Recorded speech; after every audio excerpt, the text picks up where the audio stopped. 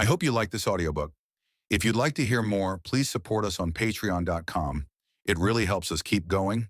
www.patreon.com/c/audiobooks752. Thank you, and I invite you to listen the other books I have recorded. Also, please subscribe to my channel and activate the notifications so you will be the first to know when we publish a new book. Floating City, Jules Verne. Chapter 1. On the 18th of March, 1867, I arrived at Liverpool, intending to take a berth simply as an amateur traveler on board the Great Eastern, which in a few days was to sail for New York. I had sometimes thought of paying a visit to North America and was now tempted to cross the Atlantic on board this gigantic boat. First of all, the Great Eastern, then the country celebrated by Cooper. This steamship is indeed a masterpiece of naval construction. More than a vessel, it is a floating city, part of the country, detached from English soil, which after having crossed the sea unites itself to the American continent. I pictured to myself this enormous bulk borne on the waves, her defiant struggle with the wind, her boldness before the powerless sea, her indifference to the billows, her stability in the midst of that element which tosses warriors and Solferinos like ship's boats. But my imagination carried me no farther. All these things I did indeed see during the passage, and many others which do not exclusively belong to the maritime domain. If the Great Eastern is not merely a nautical engine, but rather a microcosm, and carries a small world with it, an observer will not be astonished to meet here, as on a larger theater, all the instincts, follies, and passions of human nature. On leaving the station, I went to the Adelphi Hotel. The Great Eastern was announced to sail on the 20th of March, and as I wished to witness the last preparations, I asked permission of Captain Anderson, the commander, to take my place on board immediately, which permission he very obligingly granted. The next day I went down towards the basins which form a double line of docks on the banks of the Mersey. The gatekeepers allowed me to go on to Prince's Landing Stage, a kind of movable raft which rises and falls with the tide, and is a landing place for the numerous boats which run between Liverpool and the opposite town of Birkenhead on the left bank of the Mersey. The Mersey, like the Thames, is only an insignificant stream, unworthy the name of river, although it falls into the sea. It is an immense depression of the land filled with water, in fact, nothing more than a hole, the depth of which allows it to receive ships of the heaviest tonnage, such as the Great Eastern, to which almost every other port in the world is closed. Thanks to this natural condition, the streams of the Thames and the Mersey have seen two immense commercial cities, London and Liverpool, built almost at their mouths, and from a similar cause has Glasgow risen on the Clyde. At Prince's Landing Stage, a small tug in the service of the Great Eastern was getting up steam. I went on board and found it already crowded with workmen and mechanics. As the clock in Victoria Tower struck 7, the tender left her moorings and quickly ascended the Mersey with the rising tide. Scarcely had we started when I saw on the quay a tall young man with that aristocratic look which so distinguishes the English officer. I thought I recognized in him a friend whom I had not seen for several years, a captain in the Indian Army. But I must have been mistaken, for Captain McElwyn could not have left Bombay, as I ought to have known. Besides, McElwyn was a gay, careless fellow and a jovial companion. But this person, if he resembled him in feature, seemed melancholy and as though burdened with a secret grief. Be it as it may, I had not time to observe him more closely, for the tender was moving rapidly away, and the impression founded on this resemblance soon vanished from my mind. The Great Eastern was anchored about 3 miles up the river, at a depth equal to the height of the tallest houses in Liverpool. She was not to be seen from Prince's Stage, but I caught a glimpse of her imposing bulk from the first bend in the river. One would have taken her for a small island hardly discernible in the mist, She appeared with her bows towards us, having swung round with the tide, but soon the tender altered her course, and the whole length of the steamship was presented to our view. She seemed what in fact she was, enormous. 3 or 4 colliers alongside were pouring their cargoes of coal into her portholes. Beside the Great Eastern, these 3-mast ships looked like barges. Their chimneys did not even reach the first line of light ports in her hull. The yards of their gallant sails did not come up to her bulwarks. The giant could have hoisted these ships on its davits like shore-boats. Meanwhile, the tender approached the Great Eastern, whose chains were violently strained by the pressure of the tide, and ranged up to the foot of an immense winding staircase on the larboard side. In this position, the deck of the tender was only on a level with the load water line of the steamship, to which line she would be depressed when in full cargo, and which still emerged 2 yards. The workmen were now hurriedly disembarking and clambering up the numerous steps which terminated at the forepart of the ship. I, with head upturned and my body thrown back, surveyed the wheels of the Great Eastern, like a tourist looking up at a high edifice. Seen from the side, these wheels looked narrow and contracted, although their paddles were 4 yards broad, but in front they had a monumental aspect.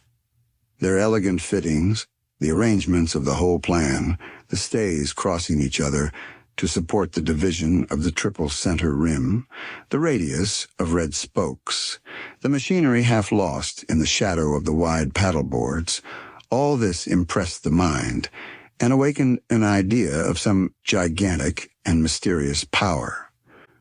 With what force must these wooden paddles strike the waves which are now gently breaking over them? What a boiling of water when this powerful engine strikes it blow after blow. What a thundering noise engulfed in this paddle-box cavern. When the Great Eastern goes at full speed, under the pressure of wheels measuring 53 feet in diameter and 166 in circumference, weighing 90 tons and making 11 revolutions a minute. The tender had disembarked her crew. I stepped onto the fluted iron steps, and in a few minutes had crossed the forepart of the Great Eastern. Chapter 2. The deck was still nothing but an immense timber yard given up to an army of workmen. I could not believe I was on board a ship. Several thousand men, workmen, crew, engineers, officers, mechanics, lookers-on, mingled and jostled together without the least concern, some on deck, others in the engine room, here pacing the upper decks, there scattered in the rigging, all in an indescribable pell-mell. Here flywheel cranes were raising enormous pieces of cast iron. Their heavy joists were hoisted by steam windlasses. Above the engine rooms, an iron cylinder. A metal shaft, in fact, was balanced. At the bows, the yards creaked as the sails were hoisted. At the stern rose a scaffolding which doubtless concealed some building and construction. Building, fixing, carpentering, rigging, and painting were going on in the midst of the greatest disorder. Carpentering, rigging, and painting. My luggage was already on board. I asked to see Captain Anderson, and was told that he had not yet arrived, but one of the stewards undertook to install me, and had my packages carried to one of the aft cabins. "My good fellow," said I to him, "the Great Eastern was announced to sail on the 20th of March, but is it possible that we can be ready in 24 hours? Can you tell me when we may expect to leave Liverpool?" But in this respect the steward knew no more than I did, and he left me to myself. I then made up my mind to visit all the ins and outs of this immense anthill, and began my walk like a tourist in a foreign town. A black mire, that British mud which is so rarely absent from the pavement of English towns, covered the deck of the steamship. Dirty gutters wound here and there. One might have thought oneself in the worst part of Upper Thames Street, near London Bridge. I walked on, following the upper decks towards the stern. Stretching on either side were 2 wide streets, or rather boulevards, filled with a compact crowd. Thus walking, I came to the center of the steamship between the paddles, united by a double set of bridges. Here opened the pit containing the machinery of the paddle wheels, and I had an opportunity of looking at this admirable locomotive engine. About 50 workmen were scattered on the metallic skylight, some clinging to the long suction pumps, fixing the eccentric wheels, others hanging on the cranks, riveting iron wedges with enormous wrenches. After having cast a rapid glance over these fitting works, I continued my walk till I reached the bows, where the carpenters were finishing the decoration of a large saloon called the smoking room, a magnificent apartment with 14 windows, the ceiling white and gold, and wainscoted with lemon-colored panels. Then, after having crossed a small triangular space at the bows, I reached the stem, which descends perpendicularly into the water. Turning round from this extreme point, through an opening in the mists, I saw the stern of the Great Eastern, at a distance of more than 200 yards. I returned by the boulevards on the starboard side, avoiding contact with the swaying pulleys and the ropes of the rigging, lashed in all directions by the wind, now keeping out of the way, here of the blows of a flywheel crane, and further on of the flaming scoria, which were showering from a forge like a display of fireworks. I could hardly see the tops of the masts, 200 feet in height, which lost themselves in the mist, increased by the black smoke from the tenders and colliers. After having passed the great hatchway of the engine rooms, I observed a small hotel on my left, and then the spacious side walls of a palace surmounted by a terrace, the railings of which were being varnished. At last I reached the stern of the steamship, and the place I had already noticed where the scaffolding was erected. Here, between the last small deck cabin and the enormous gratings of the hatchways, above which rose the 4 wheels of the rudder, some engineers had just finished placing a steam engine. The engine was composed of 2 horizontal cylinders and presented a system of pinions, levers, and blocks which seemed to me very complicated. I did not understand at first for what it was intended, but it appeared that here, as everywhere else, the preparations were far from complete. And now, why all these delays? Why so many new arrangements on board the Great Eastern, a comparatively new ship? The reason may be explained in a few words. After 20 passages from England to America, one of which was marked by very serious disasters, the use of the Great Eastern was temporarily abandoned, and this immense ship, arranged to accommodate passengers, seemed no longer good for anything. When the first attempt to lay the Atlantic cable had failed, partly because the number of ships which carried it was insufficient, engineers thought of the Great Eastern. She alone could store on board the 2,100 miles of metallic wire weighing 4,500 tons. She alone, thanks to her perfect indifference to the sea, could unroll and immerse this immense cable. But special arrangements were necessary for storing away the cable in the ship's hold. 2 out of 6 boilers were removed, and 1 chimney out of 3 belonging to the screw engine. In their places, large tanks were placed for the cable, which was immersed in water to preserve it from the effects of variation of the atmosphere. The wire thus passed from these tanks of water into the sea without suffering the least contact with the air. The laying of the cable having been successfully accomplished, and the object in view attained, the Great Eastern was once more left in her costly idleness. A French company called the Great Eastern Company Limited was floated with a capital of 2 million francs, with the intention of employing the immense ship for the conveyance of passengers across the Atlantic.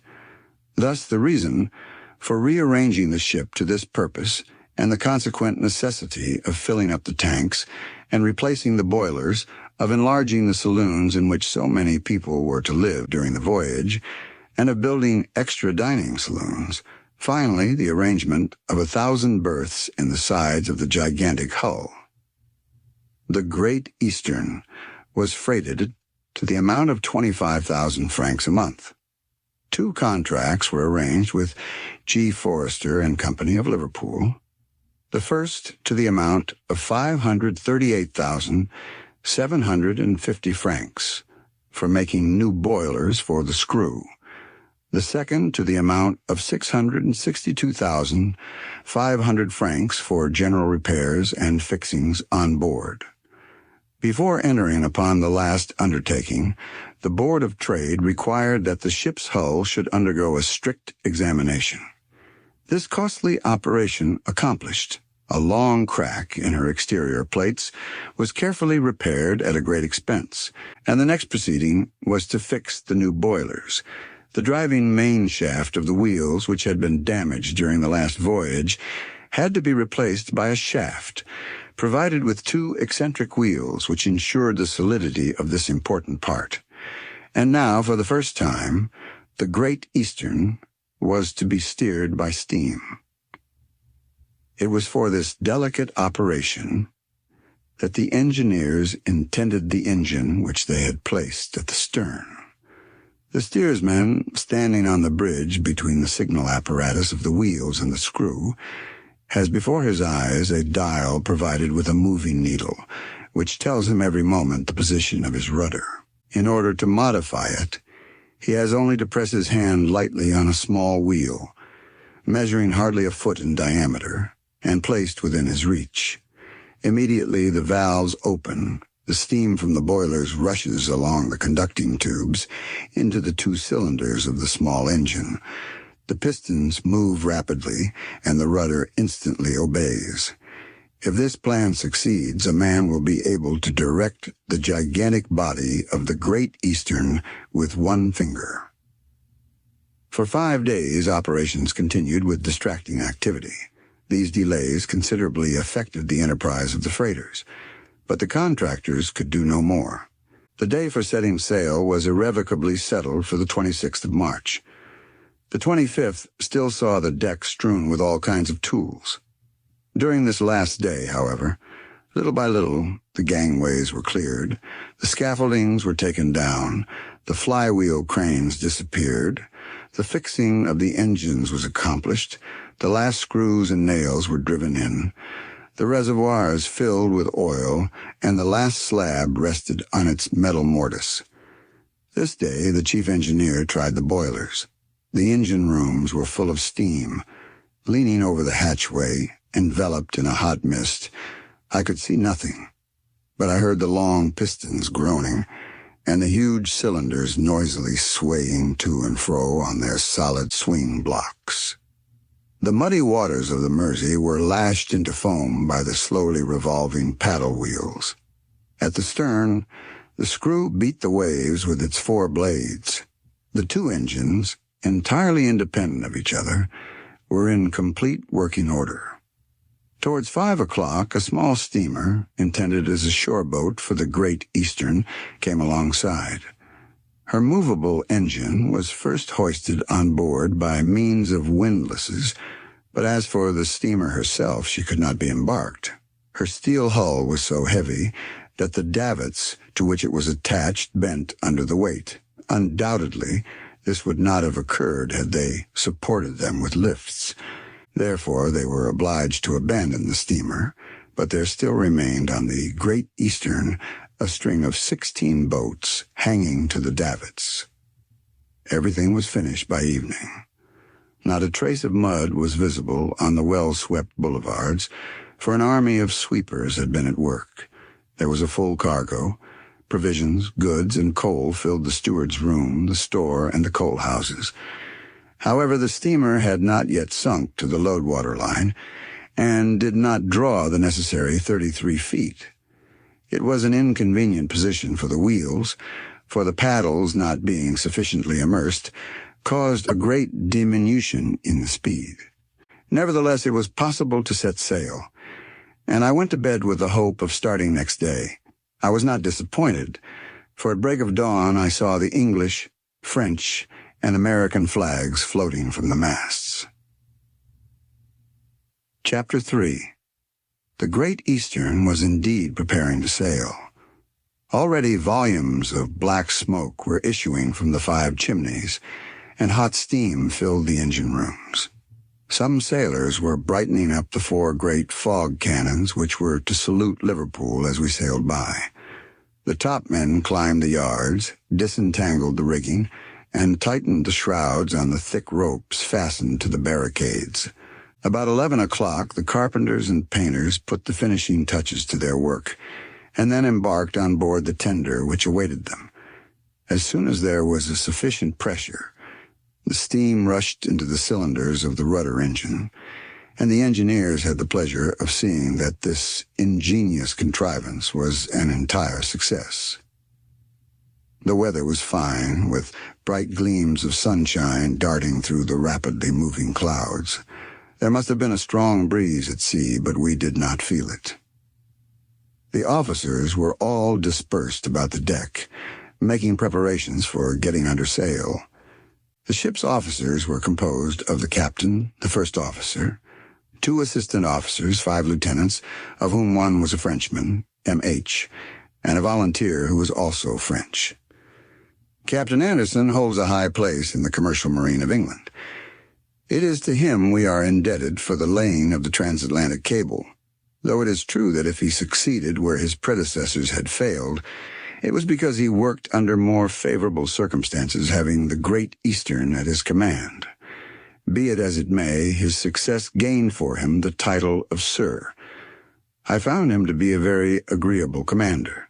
He was a man of about 50 years of age, with that tawny complexion which remains unchanged by weather or age, a thorough Englishman, with a tall figure, a broad, smiling face, and merry eyes, walking with a quiet, dignified step, his hands never in his pockets, always irreproachably gloved and elegantly dressed, and invariably with a little piece of his white handkerchief peeping out of the pocket of his blue and gold-laced overcoat. The first officer presented a singular contrast to Captain Anderson, and his appearance is easily described. An active little man, with a very sunburnt skin, a black beard almost covering his face, and legs which defied every lurch of the vessel. A skillful, energetic seaman, he gave his orders in a clear, decided tone, the boatswain repeating them with a voice like the roaring of a hoarse lion. The second officer's name was W. I think he was a naval officer, on board the Great Eastern by special permission. He had all the appearance of a regular jack-tar. Besides the ship officers, the engines were under the command of a chief engineer, assisted by 8 or 10 engineering officers, and a battalion of 250 men, some stokers, others oilers, who hardly ever left the engine rooms. This army of men was well occupied night and day, having 10 boilers with 10 furnaces and about 100 fires to attend to. As for the crew of the steamship proper, what with quartermasters, topmen, steersmen, and cabin boys, it comprised about 100 men, and besides these, there were 200 stewards employed for serving the passengers. Every man was at his post. The pilot who was to conduct the vessel out of the Mersey had been on board since the evening before. I saw also a French pilot who was to make the passage with us, and on her return to take the steamship into anchorage at Brest. "I begin to think we shall sail today," said I to Lieutenant H. Then began the slow, interminable ascent. "We are only waiting for our passengers," replied my countryman. "Are there many?" 12 or 1,300. At 11:30, the tender was hailed, laden with passengers who, as I afterwards learnt, were Californians, Canadians, Americans, Peruvians, English, Germans, and 2 or 3 Frenchmen.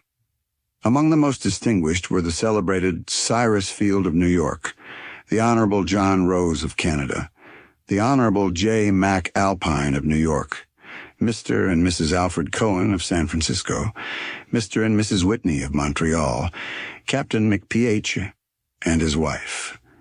Among the French was the founder of the Great Eastern Freight Company, Jules Verne, representative of the Telegraph Construction and Maintenance Company, who had made a contribution of £20,000 to the fund. The tender ranged herself at the foot of a flight of steps, and then began the slow, interminable ascent of passengers and luggage. The first care of each passenger, when he had once set foot on the steamer, was to go and secure his place in the dining room. His card, or his name written on a scrap of paper, was enough to ensure his possession.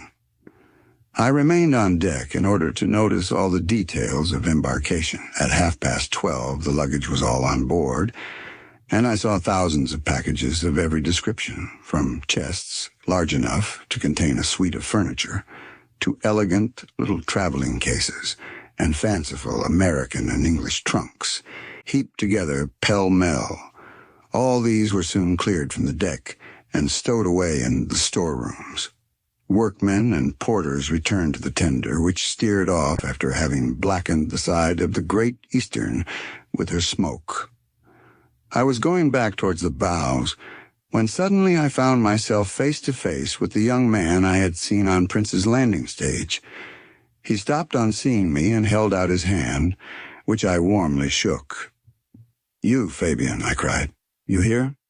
"Even so, my dear friend." I was not mistaken, then. It was really you I saw on the quay a day or two since. "It is most likely," replied Fabian. "But I did not see you." "And you are going to America?" "Certainly. Do you think I could spend a month's leave better than in traveling?" "How fortunate that you thought of making your tour in the Great Eastern." "It was not chance at all, my dear fellow. I read in the newspaper that you were one of the passengers. And as we have not met for some years now, I came on board in order to make the passage with you." "Have you come from India?" "Yes, by the Godavery, which arrived at Liverpool the day before yesterday." "And you are traveling, Fabian?" I asked, noticing his pale, sad face. "To divert my mind, if I can," interrupted Captain McElwain, warmly pressing my hand. Chapter 4. Fabian left me to look for his cabin, which, according to the ticket he held in his hand, was number 73 of the Grand Saloon series. At this moment, large volumes of smoke curled from the chimneys. The steam hissed with a deafening noise through the escape pipes and fell in a fine rain over the deck. A noisy eddying of water announced that the engines were at work. We were at last going to start. First of all, the anchor had to be raised. The Great Eastern swung round with the tide. All was now clear, and Captain Anderson was obliged to choose this moment to set sail, for the width of the Great Eastern did not allow of her turning round in the Mersey. He was more master of his ship and more certain of guiding her skillfully in the midst of the numerous boats always plying on the river, when stemming the rapid current, than when driven by the ebb tide. The least collision with this gigantic body would have proved disastrous.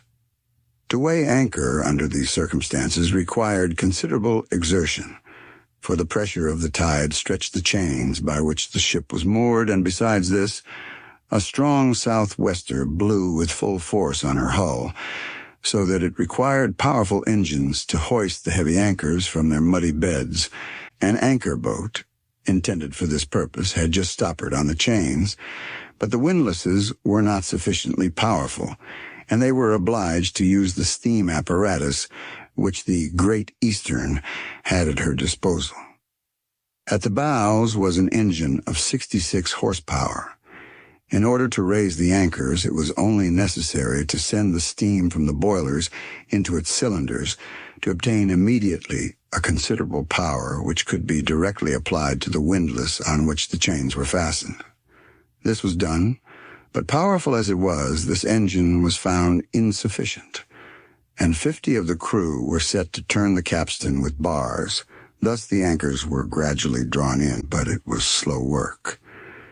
I was on the poop at the bows with several other passengers at this moment, watching the details of departure.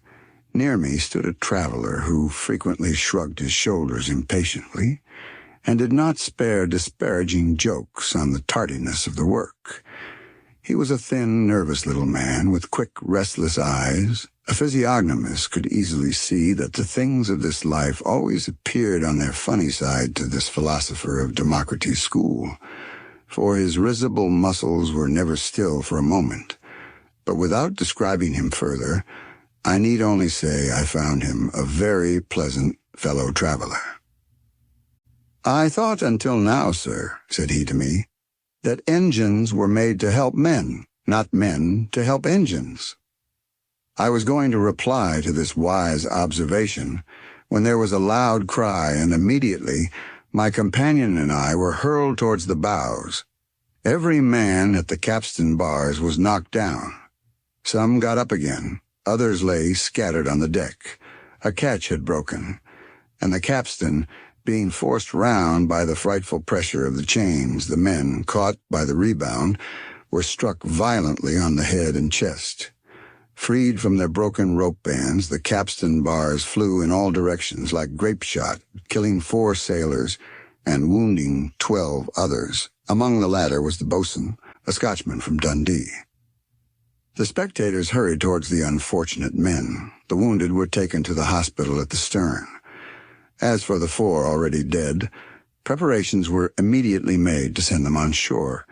So lightly do Anglo-Saxons regard death, that this event made very little impression on board. These unhappy men, killed and wounded, were only tools, which could be replaced at very little expense. The tender, already some distance off, was hailed, and in a few minutes she was alongside. I went towards the forepart of the vessel. The staircase had not yet been raised. The 4 corpses, enveloped in coverings, were let down and placed on the deck of the tender. One of the surgeons on board embarked to go with them to Liverpool, with injunctions to rejoin the Great Eastern as quickly as possible. The tender immediately sheered off, and the sailors went to the lows to wash the stains of blood from the deck. I ought to add that one of the passengers, slightly wounded by the breaking of the pinion, took advantage of this circumstance to leave by the tender. He had already had enough of the Great Eastern. I watched the little boat going off full steam, and turning round, I heard my ironical fellow traveler mutter, "A good beginning for a voyage." "A very bad one, sir," said I. "To whom have I the honor of speaking?" "To Dr. Dean Pitferge." Chapter 5. The work of weighing anchors was resumed. With the help of the anchor boat, the chains were eased, and the anchors at last left their tenacious depths.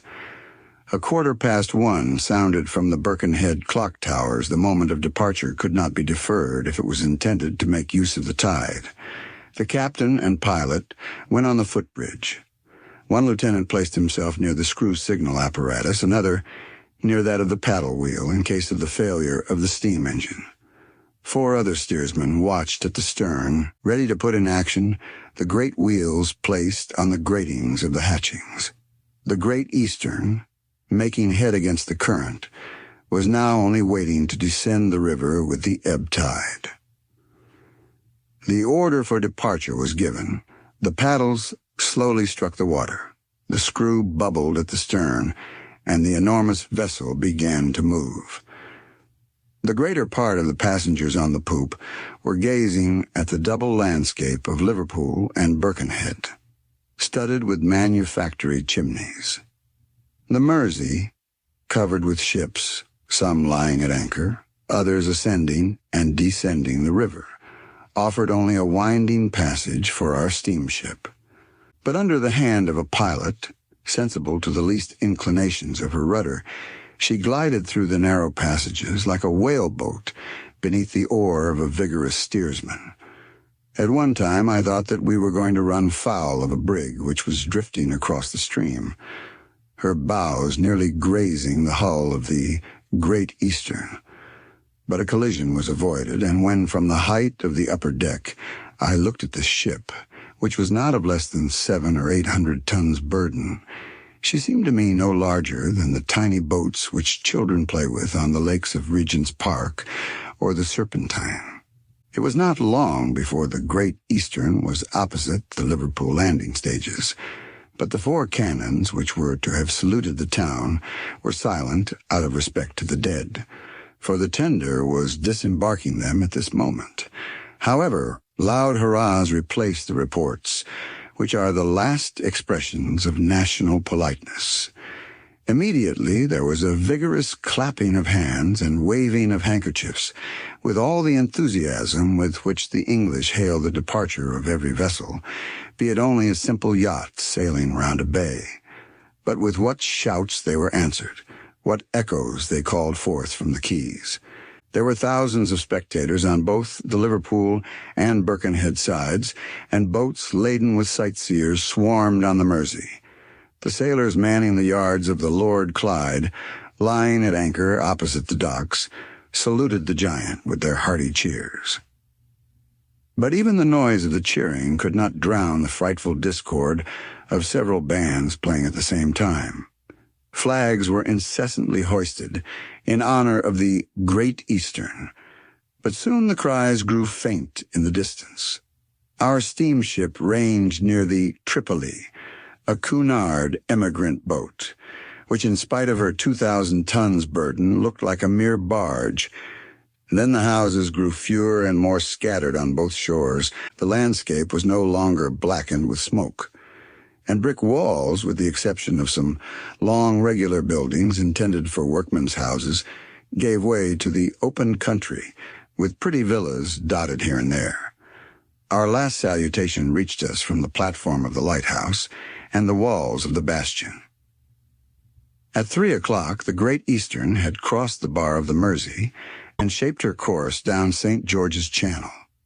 There was a strong sou'wester blowing and a heavy swell on the sea, but the steamship did not feel it.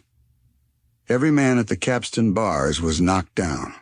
Towards 4 o'clock, the captain gave orders to heave to. The tender put on full steam to rejoin us, as she was bringing back the doctor. When the boat came alongside, a rope ladder was thrown out, by which he ascended, not without some difficulty. Our more agile pilot slid down by the same way into his boat, which was awaiting him, each rower provided with a cork jacket. Some minutes after, he went on board a charming little schooner waiting to catch the breeze. Our course was immediately continued. Under the pressure of the paddles and the screw, the speed of the Great Eastern greatly increased. In spite of the wind ahead, she neither rolled nor pitched. Soon the shades of night stretched across the sea, and Horsehead Point was lost in the darkness. Chapter 6. The next day, the 27th of March, the Great Eastern coasted along the deeply indented Irish shore. I had chosen my cabin at the bows. It was a small room, well lighted by 2 skylights. A second row of cabins separated it from the first saloon, so that neither the noise of conversation nor the rattling of pianos, which were not wanting on board, could reach me. It was an isolated cabin. The furniture consisted of a sofa, a bedstead, and a toilet table. The next morning at 7 o'clock, having crossed the first 2 rooms, I went on deck. A few passengers were already pacing the upper decks. An almost imperceptible swell balanced the steamer. The wind, however, was high, but the sea, protected by the coast, was comparatively calm. Soon we came in sight of Queenstown. From the poop of the smoking room, I perceived that long line of shore, the continual verdure of which has won for it the name of Emerald Coast. A few solitary houses, a string of tide waiters, a wreath of white smoke curling from between 2 hills, indicating the passing of a train, an isolated signal post making grimacing gestures to the vessels at large, here and there animated the scene. The sea between us and the coast was of a dull green shade. There was a fresh breeze blowing. Mists floated above the water like spray. Numerous vessels, brigs and schooners, were awaiting the tide. Steamers puffing away their black smoke were soon distanced by the Great Eastern, although she was going at a very moderate speed. Soon we came in sight of Queenstown, a small calling place, before which several fishermen's boats were at work. It is here that all ships bound for Liverpool, whether steamers or sailing ships, throw out their dispatch bags, which are carried to Dublin in a few hours by an express train, always in readiness. From Dublin, they are conveyed across the Channel to Holyhead by a fast steamer, so the dispatches thus sent are one day in advance of the most rapid transatlantic steamers. About 9 o'clock, the bearings of the Great Eastern were west-northwest. I was just going on deck when I met Captain McElwain, accompanied by a friend, a tall, robust man with a light beard and long mustache which mingled with the whiskers and left the chin bare after the fashion of the day. This tall fellow was the exact type of an English officer. His figure was erect, without stiffness, his look calm, his walk dignified but easy. His whole appearance seemed to indicate unusual courage, and I was not mistaken in him. "My friend, Archibald Corsican," said Fabian to me, "a captain in the 22nd Regiment of the Indian Army, like myself." Thus introduced, Captain Corsican and I bowed. "We hardly saw each other yesterday, Fabian," said I, shaking Captain McElwain's hand. "We were in the bustle of departure, so that all I know about you is that it was not chance which brought you on board the Great Eastern. I must confess that if I have anything to do with your decision—" "Undoubtedly, my dear fellow," interrupted Fabian.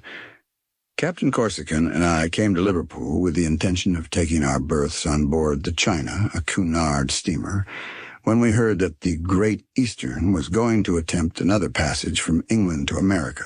It was a chance we might not get again, and learning that you were on board, I did not hesitate, as I had not seen you since we took that delightful trip in the Scandinavian states 3 years ago, so now you know how it was that the tender brought us here yesterday." Captain Corsican and I bowed. "My dear Fabian," I replied, "I believe that neither Captain Corsican nor yourself will regret your decision, as a passage across the Atlantic in this huge boat cannot fail to be interesting even to you who are so little used to the sea. But now let us talk about yourself.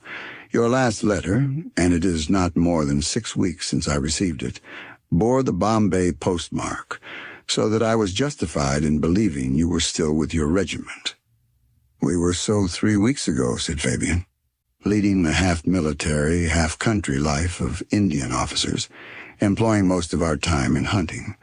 My friend here is a famed tiger-killer. However, as we are both single and without family ties, we thought we would let the poor wild beasts of the peninsula rest for a time, while we came to Europe to breathe a little of our native air.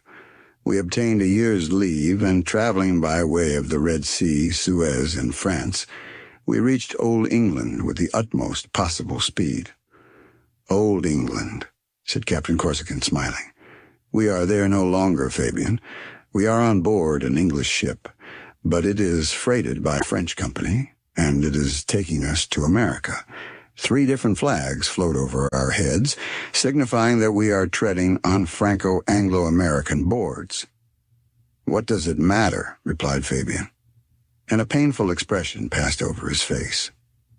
"What does it matter, so long as it whiles away the time? Movement is life, and it is well to be able to forget the past and kill the present by continual change. In a few days I shall be at New York, where I hope to meet again my sister and her children, whom I have not seen for several years. Then we shall visit the Great Lakes and descend the Mississippi as far as New Orleans, where we shall look for sport on the Amazon. From America we are going to Africa, where the lions and elephants will make the Cape their rendezvous, in order to celebrate the arrival of Captain Corsican. Finally, we shall return and impose on the sepoys the caprices of the metropolis." Fabian spoke with a nervous volubility, and his breast heaved. Evidently, there was some great grief weighing on his mind, the cause of which I was as yet ignorant of, but with which Archibald seemed to be well acquainted. He evinced a warm friendship for Fabian, who was several years younger than himself, treating him like a younger brother, with a devotion which at times almost amounted to heroism. At this moment, our conversation was interrupted by the sound of a horn, which announced the 12:30 lunch. 4 times a day, to the great satisfaction of the passengers, this shrill horn sounded. At 8:30 for breakfast, 12:30 for lunch, 4 o'clock for dinner, and at 7 for tea. In a few minutes the long streets were deserted, and soon the tables in the immense saloons were filled with guests. I succeeded in getting a place near Fabian and Captain Corsican. The dining rooms were provided with 4 long rows of tables. The glasses and bottles placed in swing racks kept perfectly steady. The roll of the steamer was almost imperceptible, so that the guests, men, women, and children, could eat their lunch without any fear. Numerous waiters were busy carrying round the tastily arranged dishes and supplying the demands for wine and beer. The Californians certainly distinguished themselves by their proclivities for champagne. Near her husband sat an old laundress, who had found gold in the San Francisco washing tubs, emptying a bottle of champagne in no time. 2 or 3 pale, delicate-looking young ladies were eagerly devouring slices of red beef, and others discussing with evident satisfaction the merits of rhubarb tart, etc. Everyone worked away in the highest spirits. One could have fancied oneself at a restaurant in the middle of Paris instead of the open sea. Lunch over, the decks were again filled. People bowed and spoke to each other in passing as formally as if they were walking in Hyde Park. Children played and ran about, throwing their balls and bowling hoops, as they might have done, on the gravel walks of the Tuileries. The greater part of the men walked up and down smoking. The ladies, seated on folding chairs, worked, read, or talked together, whilst the governesses and nurses looked after the children. A few corpulent Americans swung themselves backwards and forwards in their rocking chairs. The ship's officers were continually passing to and fro, some going to their watch on the bridge, others answering the absurd questions put to them by some of the passengers, whilst the tones of an organ and 2 or 3 pianos making a distracting discord reached us through the lulls in the wind. About 3 o'clock, a loud shouting was heard. The passengers crowded onto the poop. The Great Eastern had ranged within 2 cable lengths of a vessel which she had overhauled. It was the Propontis, on her way to New York, which was saluting the giant of the seas on her passage, which compliment the giant returned. Land was still in sight at 4 o'clock, but hardly discernible through the mist which had suddenly surrounded us. Soon we saw the light of Fastinet Beacon, situated on an isolated rock. Night set in, during which we must have doubled Cape Clear, the most southerly point of Ireland. Chapter 7. I said that the length of the Great Eastern exceeded 2 hectometers. For the benefit of those partial to comparisons, I will add that it is a third longer than the Pont des Arts. In reality, the steamship measures 673 feet at the load-water line between the perpendiculars. The upper deck is 680 feet from stem to stern. That is to say, its length is double that of the largest transatlantic steamers. Its width amidships is about 71 feet, and behind the paddles about 107 feet. The hull of the Great Eastern is proof against the most formidable seas. It is double, and is composed of a number of cells placed between the deck and hold. Besides these, 13 compartments, separated by watertight partitions, increase the security against fire or the inlet of water. 10,000 tons of iron were used in the construction of this hull, and 3 million rivets secured the iron plates on her sides.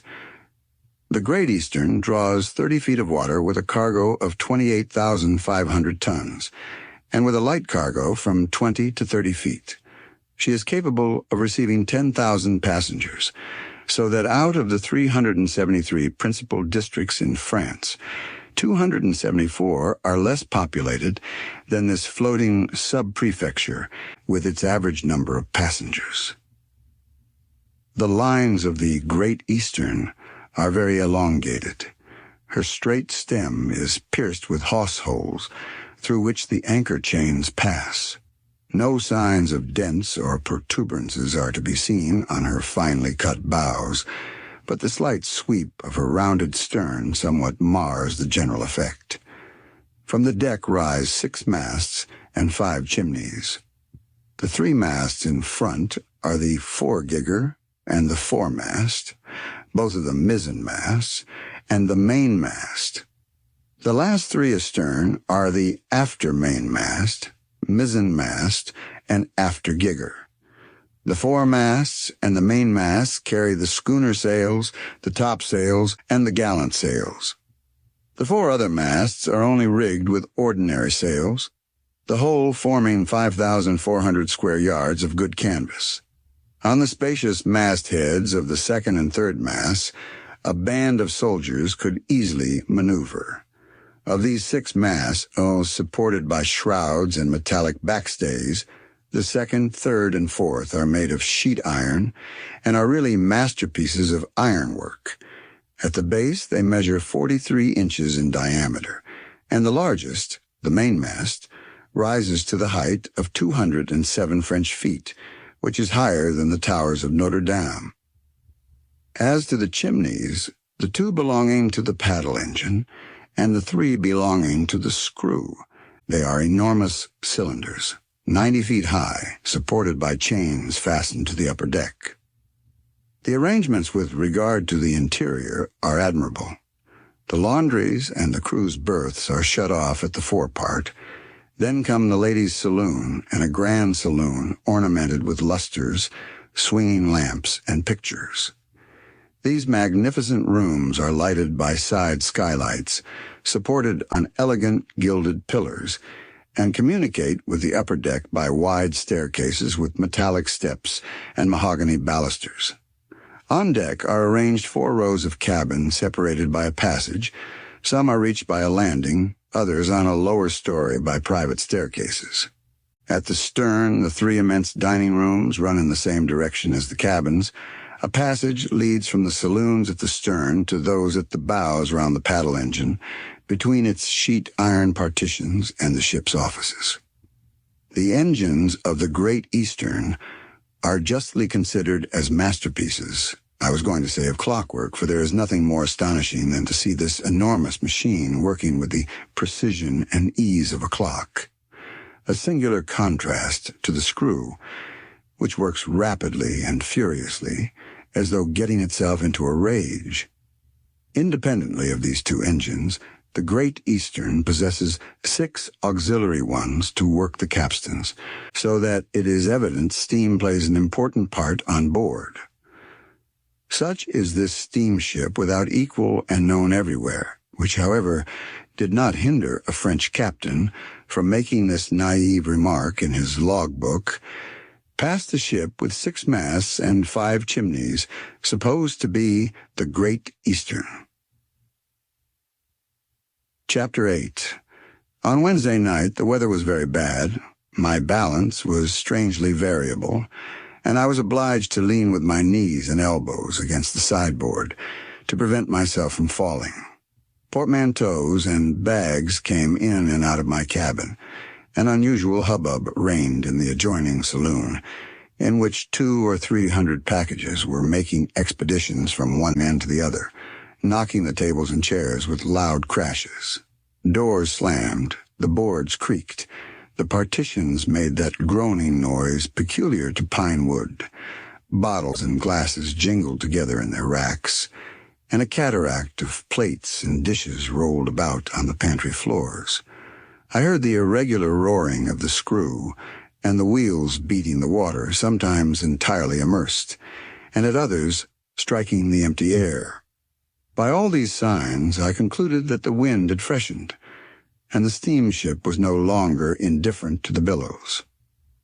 At 6 o'clock next morning, after passing a sleepless night, I got up and dressed myself as well as I could with one hand, while with the other I clutched at the sides of my cabin, for without support it was impossible to keep one's feet, and I had quite a serious struggle to get on my overcoat. I left my cabin, and helping myself with hands and feet through the billows of luggage, I crossed the saloon, scrambling up the stairs on my knees like a Roman peasant, devoutly climbing the steps of the Scala Santa of Pontius Pilate, and at last, reaching the deck, I hung on firmly to the nearest kevel. No land in sight. We had doubled Cape Clear in the night, and around us was that vast circumference bounded by the line where water and sky appear to meet. The slate-colored sea broke in great foamless billows. The Great Eastern struck amidships, and supported by no sail, rolled frightfully, her bare mass describing immense circles in the air. There was no heaving to speak of, but the rolling was dreadful. It was impossible to stand upright. The officer on watch, clinging to the bridge, looked as if he was in a swing. From kevel to kevel, I managed to reach the paddles on the starboard side. The deck was damp and slippery from the spray and mist. I was just going to fasten myself to a stanchion of the bridge when a body rolled at my feet. It was Dr. Pitferge, my quaint friend. He scrambled onto his knees and, looking at me, said, "That's all right. The amplitude of the arc, described by the sides of the Great Eastern, is 40 degrees, that is, 20 degrees below the horizontal and 20 above it." "Indeed," cried I, laughing, not at the observation, but at the circumstances under which it was made. "Yes," replied the doctor. "During the oscillation, the speed of the sides is 59 inches per second. A transatlantic boat, half the size, takes but the same time to recover her equilibrium."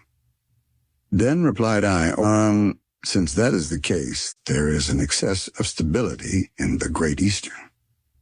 "For her, yes, but not for her passengers," answered Dean Pitferge gaily.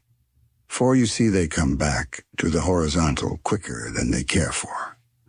The doctor, delighted with his repartee, raised himself, and holding each other up, we managed to reach a seat on the poop. Dean Pitferge had come off very well with only a few bruises, and I congratulated him on his lucky escape, as he might have broken his neck. "Oh, it is not over yet," said he. "There is more trouble coming. To us, to the steamer, and consequently to me, to us, and to all the passengers." "If you are speaking seriously, why did you come on board?" "To see what is going to happen, for I should not be at all ill-pleased to witness a shipwreck," replied the doctor, looking at me knowingly. "Is this the first time you have been on board the Great Eastern?" "No, I have already made several voyages in her to satisfy my curiosity." "You must not complain, then." "I do not complain. I merely state facts, and patiently await the hour of the catastrophe." Was the doctor making fun of me? I did not know what to think. His small, twinkling eyes looked very roguish, but I thought I would try him further. "Doctor," I said, "I do not know on what facts your painful prognostics are founded, but allow me to remind you that the Great Eastern has crossed the Atlantic 20 times, and most of her passages have been satisfactory." "Ah, doctor," said I, "are you inclined to be a materialist?" "Why ask me that question?" "Because I have noticed that many who do not believe in God believe in everything else, even in the evil eye." "Make fun, if you like, sir," replied the doctor. "But allow me to continue my argument. The Great Eastern has already ruined several companies. Built for the purpose of carrying emigrants to Australia, she has never once been there. Intended to surpass the ocean steamers in speed, she even remains inferior to them. From this, said I, it is to be concluded that— Listen a minute, interrupted the doctor. Already one of her captains has been drowned, and he one of the most skillful, for he knew how to prevent this rolling by keeping the ship a little ahead of the waves. Ah, well, said I, the death of that able man is to be regretted. Then, continued Dean Pitferge, without noticing my incredulity, strange stories are told about this ship. They say that a passenger who lost his way in the hold of the ship, like a pioneer in the forests of America, has never yet been found. Ah, exclaimed I ironically, there's a fact. They say also that during the construction of the boilers, an engineer was melted by mistake in the steam box. Bravo, cried I. The melted engineer. E ben trovato. Do you believe it, Doctor? I believe, replied Pitferge. I believe quite seriously that our voyage began badly, and that it will end in the same manner.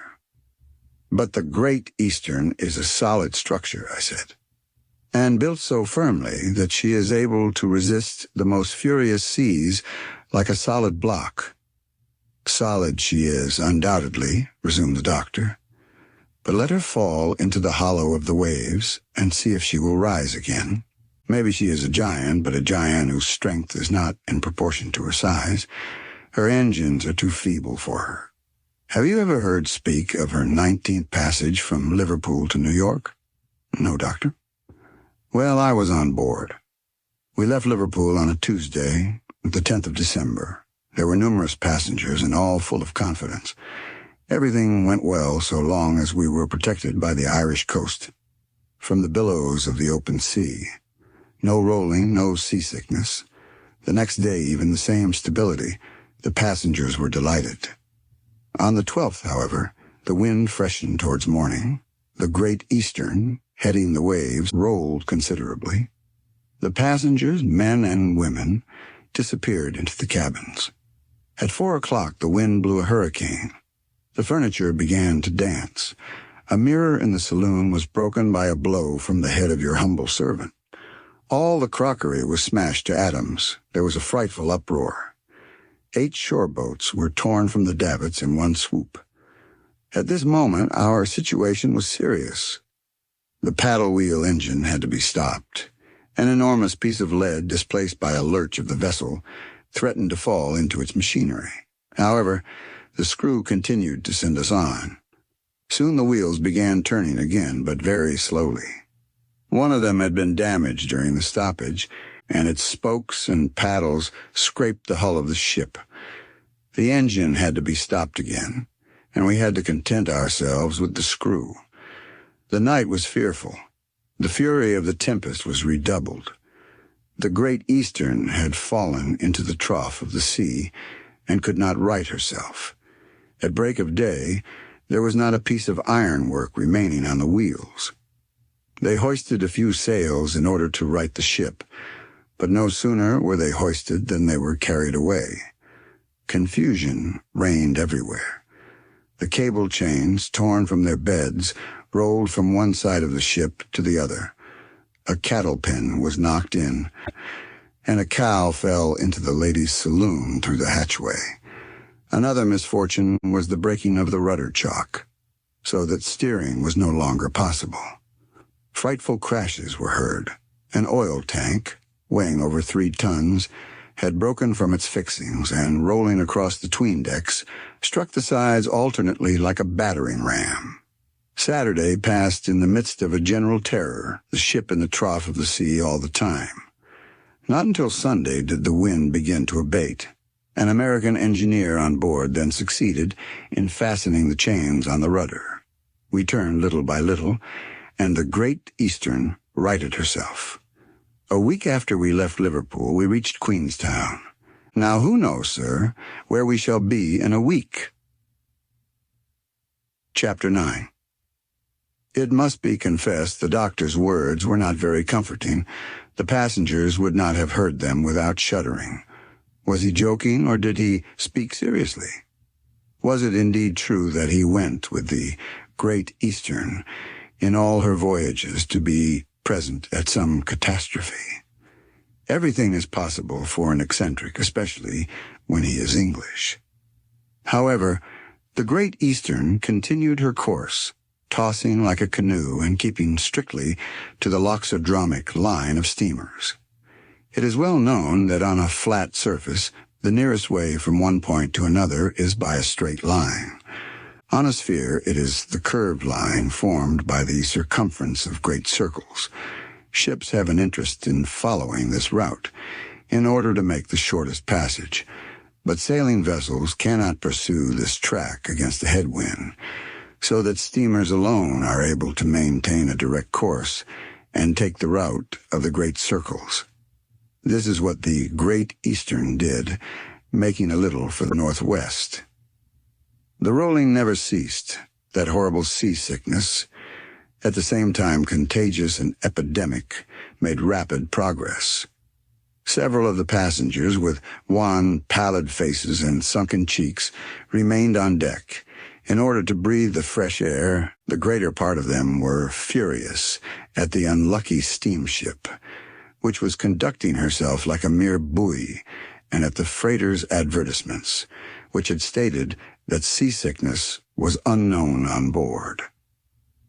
At 9 o'clock in the morning, an object 3 or 4 miles off was signaled from the larboard quarter. Was it a waif, the carcass of a whale, or the hull of a ship? As yet, it was not distinguishable. A group of convalescent passengers stood on the upper deck, at the bows, looking at this waif which was floating 300 miles from the nearest land. Meanwhile, the Great Eastern was bearing towards the object signaled. All opera glasses were promptly raised, and there was no lack of conjecture. Between the Americans and English, to whom every pretext for a wager is welcome, betting at once commenced. Among the most desperate of the bettors, I noticed a tall man, whose countenance struck me as one of profound duplicity. His features were stamped with a look of general hatred, which neither a physiognomist nor a physiologist could mistake. His forehead was seamed with a deep furrow. His manner was at the same time audacious and listless, his eyebrows nearly meeting, partly concealed the stony eyes beneath. His shoulders were high, and his chin thrust forward. In fact, all the indications of insolence and knavery were united in his appearance. He spoke in loud, pompous tones, while some of his worthy associates laughed at his coarse jokes. This personage pretended to recognize in the waif the carcass of a whale, and he backed his opinion by heavy stakes which soon found ready acceptance. The waif was the hull of a ship. These wagers, amounting to several $100s, he lost every one. In fact, the waif was the hull of a ship. The steamer rapidly drew near it, and we could already see the rusty copper of her keel. It was a 3-mast ship of about 500 or 600 tons, deprived of her masts and rigging, and lying on one side with broken chains hanging from her davits. Had this steamship been abandoned by her crew? This was now the prevailing question. However, no one appeared on the deck. Perhaps the shipwrecked ones had taken refuge inside. I saw an object moving for several moments at the bows, but it turned out to be only the remains of the jib, lashed to and fro by the wind. The hull was quite visible at the distance of half a mile. She was a comparatively new ship and in a perfect state of preservation. Her cargo, which had been shifted by the wind, obliged her to lie along on her starboard side. The Great Eastern drew nearer and, passing round, gave notice of her presence by several shrill whistles.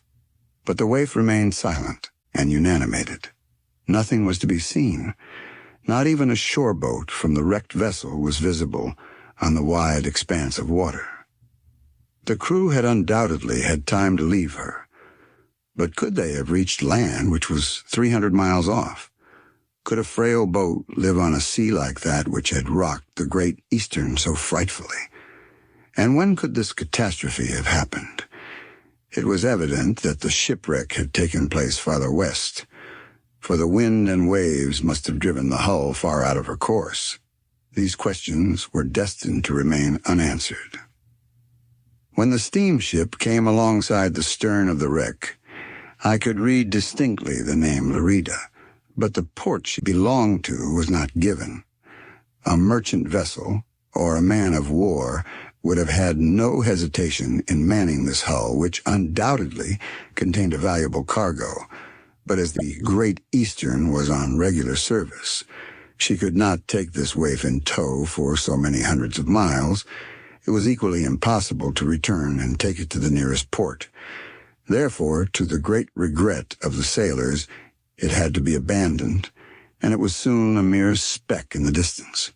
The group of passengers dispersed, some to the saloons, others to their cabins, and even the lunch bell failed to awaken the slumberers worn out by seasickness.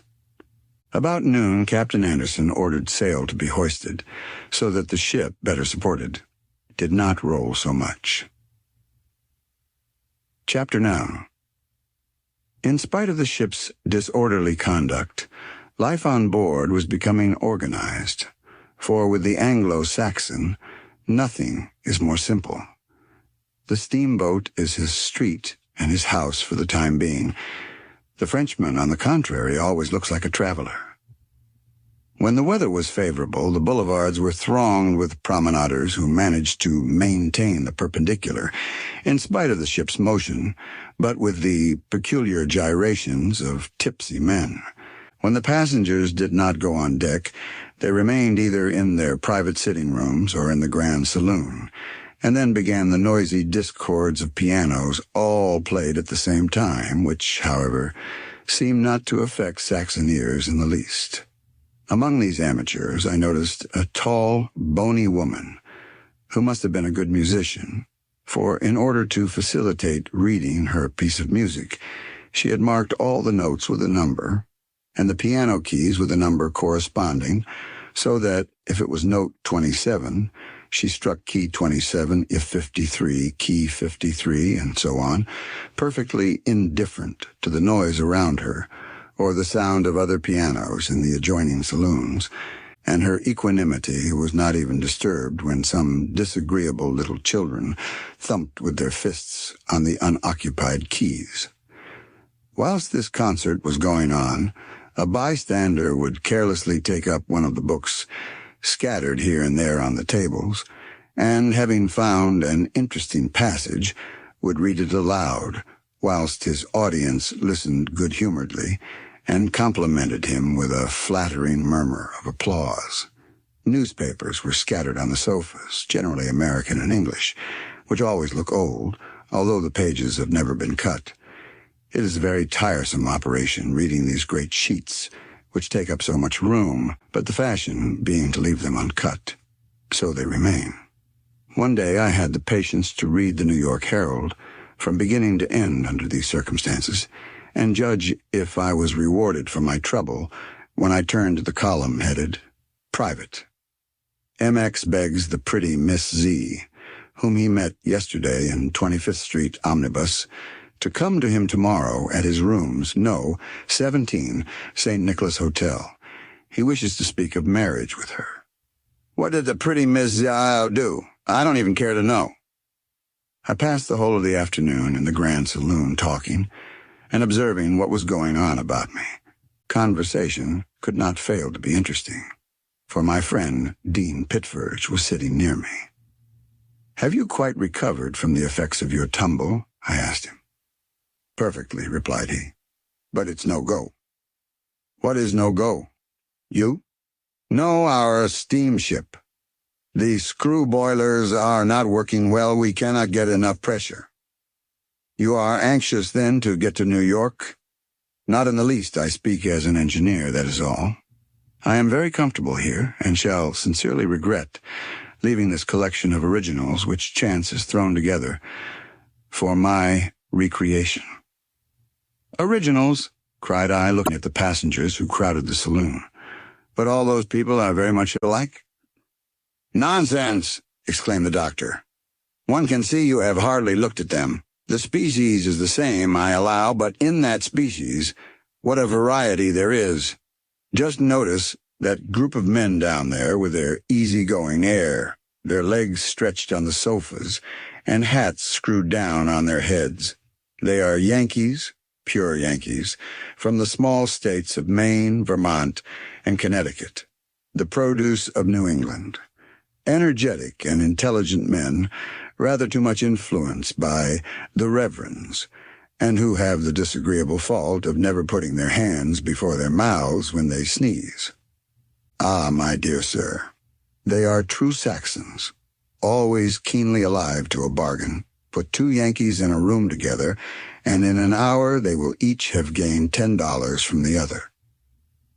I will not ask how, replied I, smiling at the doctor, but among them I see a little man with a consequential air, looking like a weatherum, and dressed in a long overcoat with rather short black trousers. Who is that gentleman?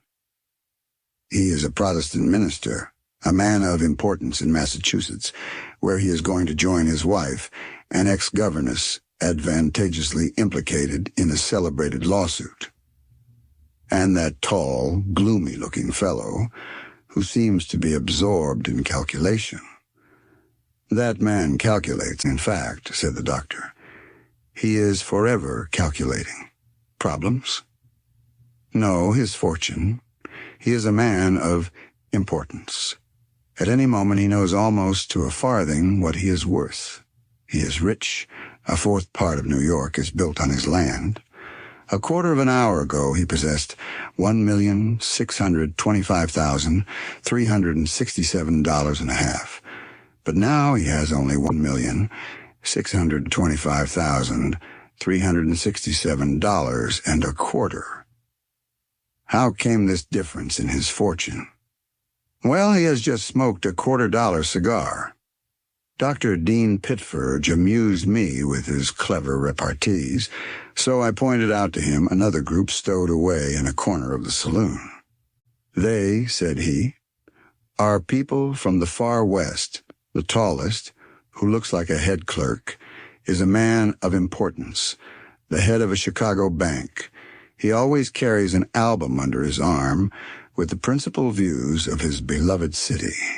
He is, and has reason to be, proud of a city formed in a desert in 1836, which at the present day has a population of more than 400,000 souls. Near him you see a Californian couple. The young wife is delicate and charming. Her well-polished husband was once a plowboy who one fine day turned up some nuggets. That gentleman is a man of importance, said I. Undoubtedly, replied the doctor, for his assets count by the million. And pray, who may this tall individual be, who moves his head backwards and forwards like the pendulum of a clock? They, said he, are people from the far west. That person, replied the doctor, is the celebrated Cockburn of Rochester, the universal statistician, who has weighed, measured, proportioned, and calculated everything. Question this harmless maniac. He will tell you how much bread a man of 50 has eaten in his life, and how many cubic feet of air he has breathed. He will tell you how many volumes in quarto the words of a temple lawyer would fill, and how many miles the postman goes daily, carrying nothing but love letters. He will tell you the number of widows who pass in 1 hour over London Bridge, and what would be the height of a pile of sandwiches consumed by the citizens of the Union in a year. He will tell you. The doctor, in his excitement, would have continued for a long time in this strain, but other passengers passing us were attracted by the inexhaustible stock of his original remarks. What different characters there were in this crowd of passengers. Not one idler, however, for one does not go from one continent to the other without some serious motive.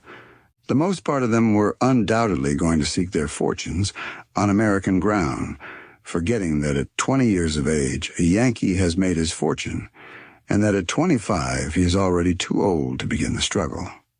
Among these adventurers, inventors, and fortune hunters, Dean Pitferge pointed out to me some singularly interesting characters. Here was a chemist, a rival of Dr. Liebig, who pretended to have discovered the art of condensing all the nutritious parts of a cow into a meat tablet, no larger than a 5-shilling piece. He was going to coin money out of the cattle of the pampas. Another, the inventor of a portable motive power, a steam horse in a watch case, was going to exhibit his patent in New England. Another, a Frenchman from the Rue Chapin, was carrying to America 30,000 cardboard dolls which said, "Papa," with a very successful Yankee accent, and he had no doubt but that his fortune was made. But besides these originals, there were still others whose secrets we could not guess. Perhaps among them was some cashier flying from his empty cash box, and a detective making friends with him, only waiting for the end of the passage to take him by the collar. Perhaps also we might have found in this crowd clever genii who always find people ready to believe in them, even when they advocate the affairs of the Oceanic Company for lighting Polynesia with gas, or the Royal Society for making incombustible coal. But at this moment my attention was attracted by the entrance of a young couple who seemed to be under the influence of a precocious weariness. "They are Peruvians, my dear sir," said the doctor, "a couple married a year ago who have been to all parts of the world for their honeymoon. They adored each other in Japan, loved in Australia, bore with one another in India, bored each other in France, quarreled in England, and will undoubtedly separate in America." "And," said I, "who is that tall, haughty-looking man just coming in? From his appearance I should take him for an officer." "He is a Mormon," replied the doctor. "An elder, Mr. Hatch, one of the great preachers in the City of Saints. What a fine type of manhood he is. Look at his proud eye, his noble countenance, and dignified bearing, so different from the Yankee. Mr. Hatch is returning from Germany and England, where he has preached Mormonism with great success, for there are numbers of this sect in Europe who are allowed to conform to the laws of their country." "Indeed," said I. "I quite thought that polygamy was forbidden them in Europe." "Undoubtedly, my dear sir, but do not think that polygamy is obligatory on Mormons. Brigham Young has his harem because it suits him, but all his followers do not imitate him, not even those dwelling on the banks of the Salt Lake." "Indeed? And Mr. Hatch?" "Mr. Hatch has only one wife, and he finds that quite enough. Besides, he proposes to explain his system in a meeting that he will hold one of these evenings. The saloon will be filled." "Yes," said Pitford, "if the gambling does not attract too many of the audience. You know that they play in a room at the bows. There is an Englishman there with an evil, disagreeable face, who seems to take the lead among them. He is a bad man, with a detestable reputation. Have you noticed him?" From the doctor's description, I had no doubt but that he was the same man who that morning had made himself conspicuous by his foolish wagers with regard to the waif. My opinion of him was not wrong. Dean Pitferge told me his name was Harry Drake, and that he was the son of a merchant at Calcutta, a gambler, a dissolute character, a duelist. And now that he was almost ruined, he was most likely going to America to try a life of adventures. "Such people," added the doctor, "always find followers willing to flatter them, and this fellow has already formed his circle of scamps, of which he is the center. Among them I have noticed a little short man, with a round face, a turned-up nose, wearing gold spectacles, and having the appearance of a German Jew. He calls himself a doctor on the way to Quebec, but I take him for a low actor and one of Drake's admirers."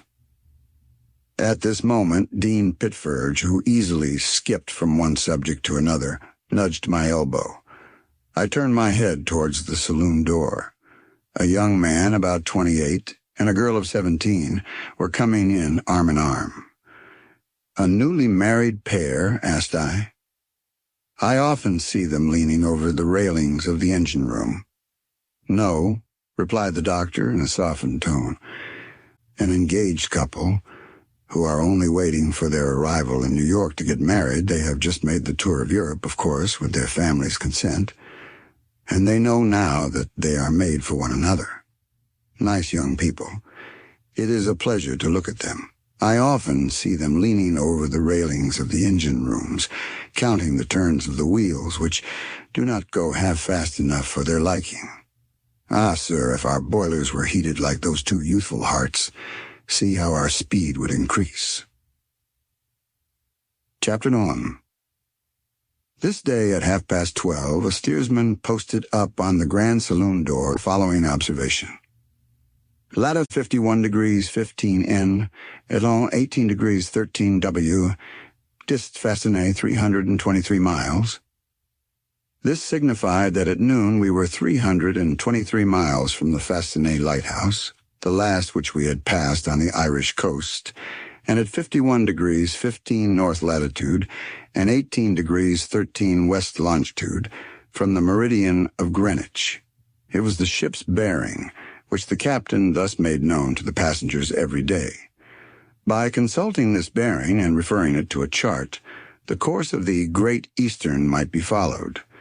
Up to this time, she had only made 320 miles in 36 hours. It was not satisfactory, for a steamer at its ordinary speed does not go less than 300 miles in 24 hours. After having left the doctor, I spent the rest of the day with Fabian. We had gone to the stern, which Pitferge called walking in the country. There alone, and leaning over the taffrail, we surveyed the great expanse of water, while around us rose the briny vapors distilled from the spray. Small rainbows, formed by the refraction of the sun's rays, spanned the foaming waves. Below us, at a distance of 40 feet, the screw was beating the water with a tremendous force, making its copper gleam in the midst of what appeared to be a vast conglomeration of liquefied emeralds. The fleecy track, extending as far as the eye could reach, mingled in a milky path the foam from the screw and the paddle engines, whilst the white and black-fringed plumage of the seagulls flying above cast rapid shadows over the sea. Fabian was looking at the magic of the waves without speaking. What did he see in this liquid mirror which gave scope to the most capricious flights of imagination? Was some vanished face passing before his eyes and bidding him a last farewell? Did he see a drowning shadow in these eddying waters? He seemed to me sadder than usual, and I dared not ask him the cause of his grief. After the long separation which had estranged us from each other, it was for him to confide in me, and for me to await his confidence. He had told me as much of his past life as he wished me to know, his life in the Indian garrison, his hunting and adventures. But not a word had he said of the emotions which swelled in his heart, or the cause of the sighs which heaved his breast. Undoubtedly, Fabian was not one who tried to lessen his grief by speaking of it, and therefore he suffered the more. Thus we remained leaning over the sea, and as I turned my head I saw the great paddles emerging under the regular action of the engine. Once Fabian said to me, "This track is indeed magnificent. One would think that the waves were amusing themselves with tracing letters. Look at the L's and E's. Am I deceived? No, they are indeed always the same letters." Fabian's excited imagination saw in these eddyings that which it wished to see. But what could these letters signify? What remembrance did they call forth in Fabian's mind? The latter had resumed his silent contemplation, when suddenly he said to me, "Come to me, come. That gulf will draw me in." "What is the matter with you, Fabian?" said I, tailing him by both hands. "What is the matter, my friend?" "I have here," said he, pressing his hand on his heart, "I have here a disease which will kill me." "A disease," said I to him. "A disease with no hope of cure. No hope." And without another word, Fabian went to the saloon and then on to his cabin. Chapter 12. The next day, Saturday, 30th of March, the weather was fine and the sea calm. Our progress was more rapid, and the Great Eastern was now going at the rate of 12 knots an hour. The wind had set south, and the first officer ordered the mizzen and the topmast sails to be hoisted, so that the ship was perfectly steady. Under this fine, sunny sky, the upper decks again became crowded. Ladies appeared in fresh costumes, some walking about, others sitting down. I was going to say on the grass plats, beneath the shady trees, and the children resumed their interrupted games. With a few soldiers in uniform strutting about with their hands in their pockets, one might have fancied oneself on a French promenade. At noon, the weather being favorable, Captain Anderson and 2 officers went on to the bridge in order to take the sun's altitude. Each held a sextant in his hand, and from time to time scanned the southern horizon, towards which their horizon glasses were inclined. "Noon?" exclaimed the captain after a short time. Immediately a steersman rang a bell on the bridge, and all the watches on board were regulated by the statement which had just been made. Half an hour later, the following observation was posted up. Lat 51 degrees 10 N, long, 24 degrees 13 W. Course 227 miles, distance 550. We had thus made 227 miles since noon the day before. I did not see Fabian once during the day. Several times, uneasy about his absence, I passed his cabin and was convinced that he had not left it. He must have wished to avoid the crowd on deck and evidently sought to isolate himself from this tumult. I met Captain Corsican, and for an hour we walked on the poop. He often spoke of Fabian, and I could not help telling him what had passed between Fabian and myself the evening before. "Yes," said Captain Corsican with an emotion he did not try to disguise. "2 years ago, Fabian had the right to think himself the happiest of men, and now he is the most unhappy. Archibald Corsican told me in a few words that at Bombay Fabian had known a charming young girl, a Miss Hodges. He loved her, and was beloved by her. Nothing seemed to hinder a marriage between Miss Hodges and Captain McElwyn, when by her father's consent the young girl's hand was sought by the son of a merchant at Calcutta. It was an old business affair, and Hodges, a harsh, obstinate, and unfeeling man, who happened at this time to be in a delicate position with his Calcutta correspondent, thinking that the marriage would settle everything well, sacrificed his daughter to the interests of his fortune. The poor child could not resist.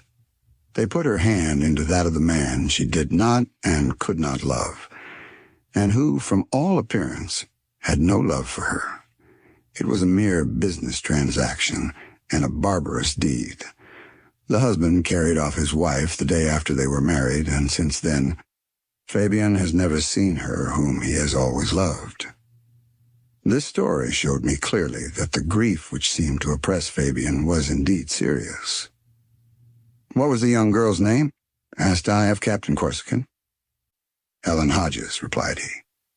"Ellen, that name explains the letters which Fabian thought he saw yesterday in the ship's track. And what is the name of this poor young woman's husband?" said I to the captain. "Harry Drake." "Drake?" cried I. "But that man is on board." "He here," exclaimed Corsican, seizing my hand and looking straight at me. "Yes," I replied. "He is on board." "Heaven grant that they may not meet," said the captain gravely. "Happily they do not know each other. At least Fabian does not know Harry Drake. But that name uttered in his hearing would be enough to cause an outburst." I then related to Captain Corsican what I knew of Harry Drake, that is to say, what Dr. Dean Pitford had told me of him.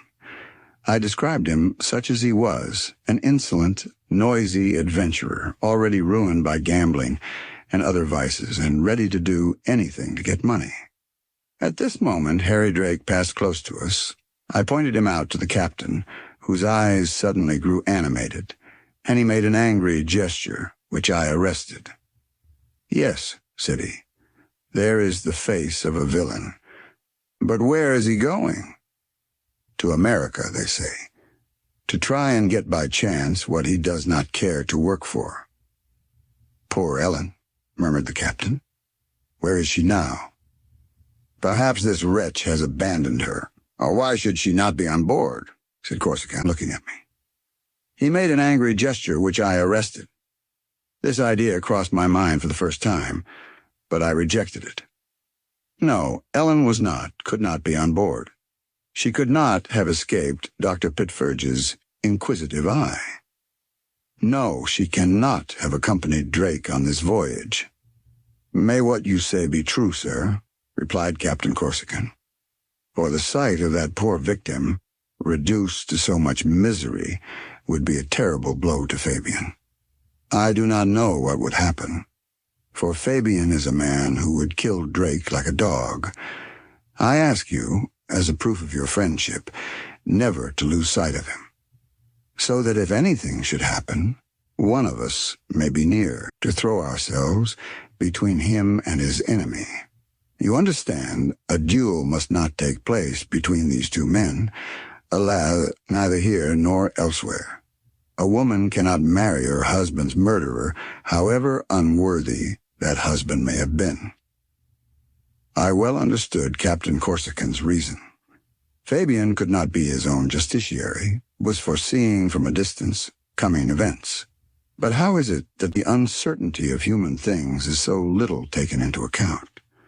A presentiment was boding in my mind. Could it be possible that in this common life on board, in this everyday mingling together, that Drake's noisy personality could remain unnoticed by Fabian? An accident, a trifle, a mere name uttered. Would it not bring them face to face? Ah, how I longed to hasten the speed of the steamer which carried them both. Before leaving Captain Corsican, I promised to keep a watch on our friend, and to observe Drake, whom on his part he engaged not to lose sight of. Then he shook my hand, and we parted.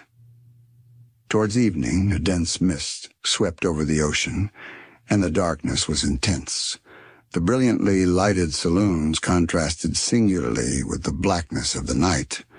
Waltzes and ballad songs followed each other, all received with frantic applause, and even hurrahs were not wanting, when the actor from T, sitting at the piano, bawled his songs with the self-possession of a strolling player. Chapter 13. The next day, the 31st of March, was Sunday. How would this day be kept on board? Would it be the English or American Sunday, which closes the bars and the taps during service hours, which withholds the butcher's hand from his victim, which keeps the baker's shovel from the oven, which causes a suspension of business, extinguishes the fires of the manufactories, which closes the shops, opens the churches, and moderates the speed of the railway trains, contrary to the customs in France? Yes, it must be kept thus, or almost thus. First of all, during the service, although the weather was fine, and we might have gained some knots, the captain did not order the sails to be hoisted, as it would have been improper. I thought myself very fortunate that the screw was allowed to continue its work, and when I inquired of a fierce Puritan the reason for this tolerance, "Sir," said he to me, "that which comes directly from God must be respected. The wind is in his hand, the steam is in the power of man." I was willing to content myself with this reason, and in the meantime observed what was going on board. All the crew were in full uniform, and dressed with extreme propriety.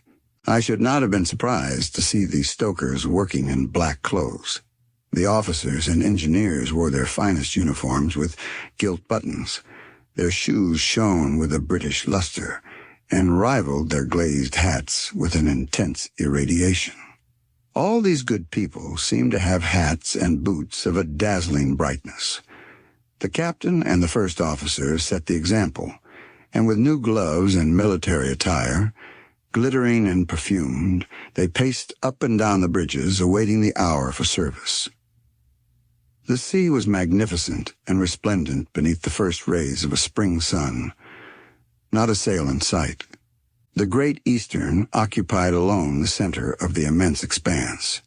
At 10 o'clock, the bell on deck tolled slowly and at regular intervals. The ringer, who was a steersman, dressed in his best, managed to obtain from this bell a kind of solemn religious tone instead of the metallic peals with which it accompanied the whistling of the boilers when the ship was surrounded by fog. Involuntarily, one looked for the village steeple, which was calling to prayer. At this moment, numerous groups appeared at the doors of the cabins, at the bows and stern. The boulevards were soon filled with men, women, and children carefully dressed for the occasion. Friends exchanged quiet greetings.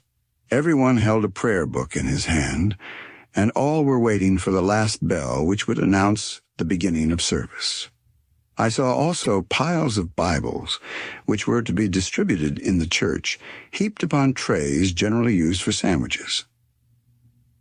The church was the great saloon formed by the upper deck at the stern, the exterior of which, from its width and regularity of structure, reminded one very much of the hotel of the Ministère des Finances in the Rue de Rivoli. I entered. Numbers of the faithful were already in their places. A profound silence reigned among the congregation. The officers occupied the apsis of the church, and in the midst of them stood Captain Anderson as pastor. My friend Dean Pitferge was near him, his quick little eyes running over the whole assembly. I will venture to say he was there more out of curiosity than anything else. At 10:30, the captain rose and the service began. He read a chapter from the Old Testament. After each verse, the congregation murmured the one following. The shrill soprano voices of the women and children distinctly separate from the baritone of the men.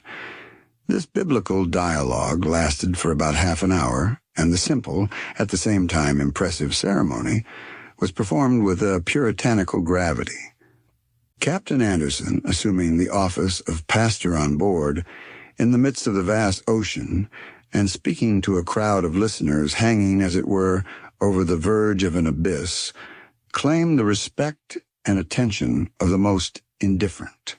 It would have been well if the service had concluded with the reading, but when the captain had finished, a speaker arose, who could not fail to arouse feelings of violence and rebellion where tolerance and meditation should reign. It was the reverend gentleman of whom I have before spoken, a little fidgety man, an intriguing Yankee, one of those ministers who exercise such a powerful influence over the states of New England. His sermon was already prepared. The occasion was good, and he intended to make use of it. Would not the good Yorick have done the same? I looked at Dean Pitferge. The doctor did not frown, but seemed inclined to try the preacher's zeal. The latter gravely buttoned his black overcoat, placed his silk cap on the table, drew out his handkerchief with which he touched his lips lightly, and taking in the assembly at a glance, "In the beginning," said he, "God created America and rested on the seventh day." Thereupon I reached the door. Chapter 13. At lunch, Dean Pitferge told me that the reverend gentleman had admirably enlarged on his text. Battering rams, armed forts, and submarine torpedoes had figured in his discourse. As for himself, he was made great by the greatness of America. If it pleases America to be thus extolled, I have nothing to say. Entering the grand saloon, I read the following note. Lat 50 degrees 8, NCN along 30 degrees 44 W. Course 255 miles. Always the same result. We had only made 1,100 miles, including the 310 between Fastenay and Liverpool, about a third part of our voyage. During the remainder of the day, officers, sailors, and passengers continued to rest in accordance with established custom. Not a piano sounded in the silent saloons. The chessmen did not leave their box or the cards their case. The billiard room was deserted. I had an opportunity this day to introduce Dean Pitferge to Captain Corsican. My original very much amused the captain by telling him the stories whispered about the Great Eastern. He attempted to prove to him that it was a bewitched ship, to which fatal misfortune must happen. The yarn of the melted engineer greatly pleased the captain, who, being a Scotchman, was a lover of the marvelous, but he could not repress an incredulous smile. "I see," said Dr. Pitferge. "The captain has not much faith in my stories." "Much? That is saying a great deal," replied Corsican. "Will you believe me, Captain, if I affirm that this ship is haunted at night?" asked the doctor in a serious tone. "Haunted?" cried the captain. "What next? Ghosts? And you believe in them?" "I believe," replied Pitferge. "I believe what people who can be depended on have told me. Now, I know some of the officers on watch, and the sailors also, are quite unanimous on this point, that during the darkness of the night a shadow, a vague form, walks the ship. How it comes there they do not know, neither do they know how it disappears." "By St. Dunstan," exclaimed Captain Corsican, "we will watch it well together." "Tonight?" asked the doctor. "I see," said Dr. Pitferge. "Tonight, if you like. And you, sir," added the captain, turning to me, "will you keep us company?" "No," said I. "I do not wish to trouble the solitude of this phantom. Besides, I would rather think that our doctor is joking." "I am not joking," replied the obstinate Pitferge. "Come, doctor," said I. "Do you really believe in the dead coming back to the decks of ships?" "I believe in the dead who come to life again," replied the doctor. "And this is the more astonishing, as I am a physician." "A physician?" cried the captain, drawing back as if the word had made him uneasy. "Don't be alarmed, Captain," said the doctor, smiling good-humoredly. "I do not practice, and you will understand why I do not when you know what happened to me. You will see whether I have the right to think that sometimes the dead can come back to life. We are listening to you, doctor." 30 years ago," said the doctor, "I was finishing my medical studies. I was a surgeon, new-minted and very proud of my knowledge. After the extensive oral and written tests, I had to finish my examination with an operation on a corpse. It was a matter of carefully removing the ilium, the pelvic bone, which, you know, gentlemen, is found on each side of the sacrum and makes up the pelvis. The task was to operate quickly and well. I therefore went down to the operating theater, preceded by my examiners and followed by a large audience of students. I was filled with an unflappable confidence. My instruments gleamed, my scalpel cut like a scalpel. I took possession of the corpse, and I began the operation with unparalleled dexterity. Everyone smiled at the cleanliness of my work, the sharpness of my incisions, the grace of my gestures, the elegance of my attitude. Finally, I reached the end of the test, and with a triumphant hand I brought out my beautifully disarticulated pelvic bone. Ah, gentlemen, at that moment, why didn't the earth swallow me up? For my corpse got up and said in a furious voice, "You there, give me back my bone." At this, I ran away, feeling like a thief, and I'm still running. A burst of laughter greeted Dean Pitferge's account. "But at least," Captain Corsican asked seriously, "have you given back to this unfortunate man his missing pelvic bone?" "No, Captain," replied the doctor.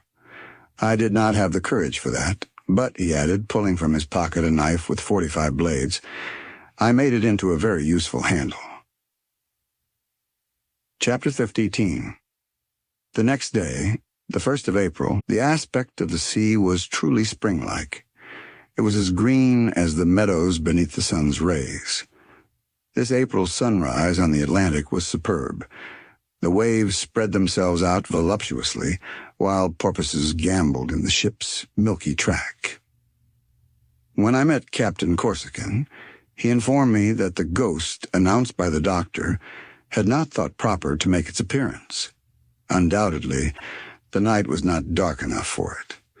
Then the idea crossed my mind that it was a joke of Dean Pitferge's, sanctioned by the 1st of April, for in America, England, and France this custom is very popular.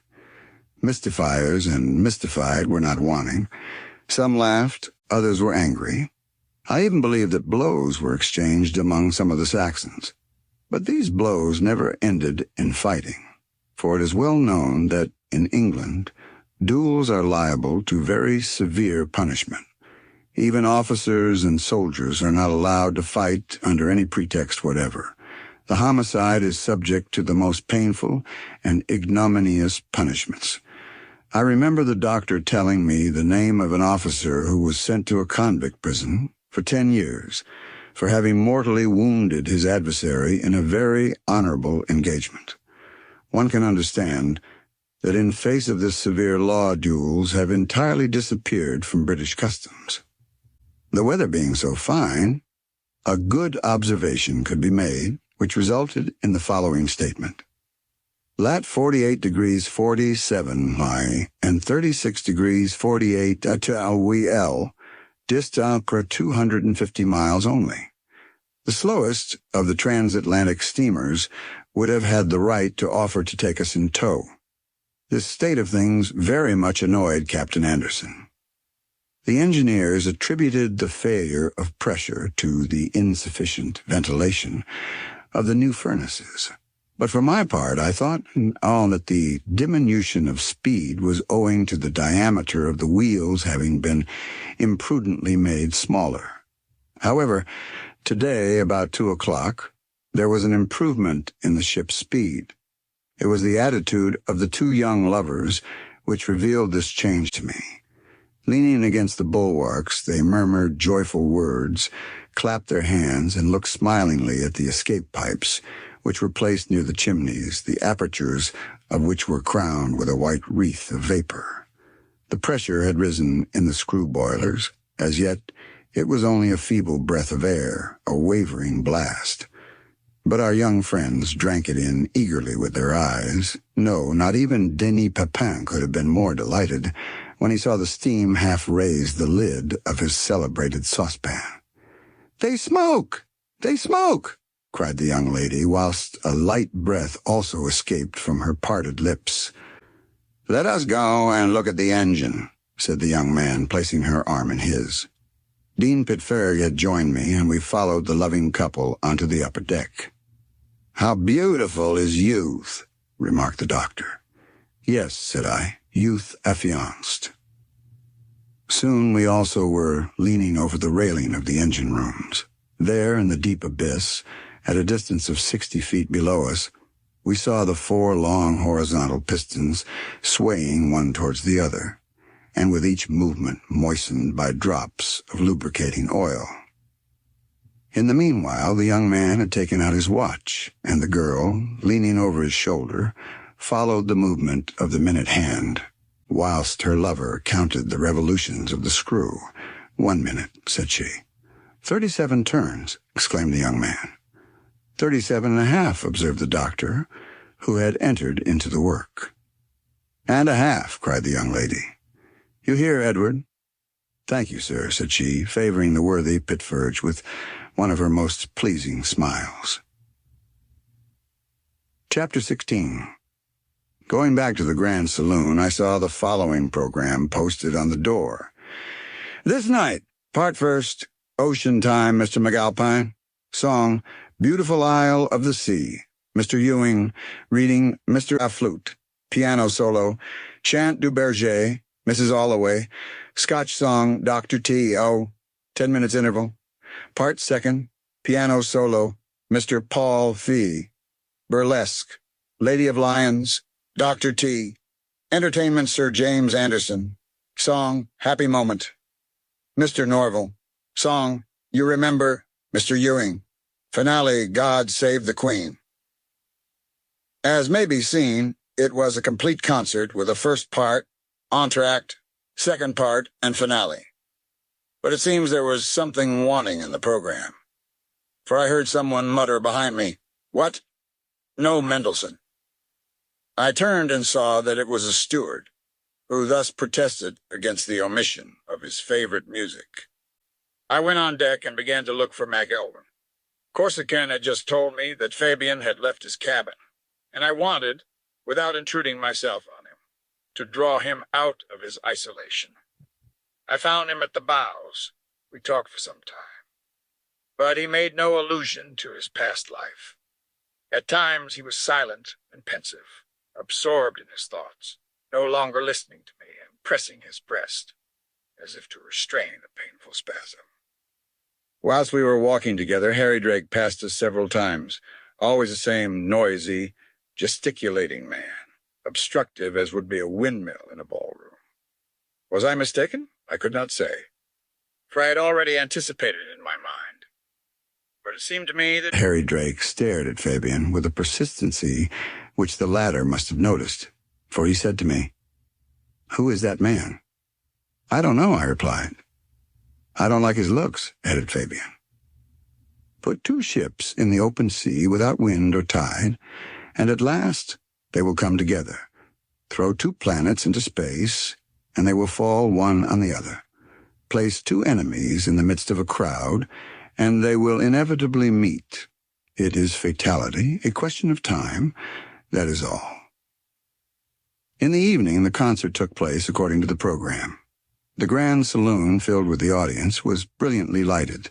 Through the half-open hatchways might be seen the broad, sunburnt faces and the great black hands of the sailors. The doorways were crowded with stewards. The greater part of the audience, men and women, were seated on side sofas, and in the center of the saloon, in armchairs and lounges, all facing the piano firmly fastened between the two doors, which opened into the ladies' saloon. From time to time, a rolling motion disturbed the audience. Armchairs and folding chairs glided about.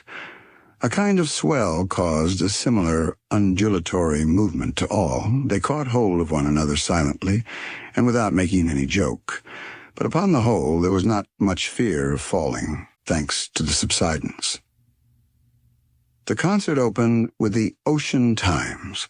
The Ocean Times was a daily newspaper, political, commercial, and literary, which certain passengers had started for the requirements on board. Americans and English took to this sort of pastime. They wrote out their sheet during the day. And let me say that if the editors were not particular as to the quality of their articles, their readers were not more so. They were content with little, even with not enough. This number for the 1st of April contained a Great Eastern leader, tame enough on general politics, also various facts, quite uninteresting to a Frenchman, articles on the money markets not particularly comic, curious telegrams, and some rather insipid home news. After all, this kind of fun is only amusing to those who make it. The Honorable Mac Alpine, a dogmatical American, read with earnest gravity some rather dull lucubrations, which were received by his audience with great applause. He finished his reading with the following news. It is announced that President Johnson has resigned in favor of General Grant. It is said that Fernando Cortez is going to attack the Emperor Napoleon III, piratically, out of revenge for the latter's conquest of Mexico. We are told for certainty that Pope Pius IX has designated the Prince Imperial as his successor, a fine-looking young fellow. When the Ocean Times had been sufficiently applauded, the Honorable Mr. Ewing, a fine-looking young fellow with a tenor voice, warbled, "Beautiful Isle of the Sea," with all the harshness of an English throat. The reading appeared to me to have a questionable charm. It was simply 2 or 3 pages of a book, read by a worthy Texian, who began in a low voice and gradually got higher and higher. He also was very much applauded. The Shepherd's Song, a piano solo by Mrs. Alloway, and a Scotch song sung by Dr. T, concluded the first part of the program. After the 10 minutes interval, during which some of the audience left their seats, the second part of the concert began. The Frenchman, Paul Fefis, played some charming waltzes which were noisily encored. One of the ship's doctors on board, a very conceited young man, recited a burlesque scene, a kind of parody on The Lady of Lions, a drama very much in vogue in England. The burlesque was succeeded by the entertainment. What had Sir James Anderson prepared under this name? Was it a conference or a sermon? Neither the one nor the other. Sir James Anderson rose smilingly, drew a pack of cards from his pocket, turned back his white cuffs, and performed some tricks, the simplicity of which was redeemed by the graceful manner in which they were done, hurrahs and applause.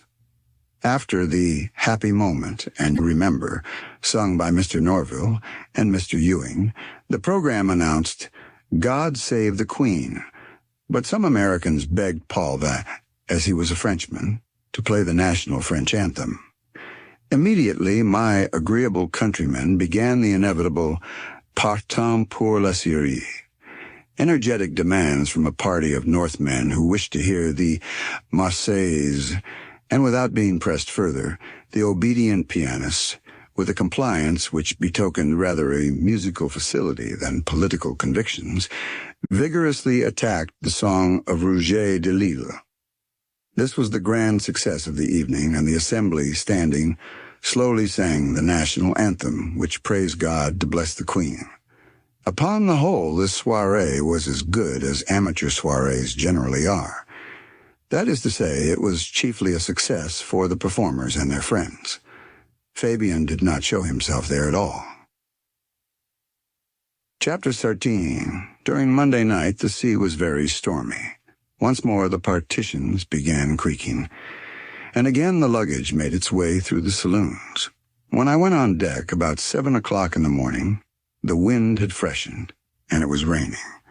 The officer on watch had ordered the sails to be taken in, so that the steamship, left without any support, rolled dreadfully. All this day, the 2nd of April, the deck was deserted. Even the saloons were empty, for the passengers had taken refuge in their cabins, and 2/3 of the guests were missing at lunch and dinner. Whist was impossible, for the tables glided from under the players' hands. The chessmen were unmanageable. A few of the more fearless stretched themselves on the sofas, reading or sleeping, as many preferred to brave the rain on deck, where the sailors in their oilskin jackets and glazed hats were sedately pacing to and fro. The first officer, well wrapped in his mackintosh and perched on the bridge, was on watch, and in the midst of the hurricane his small eyes sparkled with delight. This was what the little man loved, and the steamer rolled to his liking. The water from the skies and sea mingled in a dense fog. The atmosphere was gray, and birds flew screeching through the damp mists. At 10 o'clock, a 3-mast ship was hailed, sailing astern of us, but her nationality could not be recognized. At about 11 o'clock, the wind abated and veered to the northwest. The rain ceased, almost suddenly. Blue sky appeared through the opening in the clouds, the sun shone out again, and permitted a more or less perfect observation to be made, which was posted up as follows. Lat 46 degrees 29 and N, long 42 degrees 25, W, dist 356 miles. So that, although the pressure of the boilers had risen, the ship's speed had not increased, but this might be attributed to the westerly wind which caught the ship ahead and considerably impeded her progress. At 2 o'clock the fog grew dense again, the wind fell and rose at the same time. The thickness of the fog was so intense that the officers on the bridge could not see the men at the bows. These accumulated vapors rising from the sea constitute the greatest danger of navigation. They cause accidents which it is impossible to avoid, and a collision at sea is more to be dreaded than a fire. Thus, in the midst of the fog, officers and sailors were obliged to keep a strict watch, which soon proved to be necessary, for about 3 o'clock a 3-master appeared at less than 200 yards from the Great Eastern, her sails disabled by a gust of wind, and no longer answering to her helm, The Great Eastern turned in time to avoid her, thanks to the promptitude with which the men on watch warned the steersman. These well-regulated signals are given by means of a bell fastened to the poop at the bows. One ring signifies ship ahead, 2 ship starboard, 3 ship a larboard, and immediately the man at the helm steers in order to avoid a collision. The wind did not abate until evening. However, the rolling was nothing to speak of, as the sea was protected by the Newfoundland Heights. Another entertainment by Sir James Anderson was announced for this day. At the appointed hour, the saloon was filled, but this time it had nothing to do with cards. Sir James Anderson told us the history of the transatlantic cable, which he had himself laid. He showed us photographs representing the different engines used for the immersion. He sent round a model of the splice which was used to fasten together the pieces of cable. Finally, very justly merited, the 3 cheers with which his lecture was received, a great part of which was meant for the Honorable Cyrus Field, promoter of the enterprise, who was present on this occasion. Chapter 13. The next day, the 3rd of April, from early dawn, the horizon wore that peculiar aspect which the English call blink. It was of that misty white color which signifies that icebergs are not far distant. In fact, the Great Eastern was plowing those seas on which float the first blocks of ice detached from the icebergs in Davis's Straits. A special watch was kept in order to avoid the rude collision with these enormous blocks. There was a strong westerly wind blowing. Strips of clouds, or rather shreds of vapor, hung over the sea through which glimpses of blue sky appeared. A dull thudding noise came from the waves tossed by the wind, and drops of water seemingly pulverized evaporated in foam. His back rounded and his head muffled in a hood, neither Fabian, Captain Corsican, nor Dr. Pitferge had yet come on deck, so I went towards the bows, where the junction of the bulwarks formed a comfortable angle, a kind of retreat, in which, like a hermit, one could retire from the world. I took my place in this corner, sitting on a skylight, and my feet resting on an enormous pulley. The wind being dead ahead passed over without touching me. This was a good place for reflection. From here I had a view of the whole immensity of the ship. I could see the long, slanting ropes of the rigging at the stern. On the first level, a topman hanging in the mizzen shrouds held himself up with one hand, whilst with the other he worked with a remarkable dexterity. On the deck below him paced the officer on watch, peering through the mists. On the bridge at the stern, I caught a glimpse of an officer, his back rounded and his head muffled in a hood, struggling against the gusts of wind. I could distinguish nothing of the sea except a bluish horizontal line discernible behind the paddles. Urged on by her powerful engines, the narrow stem of the steamship cut the waves with a hissing sound like that, when the sides of a boiler are heated by a roaring fire. But the colossal ship, with the wind ahead and borne on 3 waves, hardly felt the movement of the sea, which would have shaken any other steamer with its pitchings. At 12:30, the notice stated that we were in 44 degrees 53 north late and 47 degrees 6 W long, and had made 227 miles in 24 hours only. The young couple must have scolded the wheels which did not turn, and the steam which was not at all strong enough to please them. About 3 o'clock, the sky, swept by the wind, cleared up. The line of the horizon was once more clearly defined. The wind fell, but for a long while the sea rose in great foam-crested billows. Such a gentle breeze could not cause this swell. One might have said that the Atlantic was still sulky. At 4 minutes to 4, a 3-mast ship was hailed to larboard. She hoisted her name. It was the Illinois, an American ship, on her way to England. At this moment, Lieutenant H. informed me that we were passing Cape Race Point. We were now in the rich coasts where are obtained codfish, 3 of which would suffice to supply England and America if all the roe were hatched. The day passed without any remarkable occurrence. No accident had as yet thrown Fabian and Harry Drake together, for the captain and I never lost sight of them. In the evening, the same harmless amusement, the same reading, and songs in the grand saloon called forth, as usual, frantic applauses. As an extraordinary occurrence, a lively discussion broke out between a northerner and a Texian. The latter demanded an emperor for the southern states. Happily, this political discussion, which threatened to degenerate into a quarrel, was put an end to by the timely arrival of an imaginary dispatch addressed to the Ocean Times, and conceived in these terms: Captain Semmes, Minister of War, has made the South compensate for its ravages in Alabama. Chapter 18. Leaving the brilliantly lighted saloon, I went on deck with Captain Corsican. The night was dark, not a star in the firmament. An impenetrable gloom surrounded the ship. The windows of the saloon shone like the mouths of furnaces. The man on watch, heavily pacing the poop, was scarcely discernible, but one could breathe the fresh air, and the captain inhaled it with expanded lungs. "I was stifled in the saloon," said he. "Here at least I can breathe. I require my 100 cubic yards of pure air every 24 hours, or I get half suffocated."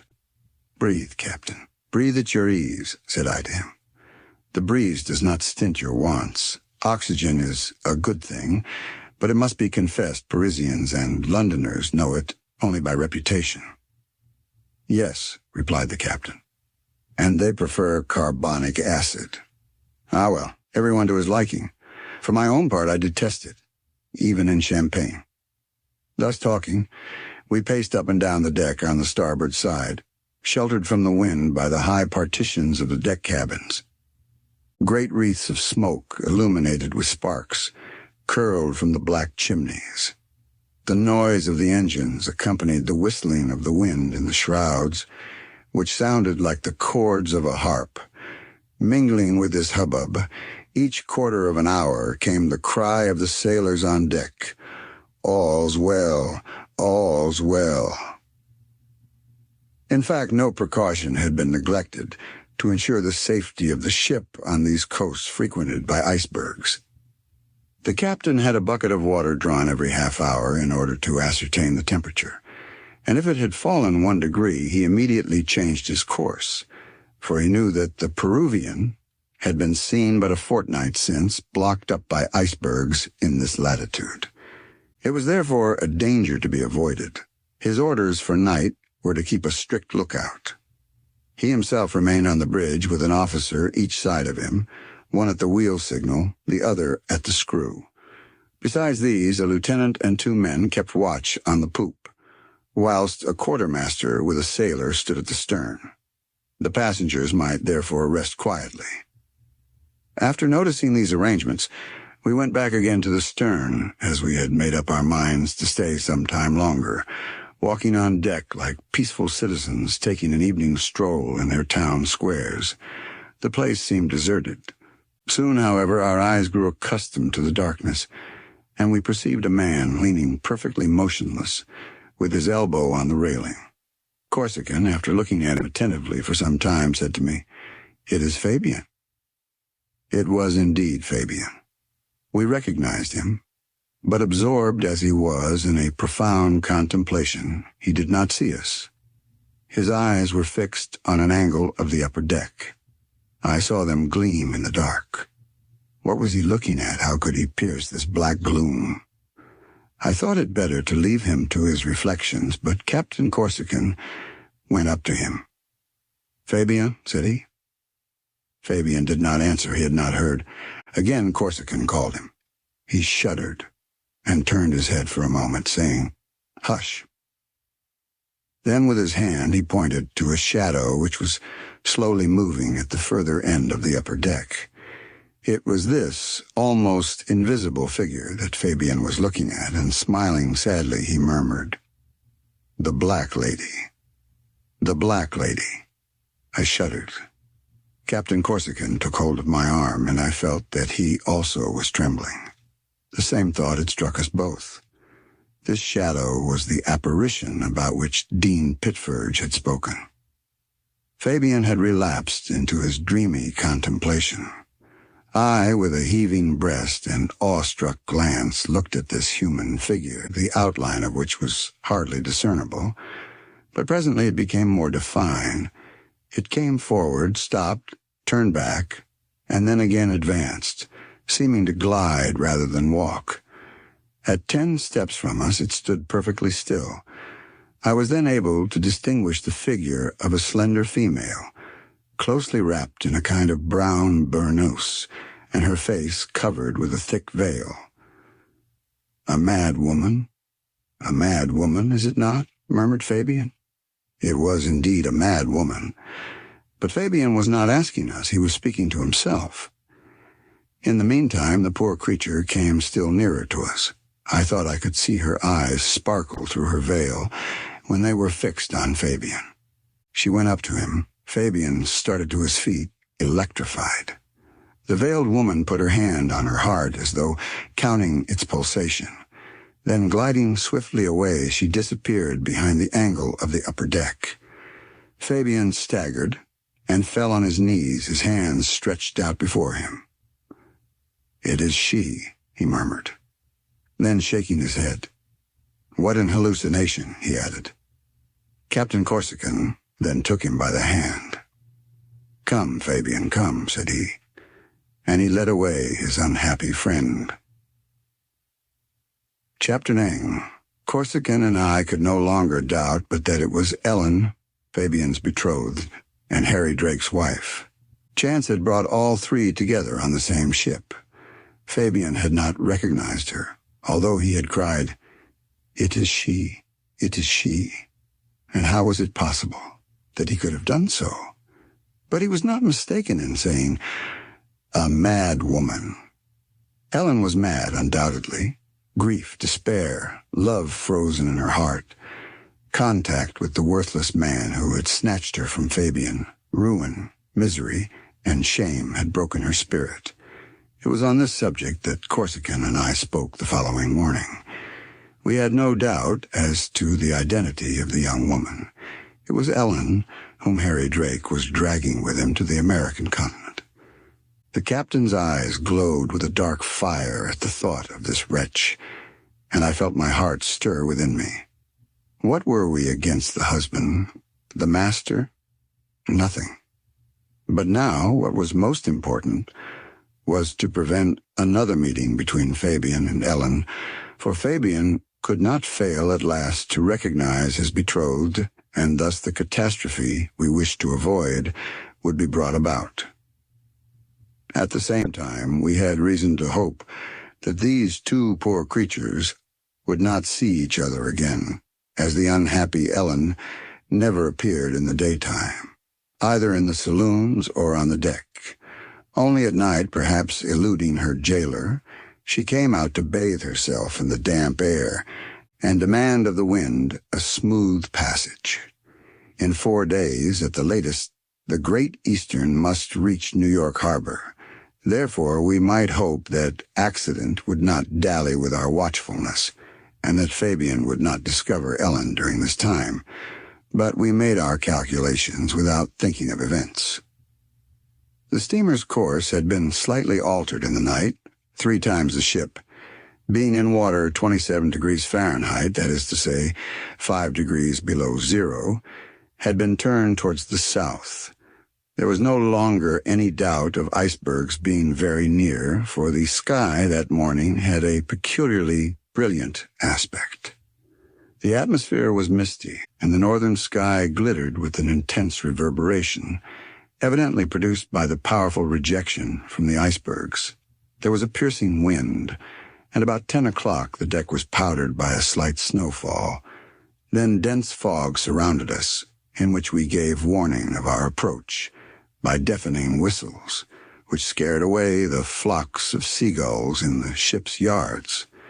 At 10:30, the fog having cleared off, a screw steamer appeared on the horizon, a starboard, the white tops of her chimneys indicating that she was an emigrant ship belonging to the Inman Company. Before lunch, several of the passengers organized a pool, which could not fail to please those fond of betting and gambling. The result of this pool was not to be known for 4 days. It was what is called the pilot's pool.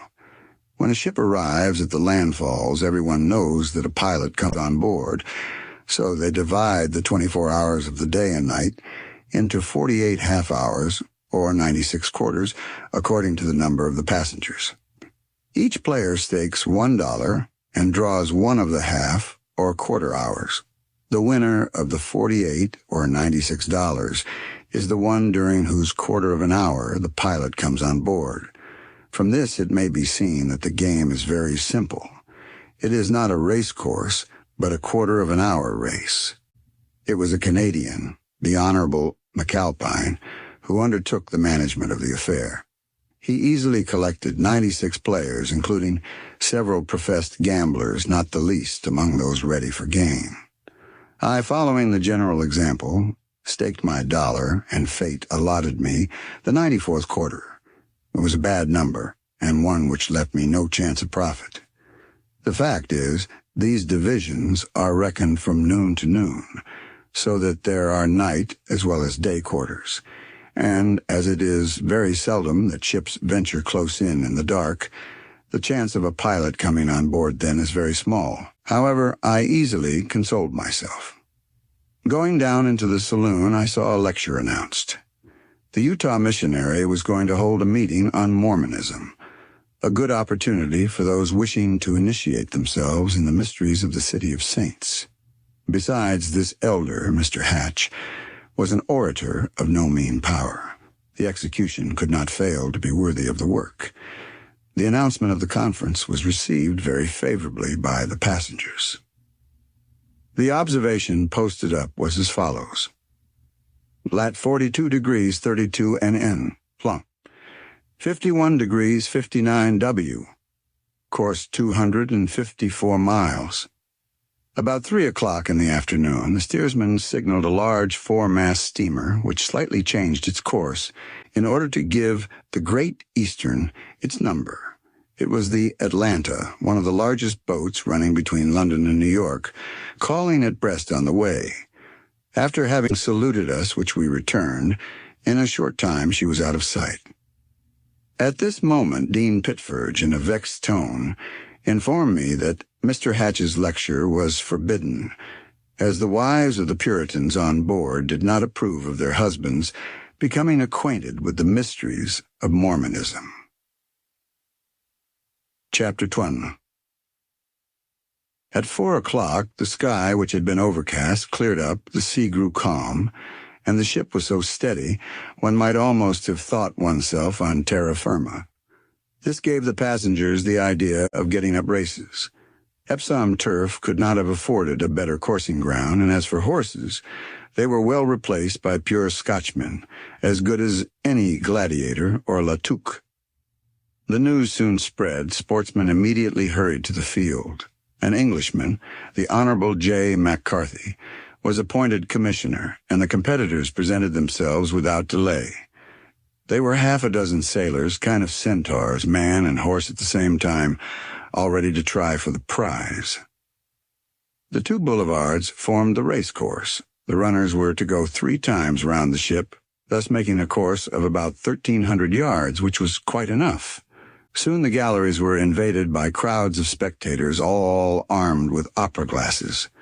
Some of them had hoisted the green sail, no doubt to shelter themselves from the spray of the Atlantic. Carriages were missing, I must confess, but not the rank, where they might have ranged in file. Ladies in gay costumes were hurrying onto the upper decks. The scene was charming. Fabian, Captain Corsican, Dr. Pitferge and I had taken our places on the poop, which was what might be called the center of action. Here the real gentlemen riders were assembled. In front of us was the starting and winning post. Betting soon began with a true British animation. Considerable sums of money were staked. but only from the appearance of the racers whose qualifications had not as yet been inscribed in the stud book. It was not without uneasiness that I saw Harry Drake interfering in the preparations with his usual audacity, discussing, disputing, and settling affairs in a tone which admitted of no reply. Happily, although Fabian had risked some pounds in the race, he appeared quite indifferent to the noise. He kept himself aloof from the others, and it was quite evident his thoughts were far off. Among the racers who offered themselves, two particularly attracted the public attention. Wilmore, a small, thin, wiry Scotchman, with a broad chest and sharp eyes, was one of the favorites. The other, an Irishman named O'Kelly, a tall, supple fellow, balanced the chance with Wilmore in the eyes of connoisseurs. 3-1 was asked on him, and for myself, partaking the general infatuation. I was going to risk a few dollars on him when the doctor said to me, "Choose the little one. Believe me, the tall one is no go." "What do you say?" "I say," replied the doctor, "that the tall one is not genuine. He may have a certain amount of speed, but he has no bottom. The little one, on the contrary, is of pure Scotch race. Look how straight his body is on his legs, and how broad and pliant his chest is. He is a man who will lead more than once in the race. Bet on him, I tell you. You won't regret it." I took the learned doctor's advice and bet on Wilmore. As to the other four, they were not even discussed. They drew for places. Chance favored the Irishman, who had the rope side, and the 6 runners were placed along the line, bounded by the posts, so that there was no unfair start to be feared. The commissioner gave the signal, and the departure was hailed by a loud hurrah. It was soon evident that Wilmore and O'Kelly were professional runners, without taking any notice of their rivals, who passed them breathless. They ran with their bodies thrown slightly forward, heads very erect, arms tightly pressed against their chests, and holding their fists firmly in front. In the second round, O'Kelly and Wilmore were in a line, having distanced their exhausted competitors. They obviously verified the doctor's saying, "It is not with the legs, but with the chest that one runs. Hamstrings are good, but lungs are better." At the last turning but one, the spectators again cheered their favorites. Cries and hurrahs broke out on all sides. "The little one will win," said Pitford to me. "Look, he is not even panting, and his rival is breathless." Wilmore indeed looked calm and pale, whilst O'Kelly was steaming like a damp haystack.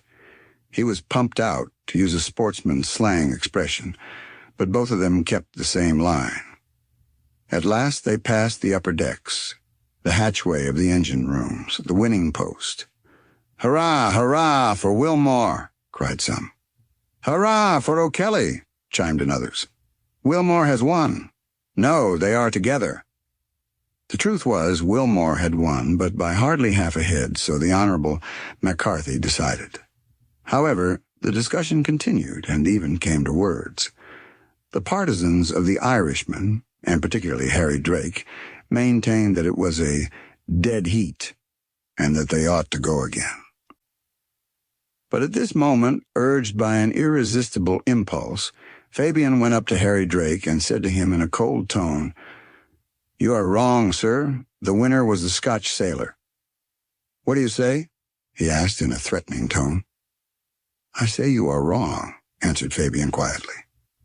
"Undoubtedly," retorted Drake, "because you bet on Wilmore." "I was for O'Kelly, like yourself. I lost, and I have paid." "Sir," cried Drake, "do you pretend to teach me?" But he did not finish his sentence, for Captain Corsican had interposed between him and Fabian with the intention of taking up the quarrel. He treated Drake with supreme contempt, but evidently Drake would not pick a quarrel with him.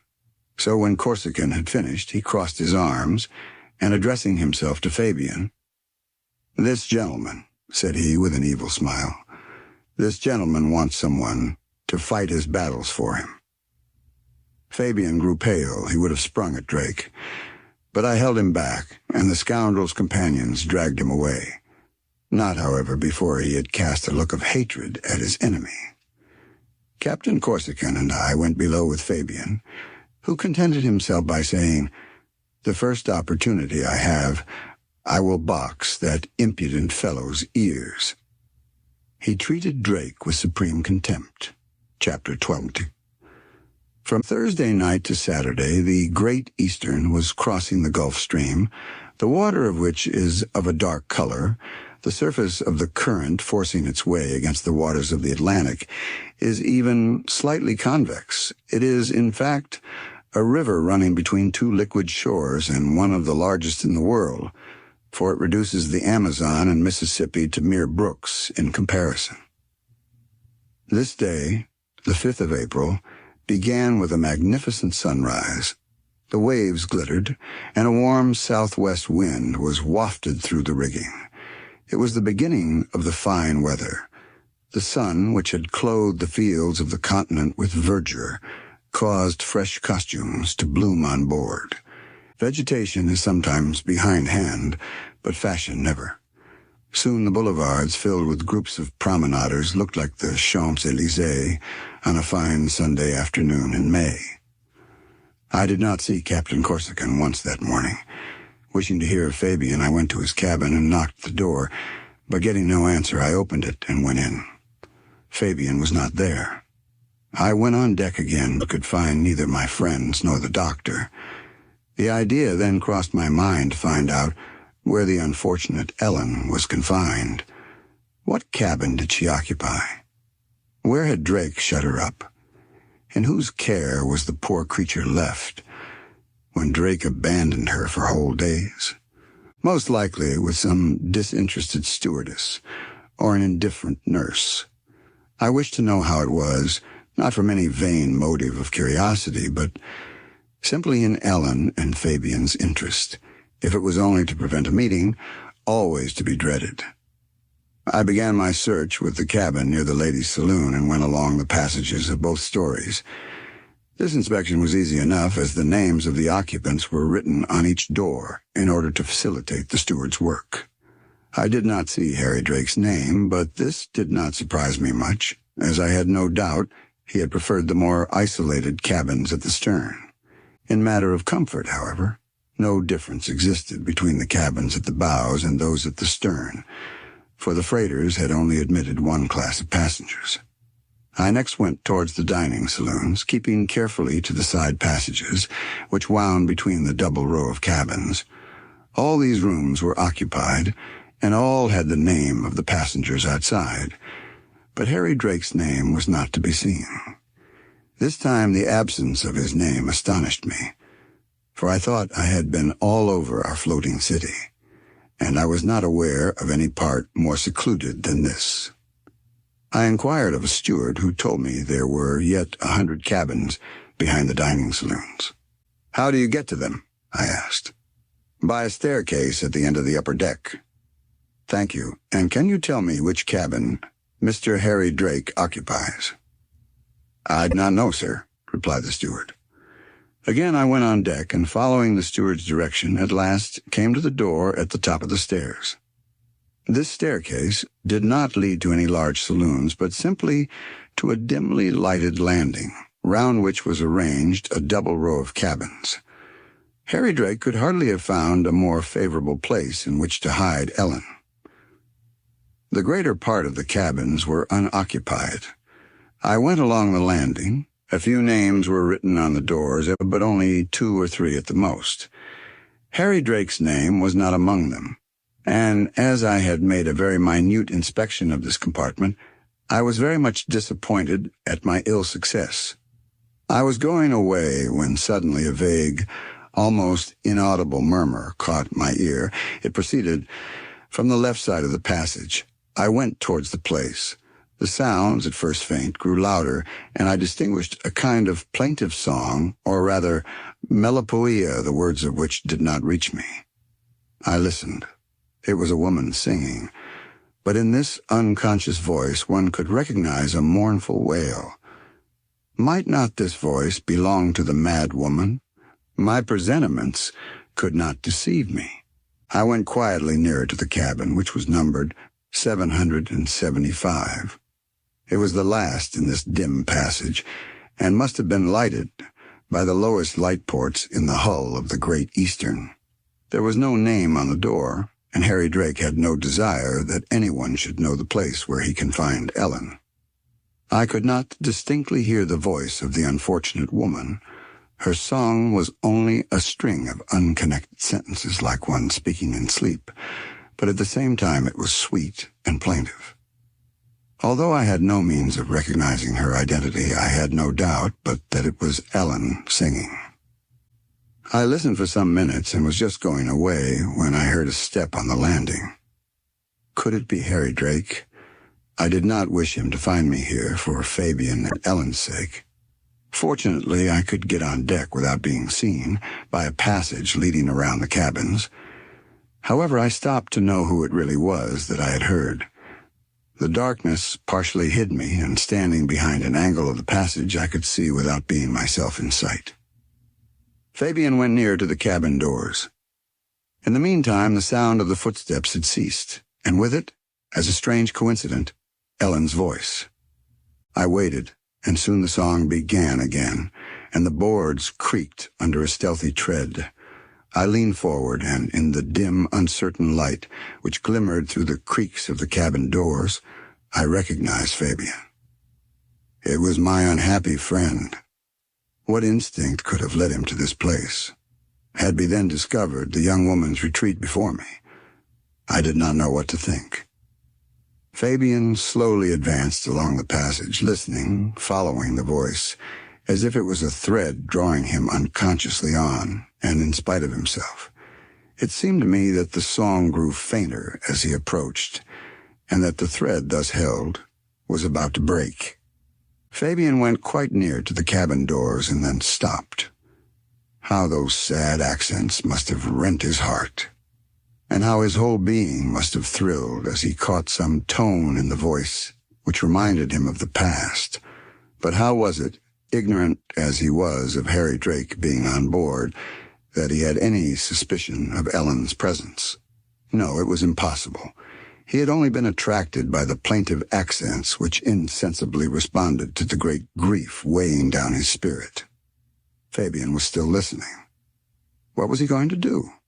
Would he call to the mad woman? And what if Ellen suddenly appeared? Everything was dangerous in this situation.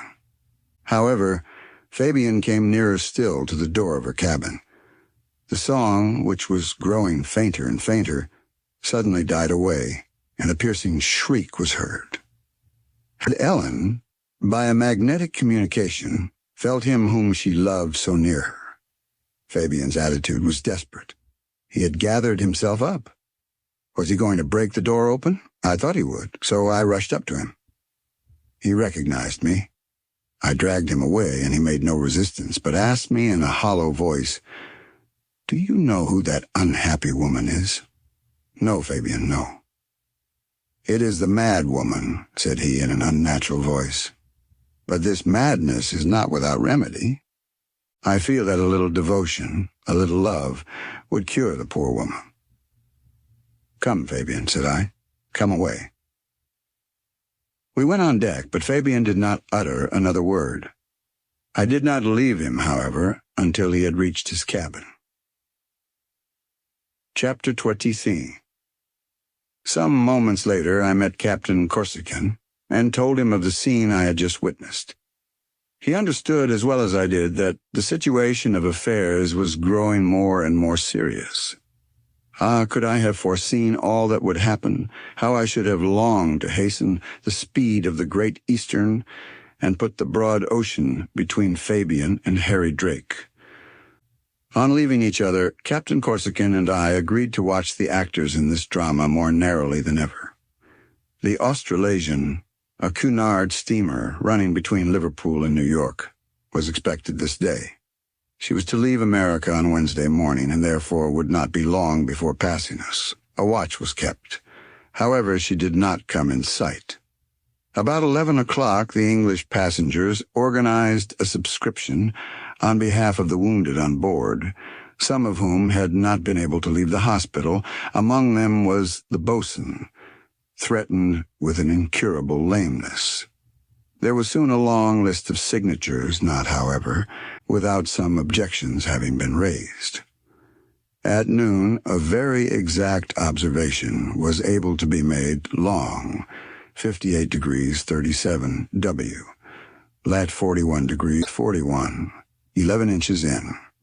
Course 257 miles. We had the latitude to a second. When the young engaged couple read the notice, they did not look remarkably pleased, and they had good reason to be discontented with the steam. Before lunch, Captain Anderson, wishing to divert the passengers from the tedium of their long voyage, arranged some gymnastic exercises which he directed in person. About 50 unemployed men, each armed, like himself, with a stick, imitated all his movements with a strict exactitude. These improvised gymnasts, with their firm-set mouths, worked as methodically as a band of riflemen on parade. Another entertainment was announced for this evening. I was not present. For the same amusement, night after night, only wearied me. A new paper, a rival of the Ocean Times, was to be the great attraction. I passed the first hours of the night on deck. The sea heaved and gave warning of stormy weather, and although the sky was perfectly serene, the rolling grew more emphasized.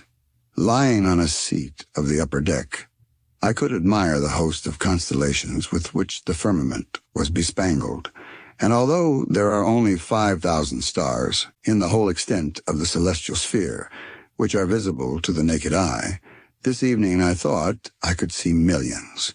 Here, along the horizon, trailed the tail of Pegasus, in all its zodiacal magnificence, like the starry robe of the Queen of Fairies. The Pleiades ascended the celestial heights with Gemini, who, in spite of their name, do not rise one after the other, like the heroes of the fable. Taurus looked down on me with his great fiery eye, whilst Vega, our future polar star, shone brilliantly, high up in the azure vault, and not far from her was the circle of diamonds, which formed the constellation of Corona Borealis. All these stationary constellations seemed to move with the pitching of the vessel, and in one lurch I saw the mainmast describe a distinct arc of a circle from Beta in the Great Bear to Altair in the Eagle, whilst the moon, already low in the heavens, dipped her crescent in the horizon. Chapter 22. The night was stormy. The steamship, beaten by the waves, rolled frightfully without being disabled. The furniture was knocked about with loud crashes, and the crockery began its clatter again. The wind had evidently freshened, and besides this, the Great Eastern was now in those coasts where the sea is always rough. At 6 o'clock in the morning I dragged myself to the staircase, leading on to the upper decks. By clutching at the balusters and taking advantage of a lurch or two, I succeeded in climbing the steps, and with some difficulty managed to reach the poop. The place was deserted, if one may so qualify a place where was Dr. Pitferge. The worthy man, with his back rounded as a protection against the wind, was leaning against the railing with his right leg wound tightly round one of the rails. He beckoned for me to go to him, with his head, of course, for he could not spare his hands, which held him up against the violence of the tempest. After several queer movements, twisting myself like an annelide, I reached the upper deck, where I buttressed myself after the doctor's fashion. "We are in for it," cried he to me. "This will last. Hi-ho, this Great Eastern. Just at the moment of arrival, a cyclone, a veritable cyclone, is commanded on purpose for her." The doctor spoke in broken sentences, for the wind cut short his words, but I understood him. The word cyclone carried its explanation with it. It is well known that these whirlwinds, called hurricanes in the Indian and Atlantic Oceans, tornadoes on the coast of Africa, simoons in the desert, and typhoons in the Chinese Sea, are tempests of such formidable power that they imperil the largest ships. Now the Great Eastern was caught in a cyclone. How would this giant make head against it? "Harm will come to her," repeated Dean Pitford. "Look how she dives into the billows." This was indeed the exact position of the steamship whose stern disappeared beneath the mountains of waves which swept violently against her. It was not possible to see to any distance. There were all the symptoms of a storm which broke forth in its fury about 7 o'clock. The ocean heaved terrifically. The small undulations between the large waves entirely disappeared under an overwhelming wind. The foam-crested billows clashed together in the wildest uproar every moment. The waves grew higher, and the Great Eastern, cutting through them, pitched frightfully. "There are but 2 courses now to choose from," said the doctor, with the self-possession of a seaman. "Either to put the ship's head onto the waves, working with a minimum speed, or take flight and give up the struggle with this baffling sea. But Captain Anderson will do neither one thing nor the other." "And why not?" I asked. "Because," replied the doctor, "because something must happen." Turning around, I saw the captain, the first officer, and the chief engineer muffled in their mackintoshes and clutching at the railings of the bridge. They were enveloped in spray from head to foot. The captain was smiling as usual. The first officer laughed and showed his white teeth at the sight of the ship, pitching enough to make one think the masts and chimneys were coming down. Nevertheless, I was really astonished at the captain's obstinacy. At 7:30, the aspect of the Atlantic was terrible. The sea swept right across the deck at the bows. I watched this grand sight, this struggle between the giant and the billows, and to a certain extent I could sympathize with the captain's willfulness. But I was forgetting that the power of the sea is infinite, and that nothing made by the hand of man can resist it. And indeed, powerful as she was, our ship was at last obliged to fly before the tempest. Suddenly, at about 8 o'clock, a violent shock was felt, caused by a formidable swoop of the sea which struck the ship on her fore-larboard quarter. "That was not a box on the ear, it was a blow in the face," said the doctor to me. And the blow had evidently bruised us, for spars appeared on the crests of the waves. Was it part of our ship that was making off in this manner, or the debris of a wreck? On a sign from the captain, the Great Eastern shifted her course in order to avoid the spars which threatened to get entangled in the paddles. Looking more attentively, I saw that the sea had carried off the bulwarks on the larboard side, which were 50 feet above the surface of the water. The jambs were broken, the taggers torn away, and the shattered remnants of glass still trembled in their casements. The Great Eastern had staggered beneath the shock, but she continued her way with an indomitable audacity. It was necessary, as quickly as possible, to remove the spars which encumbered the ship at the bows, and in order to do this it was indispensable to avoid the sea. But the steamship obstinately continued to make head against the waves. The spirit of her captain seemed to animate her. He did not want yield, and yield he would not. An officer and some men were sent to the bows to clear the deck. "Mind," said the doctor to me, "the moment of the catastrophe is not far off." The sailors went towards the bows, whilst we fastened ourselves to the second mast and looked through the spray, which fell in showers over us with each wave. Suddenly there was another swoop more violent than the first, and the sea poured through the barricading by the open breach, tore off an enormous sheet of cast iron which covered the bit of the bows, broke away the massive top of the hatchway leading to the crew's berths, and lashing against the starboard barricadings, swept them off like the sheets of a sail. The men were knocked down. One of them, an officer, half drowned, shook his red whiskers and picked himself up. Then, seeing one of the sailors lying unconscious across an anchor, he hurried towards him, lifted him on his shoulders, and carried him away. At this moment, the rest of the crew escaped through the broken hatchway. There were 3 feet of water in the 'tween decks. New spars covered the sea, and amongst other things, several thousand of the dolls, which my countrymen had thought to acclimatize in America. These little bodies, torn from their cases by the sea, danced on the summits of the waves, and under less serious circumstances the sight would have been truly ludicrous. In the meantime, the inundation was gaining on us. Large bodies of water were pouring in through the opened gaps, and according to the engineer, the Great Eastern shipped more than 2,000 tons of water, enough to float a frigate of the largest size. One of the sailors lying unconscious.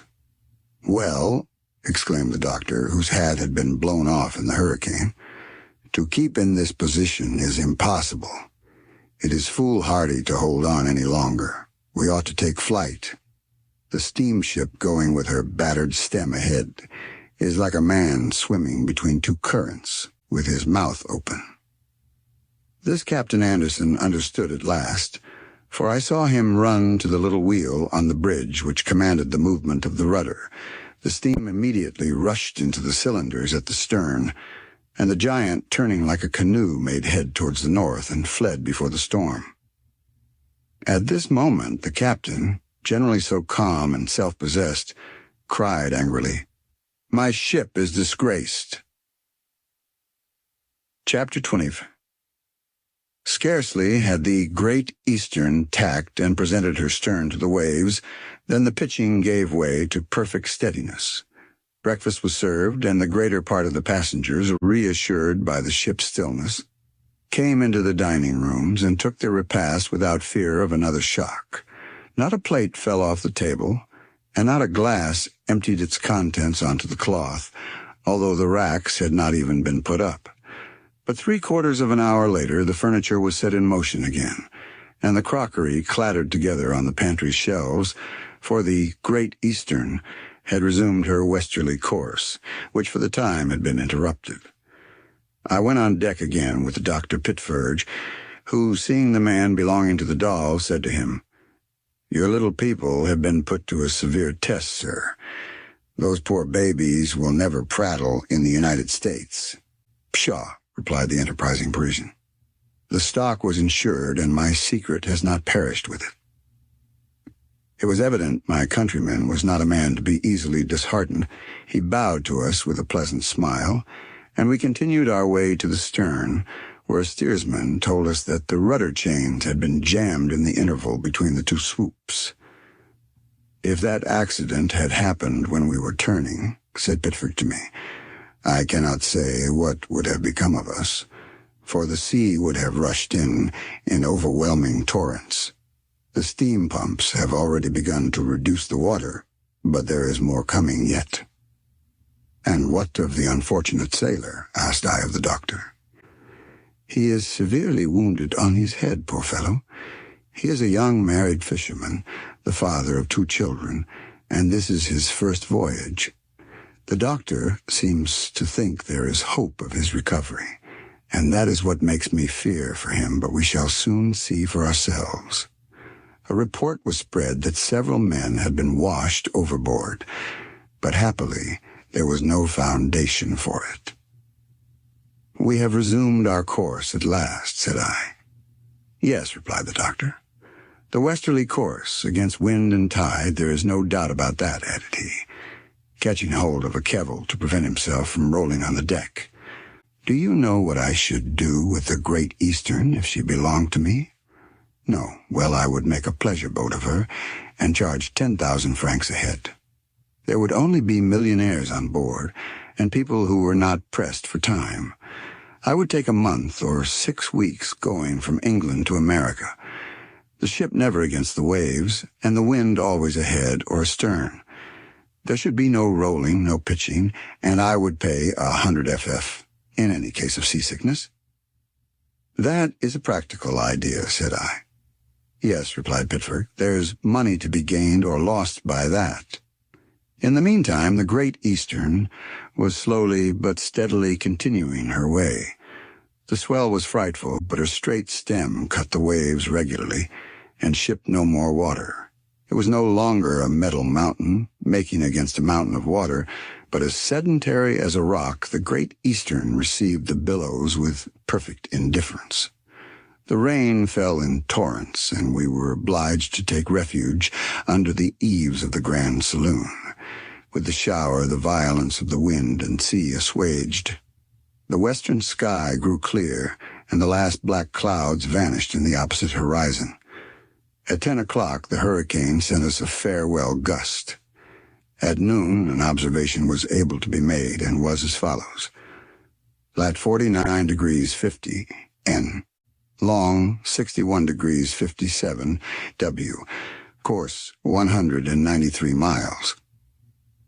This considerable diminution in the ship's speed could only be attributed to the tempest, which during the night and morning had incessantly beaten against the ship, and a tempest so terrible that one of the passengers, almost an inhabitant of the Atlantic, which he had crossed 44 times, declared he had never seen the like. The engineer even said that during the storm, when the Great Eastern was 3 days in the trough of the sea, the ship had never been attacked with such violence, and it must be repeated that even if this admirable steamship did go at an inferior speed and rolled decidedly too much, she nevertheless presented a sure security against the fury of the sea, which she resisted like a block, owing to the perfect homogeneity of her construction. But let me also say, however powerful she might be, it was not right to expose her, without any reason whatever, to a baffling sea. For however strong, however imposing a ship may appear, it is not disgraced because it flies before the tempest. A commander ought always to remember that a man's life is worth more than the mere satisfaction of his own pride. In any case, to be obstinate is blamable, and to be willful is dangerous. A recent incipient in which a dreadful catastrophe happened to a transatlantic steamer shows us that a captain ought not to struggle blindly against the sea, even when he sees the boat of a rival company creeping ahead. Chapter 60.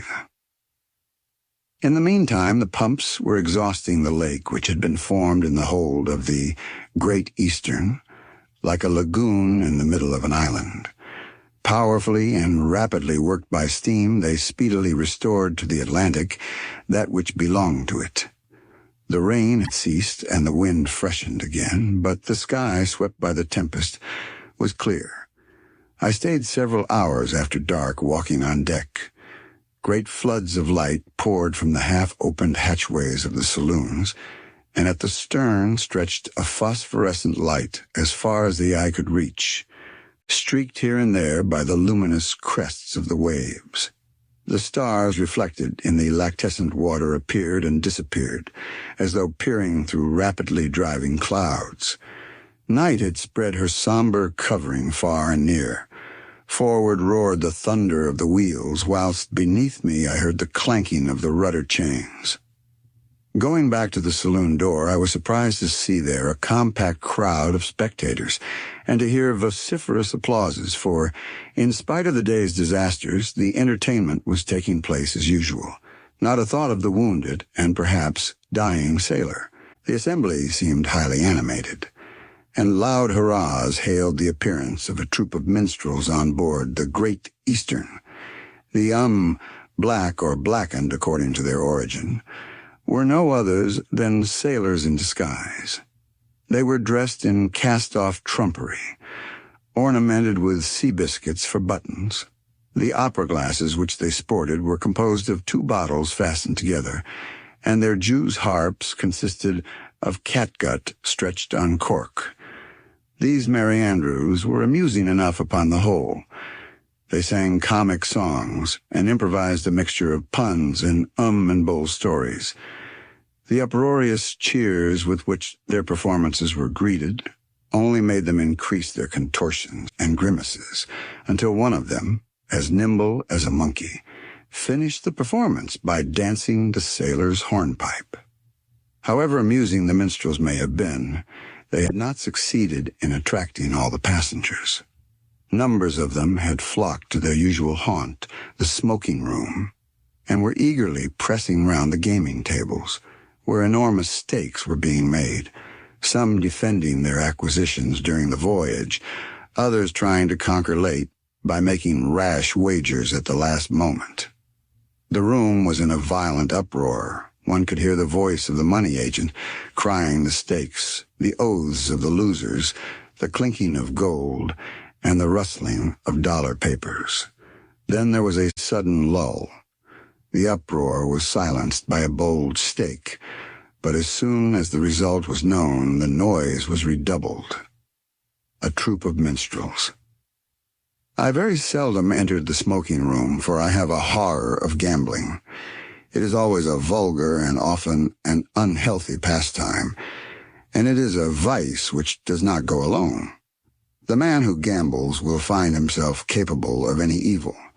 Here reigned Harry Drake in the midst of his parasites. Here also flourished those adventurers who were going to seek their fortunes in America.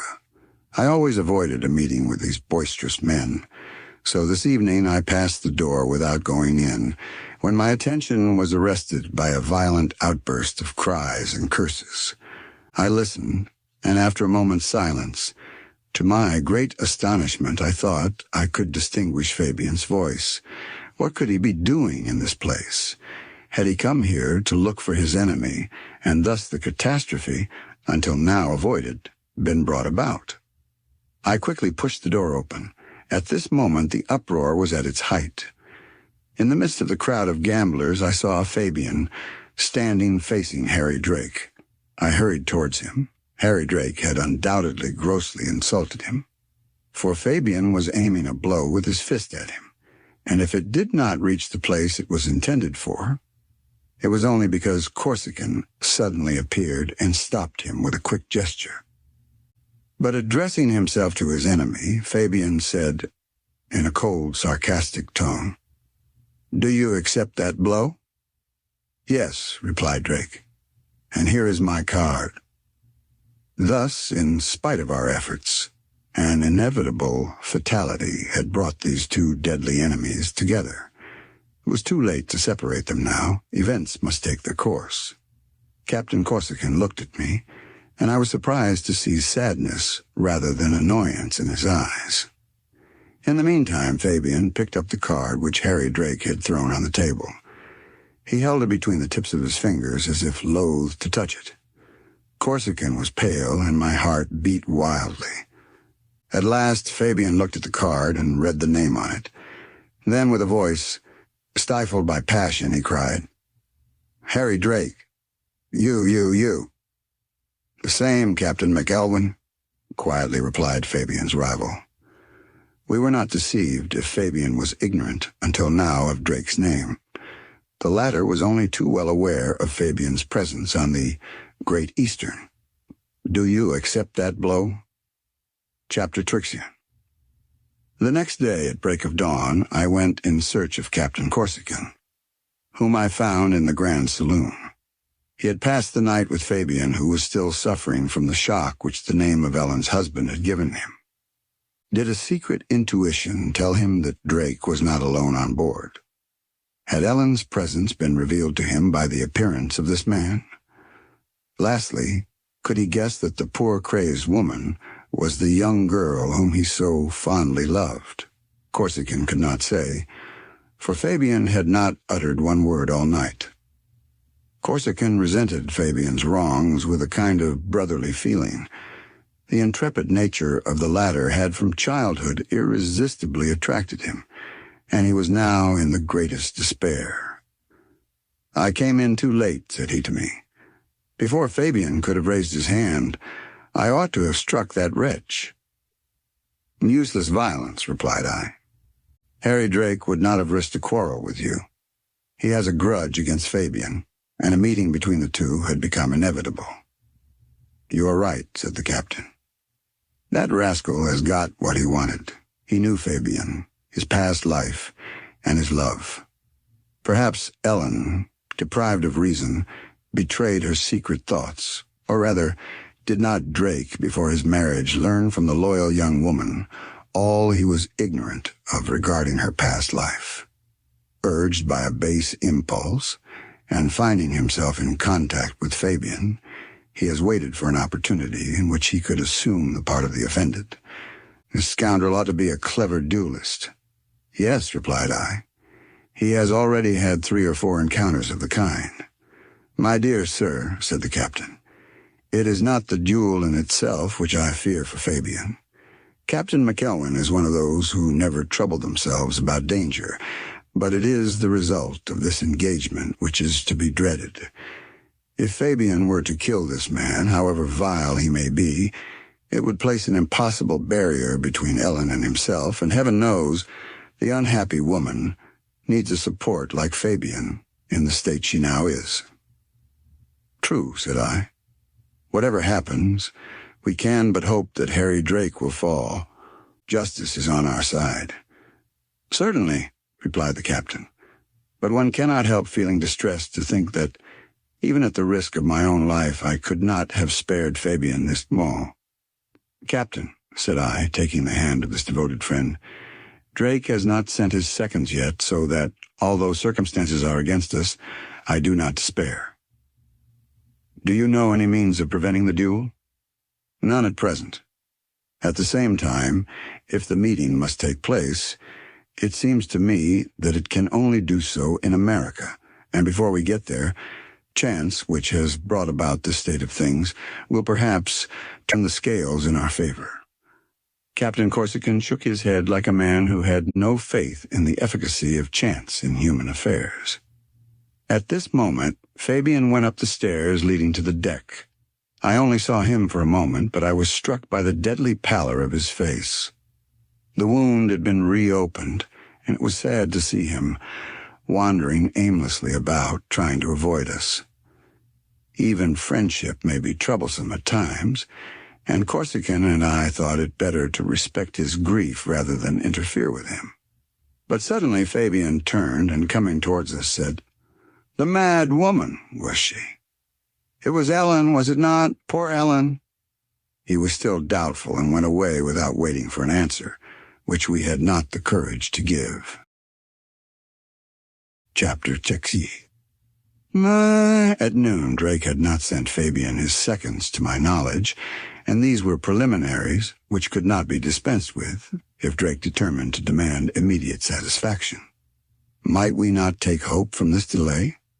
I knew that the Saxon race do not regard a debt of honor as we do, and that duels had almost disappeared from English customs, for, as I have already said, not only is there a severe law against duelists, but moreover the public opinion is strongly averse to them.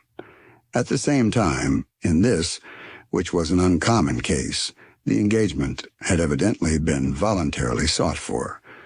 The offended had, so to speak, provoked the offender, and my reasonings always tended to the same conclusion, that a meeting between Fabian and Harry Drake was inevitable. The deck was at this moment crowded with passengers and crew returning from service. At 12:30, the observation resulted in the following note. Lat 40 degrees 33 N. Long 66 degrees 24 W. Course 214 miles.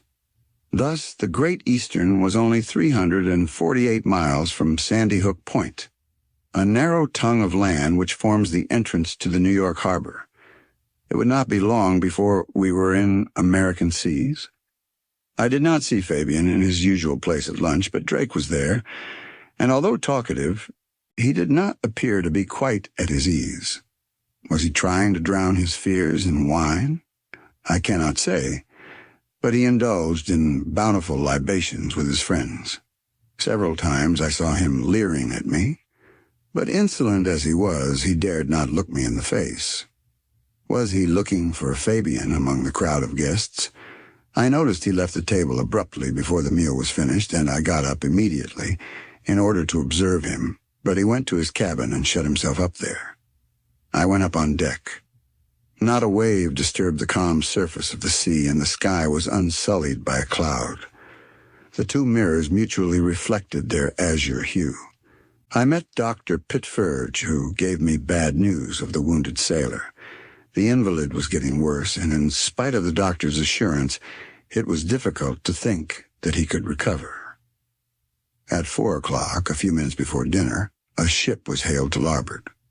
The first officer told me he thought it must be the City of Paris, one of the finest steamers of the Inman Company, but he was mistaken, for the steamer coming nearer sent us her name, which was the Saxonia, belonging to the National Steamship Company. For a few minutes the two boats came alongside within 2 or 3 cables' length of each other. The deck of the Saxonia was covered with passengers, who saluted us with loud cheers. At 5 o'clock, another ship on the horizon, but too far off for her nationality to be recognized. This time it was undoubtedly the City of Paris. This meeting with ships, and the salutation between the Atlantic's visitors, caused great excitement on board. One can understand that as there is little difference between one ship and another, the common danger of facing the uncertain element unites even strangers by a friendly bond. At 6 o'clock, a third ship appeared, the Philadelphia, one of the Inman line, used for the transportation of immigrants from Liverpool to New York. We were evidently in frequented seas, and land could not be far off. How I longed to reach it. The Europe, a steamer belonging to the Transatlantic Company, carrying passengers from Havre to New York, was expected, but she did not come in sight, and had most likely taken a more northerly course. Night closed in about 7:30. As the sun sank below the horizon, the moon grew brighter, and for some time hung shining in the heavens. A prayer meeting, held by Captain Anderson, interspersed with hymns, lasted until 9 o'clock. The day passed without either Captain Corsican or myself receiving a visit from Drake's seconds. Chapter 20. The next day, Monday, the 8th of April, the weather was very fine. I found the doctor on deck basking in the sun. He came up to me. "Ah, well," said he, "our poor sufferer died in the night. The doctor never gave him up. Oh, those doctors. They never will give in. This is the 4th man we have lost since we left Liverpool, the 4th gone towards paying the Great Eastern's debt, and we are not at the end of our voyage yet." "Poor fellow," said I. "Just as we are nearing port, and the American coast almost in sight. What will become of his widow and little children?" "Would you have it otherwise, my dear sir? It is the law, the great law. We must die. We must give way to others. It is my opinion we die simply because we are occupying a place which by rights belongs to another. Now, can you tell me how many people will have died during my existence if I live to be 60? "I have no idea, Doctor." "The calculation is simple enough," resumed Dean Pitferge. "If I live 60 years, I shall have been in the world 21,900 days, or 525,600 hours, or 31,536,000 minutes, or lastly, 1,892,160,000 seconds, in round numbers 2 billion seconds. Now in that time 2,000 millions individuals who were in the way of their successors will have died, and when I have become inconvenient, I shall be put out of the way in the same manner, so that the long and short of the matter is to put off becoming inconvenient as long as possible." The doctor continued for some time arguing on the subject, tending to prove to me a very simple theory, the immortality of human creatures. I did not think it worth while to discuss the point with him, so I let him have his say. Whilst we paced backwards and forwards, the doctor talking, and I listening, I noticed that the carpenters on board were busy repairing the battered stern. If Captain Anderson did not wish to arrive in New York with damages, the carpenters would have to hurry over their work, for the Great Eastern was rapidly speeding through the tranquil waters. This I understood from the lively demeanor of the young lovers, who no longer thought of counting the turns of the wheels. The long pistons expanded. and the enormous cylinders heaving on their axle swings looked like a great peal of bells clanging together at random. The wheels made 11 revolutions a minute, and the steamship went at the rate of 13 miles an hour. At noon, the officers dispensed with making an observation. They knew their situation by calculation, and land must be signaled before long. While I was walking on deck after lunch, Captain Corsican came up. I saw from the thoughtful expression on his face that he had something to tell me. "Fabian," said he, "has received Drake's seconds. I am to be his second, and he begs me to ask you if you would kindly be present on the occasion. He may rely on you?" "Yes, Captain." "So all hope of deferring or preventing this meeting has vanished." "All hope. But tell me, how did the quarrel arise?" "A discussion about the play was a pretext for it, nothing else. The fact is, if Fabian was not aware who Harry Drake was, it is quite evident he knew Fabian, and the name of Fabian is so odious to him that he would gladly slay the man to whom it belongs." "Who are Drake's seconds?" I asked. "One of them is that actor, Dr. T?" "Just so. The other is a Yankee I do not know." "When are you to expect them?" "I'm waiting for them here." And just as he spoke, I saw the seconds coming towards us.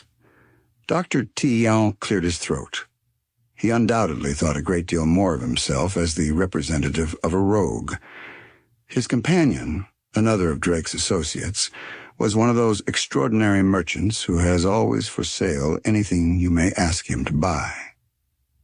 Dr. Tiang spoke first, after making a very emphatic bow which Captain Corsican hardly condescended to acknowledge. "Gentlemen," said Dr. Tiang in a grave tone, "our friend Drake, a gentleman whose merit and deportment cannot fail to be appreciated by everyone, has sent us to arrange a somewhat delicate affair with you. That is to say, Captain Fabian McElwyn, to whom we first addressed ourselves, referred us to you as his representative. I hope that we shall be able to come to an understanding between ourselves worthy the position of gentlemen touching the delicate object of our mission." We made no reply, but allowed the gentleman to become embarrassed with his delicacy. "Gentlemen," continued he, "there is not the remotest doubt but that Captain McElwyn is in the wrong. That gentleman has unreasonably, and without the slightest pretext, questioned the honor of Harry Drake's proceedings in a matter of play, and without any provocation offered him the greatest insult a gentleman could receive." These honeyed words made the captain impatient. He bit his mustache, and could refrain speaking no longer. "Come to the point," said he sharply to Dr. Tia, whose speech he had interrupted. "We don't want so many words. The affair is simple enough. Captain McElwyn raised his hand against Mr. Drake. Your friend accepted the blow. He assumes the part of the offended, and demands satisfaction. He has the choice of arms. What next? Does Captain McElwyn accept the challenge?" asked the doctor, baffled by Corsican's tone. "Decidedly. Our friend Harry Drake has chosen swords." "Very well. And where is the engagement to take place? In New York?" "No, here on board." "On board, be it so. At what time?" "Tomorrow morning. This evening at 6 o'clock, at the end of the upper deck, which will be deserted at that time." "Very well." Thus saying, the captain took my arm and turned his back on Dr. T. Chapter 1. It was no longer possible to put off the duel. Only a few hours separated us from the moment when Fabian and Harry Drake must meet. What could be the reason of this haste? How was it that Harry Drake had not delayed the duel until he and his enemy had disembarked? Was it because this ship, freighted by a French company, seemed to him the most favorable ground for a meeting which must be a deadly struggle? Or rather, might not Drake have a secret interest in freeing himself of Fabian before the latter could set foot on the American continent, or suspect the presence of Ellen on board, which he must have thought was unknown to all save himself. Yes, it must have been for this reason. "Little matter after all," said the captain. "Far better to have it over. Shall I ask Dr. Pitferge to be present at the duel as a doctor?" "Yes, it would be well to do so." Corsican left me to go to Fabian. At this moment the bell on deck began tolling, and when I inquired of a steersman the reason of this unusual occurrence, he told me that it was for the burial of the sailor who had died in the night, and that the sad ceremony was about to take place. The sky, until now so clear, became overcast, and dark clouds loomed threateningly in the south. At the sound of the bell, the passengers flocked to the starboard side. The bridges, paddleboards, bulwarks, masts, and shore boats, hanging from their davits, were crowded with spectators. The officers, sailors, and stokers off duty stood in ranks on deck. At 2 o'clock, a group of sailors appeared at the far end of the upper deck. They had left the hospital and were passing the rudder engine. The corpse, sewn in a piece of sail and stretched on a board with a cannonball at the feet, was carried by 4 men. The body, covered with the British flag, and followed by the dead man's comrades, slowly advanced into the midst of the spectators, who uncovered their heads as the procession passed. On their arrival at the starboard paddle wheel, the corpse was deposited on a landing of a staircase which terminated at the main deck. The prayer for the dead. In front of the row of spectators, standing one above the other, were Captain Anderson and his principal officers in full uniform. The captain, holding a prayer book in his hand, took his hat off, and for some minutes, during a profound silence, which not even the breeze interrupted, he solemnly read the prayer for the dead, every word of which was distinctly audible in the death-like silence. On a sign from the captain, the body, released by the bearers, sank into the sea. For one moment it floated on the surface, became upright, and then disappeared in a circle of foam. At this moment the voice of the sailor on watch was heard crying, "Land." Chapter 29. The land announced at the moment when the sea was closing over the corpse of the poor sailor was low-lying and of a yellow color. This line of slightly elevated downs was Long Island, a great sandy bank enlivened with vegetation, which stretches along the American coast from Montauk Point to Brooklyn, adjoining New York. Several yachts were coasting along this island, which is covered with villas and pleasure houses, the favorite resorts of the New Yorkists. Every passenger waved his hand to the land so longed for after the tedious voyage, which had not been exempt from painful accidents. Every telescope was directed towards this first specimen of the American continent, and each saw it under a different aspect. The Yankee beheld in it his motherland. The Southerner regarded these northern lands with a kind of scorn, the scorn of the conquered for the conqueror. The Canadian looked upon it as a man who had only one step to take to call himself a citizen of the Union. The Californian, in his mind's eye, traversed the plains of the far west, and crossing the Rocky Mountains had already set foot on their inexhaustible mines. The Mormonite, with elevated brow and scornful lip, hardly noticed these shores, but peered beyond to where stood the city of the saints on the borders of Salt Lake in the far-off deserts.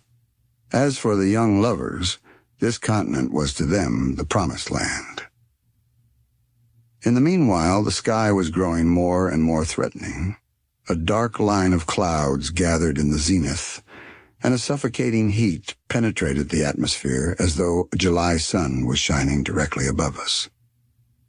"Would you like me to astonish you?" said the doctor, who had joined me on the gangway. "Astonish me, doctor? Well, then, we shall have a storm, perhaps a thunderstorm, before the day is over." "A thunderstorm in the month of April," I cried. "The Great Eastern does not trouble herself about seasons," replied Dean Pitferge, shrugging his shoulders. "It is a tempest called forth expressly on her account. Look at the threatening aspect of those clouds which cover the sky. They look like antediluvian animals, and before long they will devour each other." "I confess," said I, "the sky looks stormy, and were it 3 months later, I should be of your opinion, but not at this time of year." "I tell you," replied the doctor, growing animated, "the storm will burst out before many hours have passed. I feel it like a barometer. Look at those vapors rising in a mass. Observe that cirrus, those mares' tails which are blending together, and those thick circles which surround the horizon. Soon there will be a rapid condensing of vapor, which will consequently produce electricity. Besides, the mercury has suddenly fallen, and the prevailing wind is southwest, the only one which can brew a storm in winter." "Your observations may be very true, Doctor," said I, not willing to yield. "But who has ever witnessed a thunderstorm at this season and in this latitude?" "We have proof, sir. We have proof on record. Mild winters are often marked by storms. You ought only to have lived in 1172 or even in 1824, and you would have heard the roaring of the thunder in the first instance in February and in the second in December. In the month of January, 1837, a thunderbolt fell near Drammen in Norway and did considerable mischief.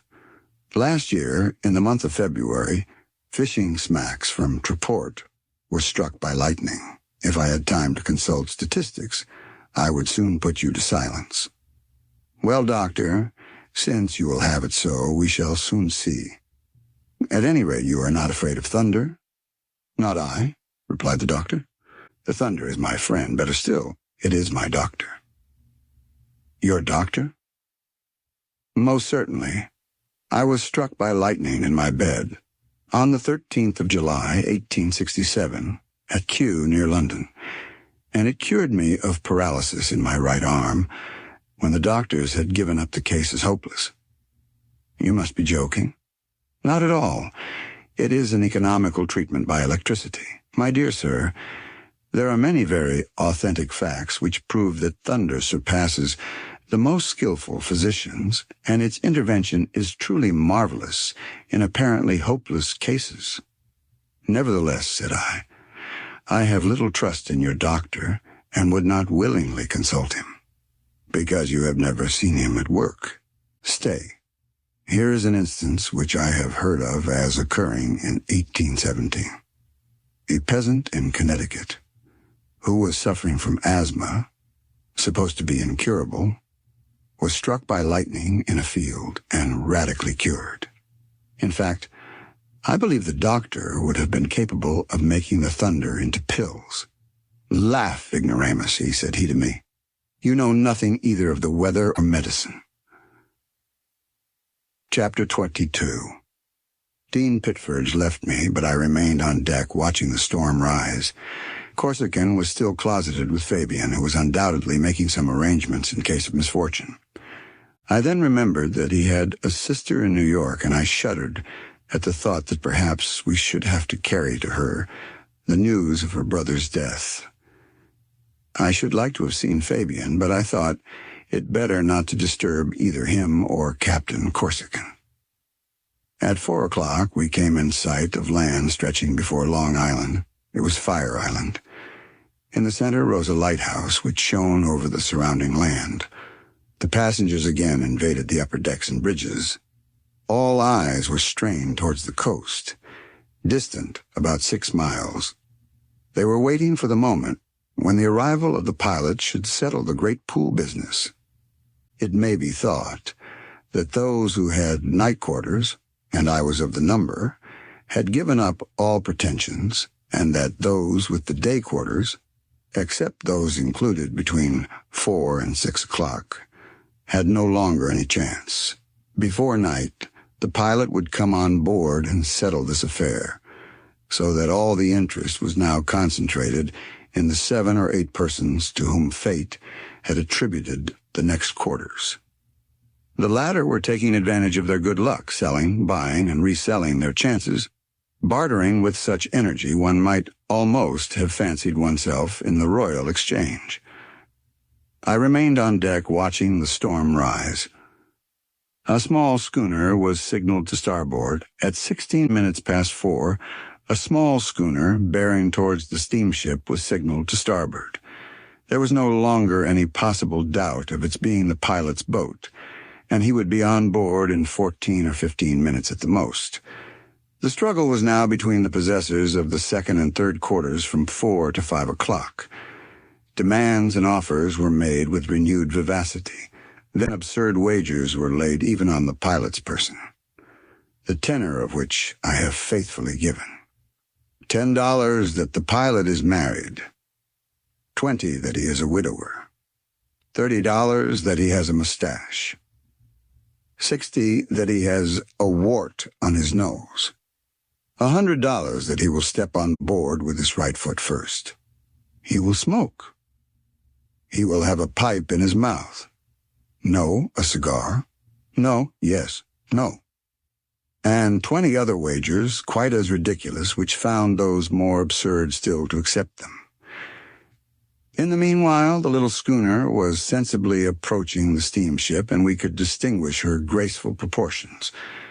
These charming little pilot boats of about 50 or 60 tons are good sea boats, skimming over the water like seagulls. The schooner, gracefully inclined, was bearing windward in spite of the breeze, which had begun to freshen. Her mast and foresail stood out clearly against the dark background of clouds, and the sea foamed beneath her bows. When at 2 cables' length from the Great Eastern, she suddenly veered and launched a shore boat. Captain Anderson gave orders to heave to, and for the first time during a fortnight, the wheels of the screw were motionless. A man got into the boat, which 4 sailors quickly pulled to the steamship. A rope ladder was thrown over the side of the giant down to the pilot in his little nutshell, which the latter caught, and skillfully climbing, sprang on deck. He was received with joyous cries by the winners and exclamations of disappointment from the losers. The pool was regulated by the following statements. The pilot was married. He had no wart on his nose. He had a light mustache. He had jumped on board with both feet. Lastly, it was 36 minutes past 4 o'clock when he set foot on the deck of the Great Eastern. The possessor of the 33rd quarter thus gained the $96, and it was Captain Corsican, who had hardly thought of the unexpected gain. It was not long before he appeared on deck, and when the pool was presented to him, he begged Captain Anderson to keep it for the widow of the young sailor whose death had been caused by the inroad of the sea. The captain shook his hand without saying a word, but a moment afterwards a sailor came up to Corsican, and bowing awkwardly, "Sir," said he, "my mates have sent me to say that you are a very kind gentleman, and they all thank you in the name of poor Wilson, who cannot thank you for himself." The captain, moved by the rough sailor's speech, silently pressed his hand. As for the pilot, he was a man of short stature, with not much of the sailor look about him. He wore a glazed hat, black trousers, a brown overcoat lined with red, and carried an umbrella. He was master on board now. In springing on deck before he went to the bridge, he had thrown a bundle of papers among the passengers, who eagerly pounced on them. They were European and American journals, the political and civil bonds, which again united the Great Eastern to the 2 continents.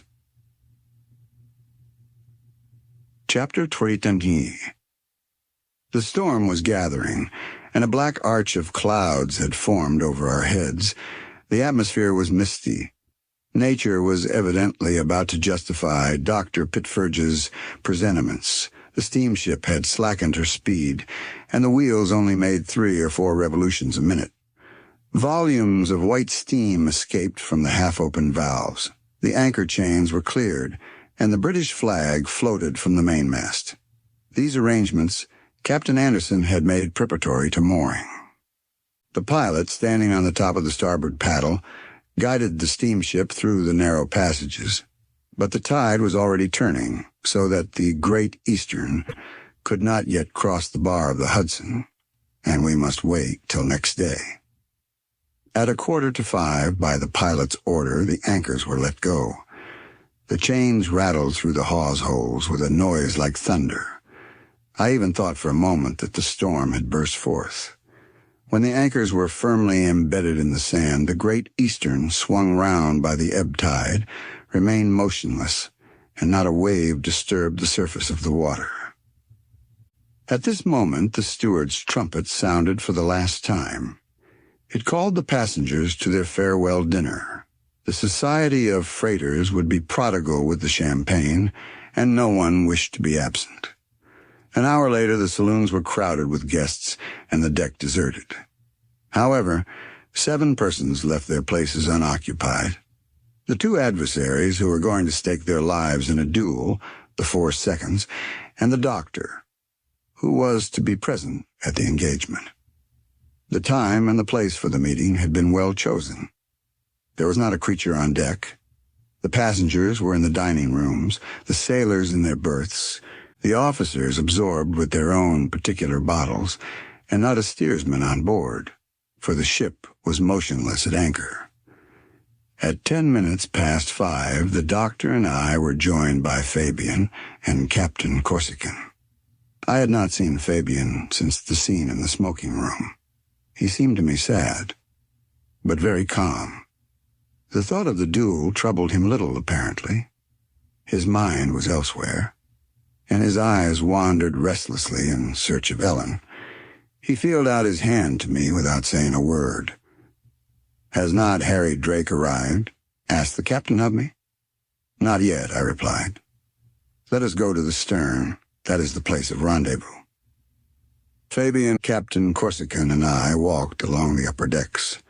The sky was growing dark. We heard the distant roar of thunder rumbling along the horizon.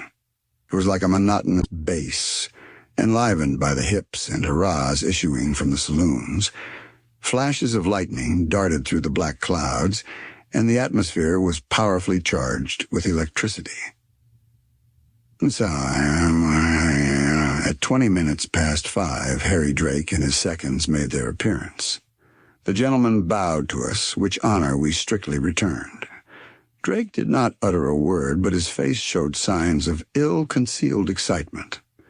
He cast a look of malignant hatred on Fabian, but the latter, leaning against the hatchway, did not even see him. So absorbed was he in a profound meditation, he seemed not yet to have thought of the part he was to play in this drama. In the meanwhile, Captain Corsican, addressing himself to the Yankee, one of Drake's seconds, asked him for the swords which the latter presented to him. They were battle swords, the basket hilts of which entirely protected the hand which held them.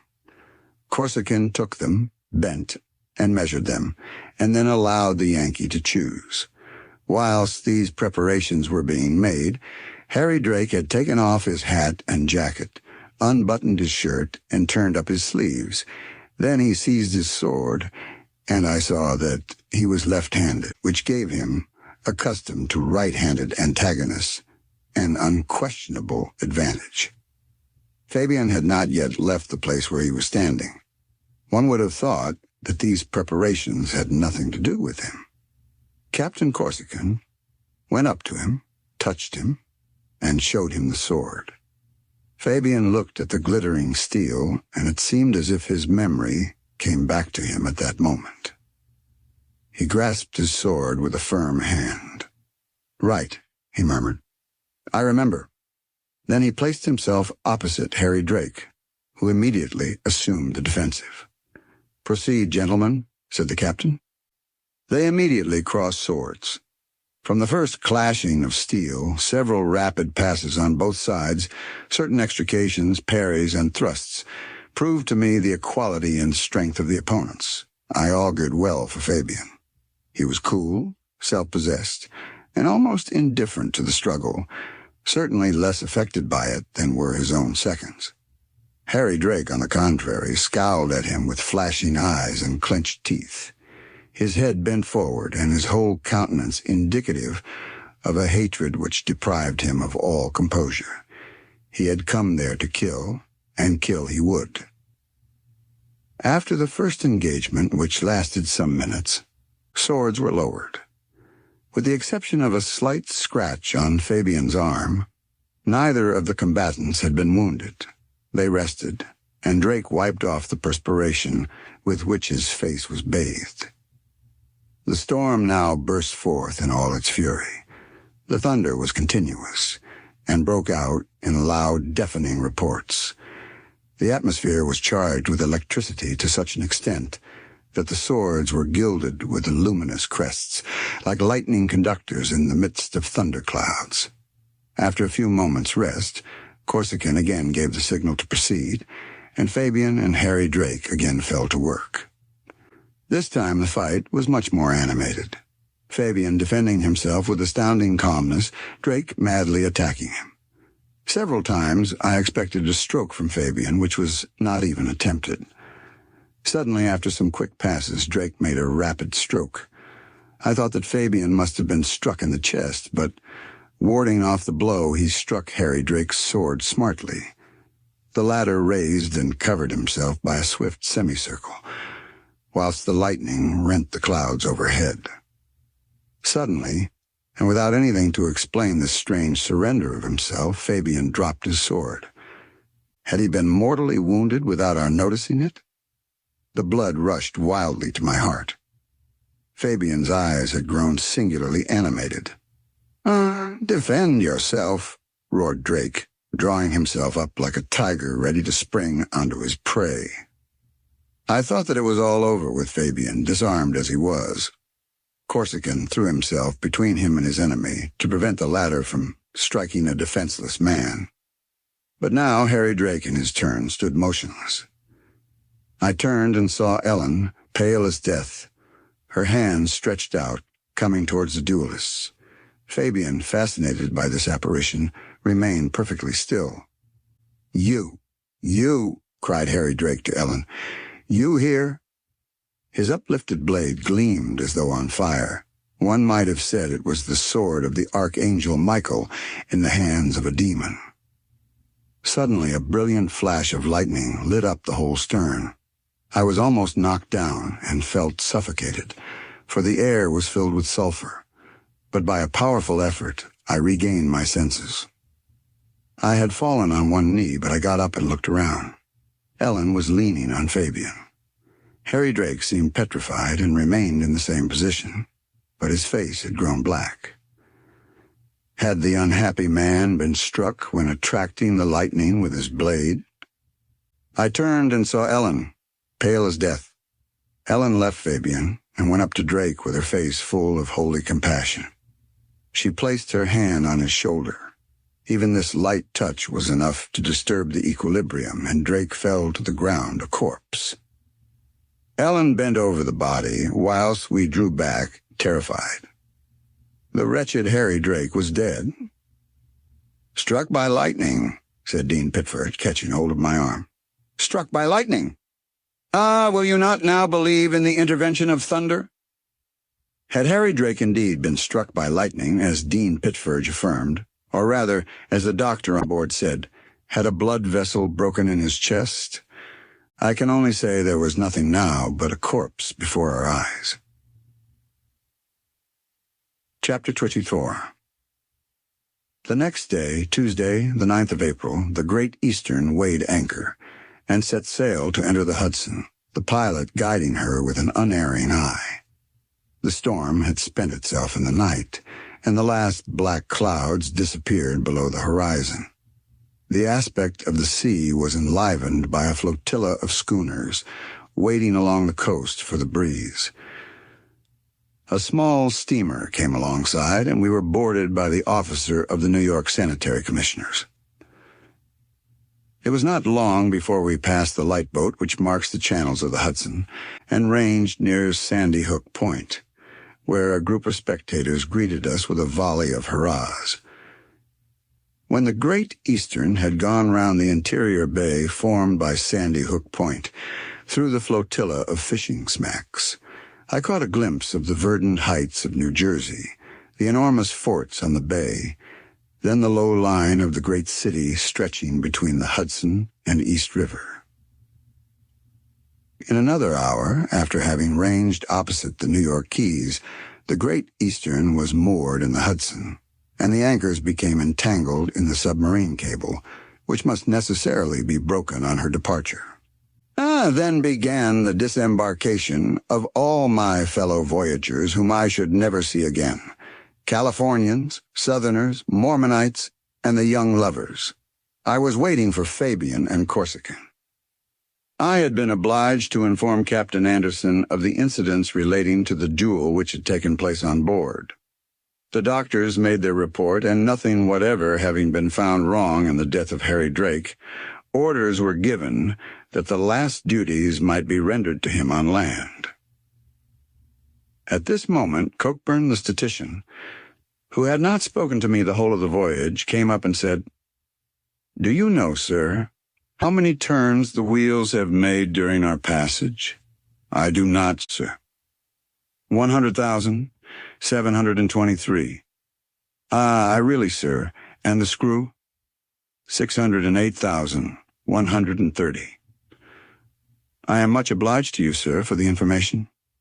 And the statistician left me without any farewell whatever. Fabian and Corsican joined me at this moment. Fabian pressed my hand warmly. "Ellen," said he to me, "Ellen will recover." Her reason came back to her for a moment. God is just, and he will restore her wholly to us. Whilst thus speaking, Fabian smiled as he thought of the future. As for Captain Corsican, he kissed me heartily without any ceremony. "Goodbye, goodbye. We shall see you again," he cried to me, when he had taken his place in the tender where were Fabian and Ellen, under the care of Mrs. Ara, Captain McElwin's sister, who had come to meet her brother. Then the tender sheered off, taking the first convoy of passengers to the custom-house pier. I watched them as they went farther and farther away, and seeing Ellen sitting between Fabian and his sister, I could not doubt that care, devotion, and love would restore to this poor mind the reason of which grief had robbed it. Just then someone took hold of my arm, and I knew it was Dr. Pitferge. "Well," said he, "and what is going to become of you?" "My idea was, Doctor, since the Great Eastern remains 192 hours at New York, and as I must return with her, to spend the 192 hours in America. Certainly it is but a week, but a week well spent is, perhaps, long enough to see New York, the Hudson, the Mohawk Valley, Lake Erie, Niagara, and all the country made familiar by Cooper." You are going to the Niagara," cried Dean Pitferge. "I'll declare I should not be sorry to see it again, and if my proposal does not seem very disagreeable to you—" The worthy doctor amused me with his crotchets. I had taken a fancy to him, and here was a well-instructed guide placed at my service. "That's settled, then," said I to him. A quarter of an hour later we embarked on the tender, and at 3 o'clock were comfortably lodged in 2 rooms of Fifth Avenue Hotel. Chapter 20. A week to spend in America, the Great Eastern was to set sail on the 16th of April, and it was now the 9th and 3 o'clock in the afternoon when I set foot on the land of the Union. A week. There are furious tourists and express travelers who would probably find this time enough to visit the whole of North America, but I had no such pretension, not even to visit New York thoroughly, and to write, after this extra-rapid inspection, a book on the manners and customs of the Americans. But the constitution and physical aspect of New York is soon seen.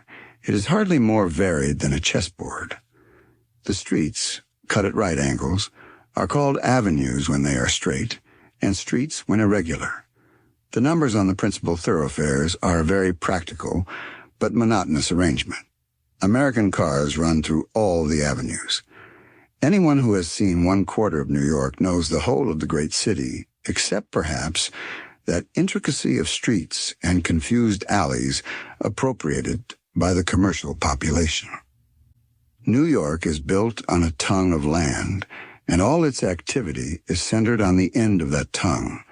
On either side extend the Hudson and East River, arms of the sea, in fact, on which ships are seen and ferry boats ply, connecting the town on the right hand with Brooklyn, and on the left with the shores of New Jersey.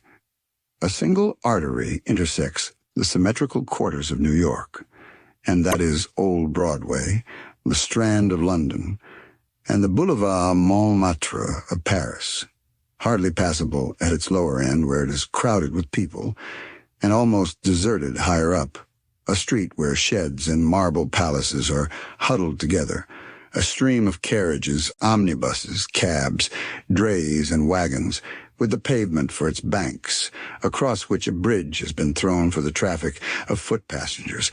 Broadway is New York, and it was there that the doctor and I walked until evening.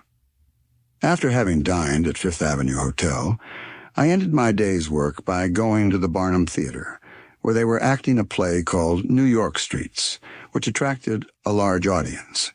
In the fourth act there was a fire, and real fire engines worked by real firemen, hence the great attraction. The next morning I left the doctor to his own affairs and agreed to meet him at the hotel at 2 o'clock. My first proceeding was to go to the post office, 51 on Liberty Street, to get any letters awaiting me there.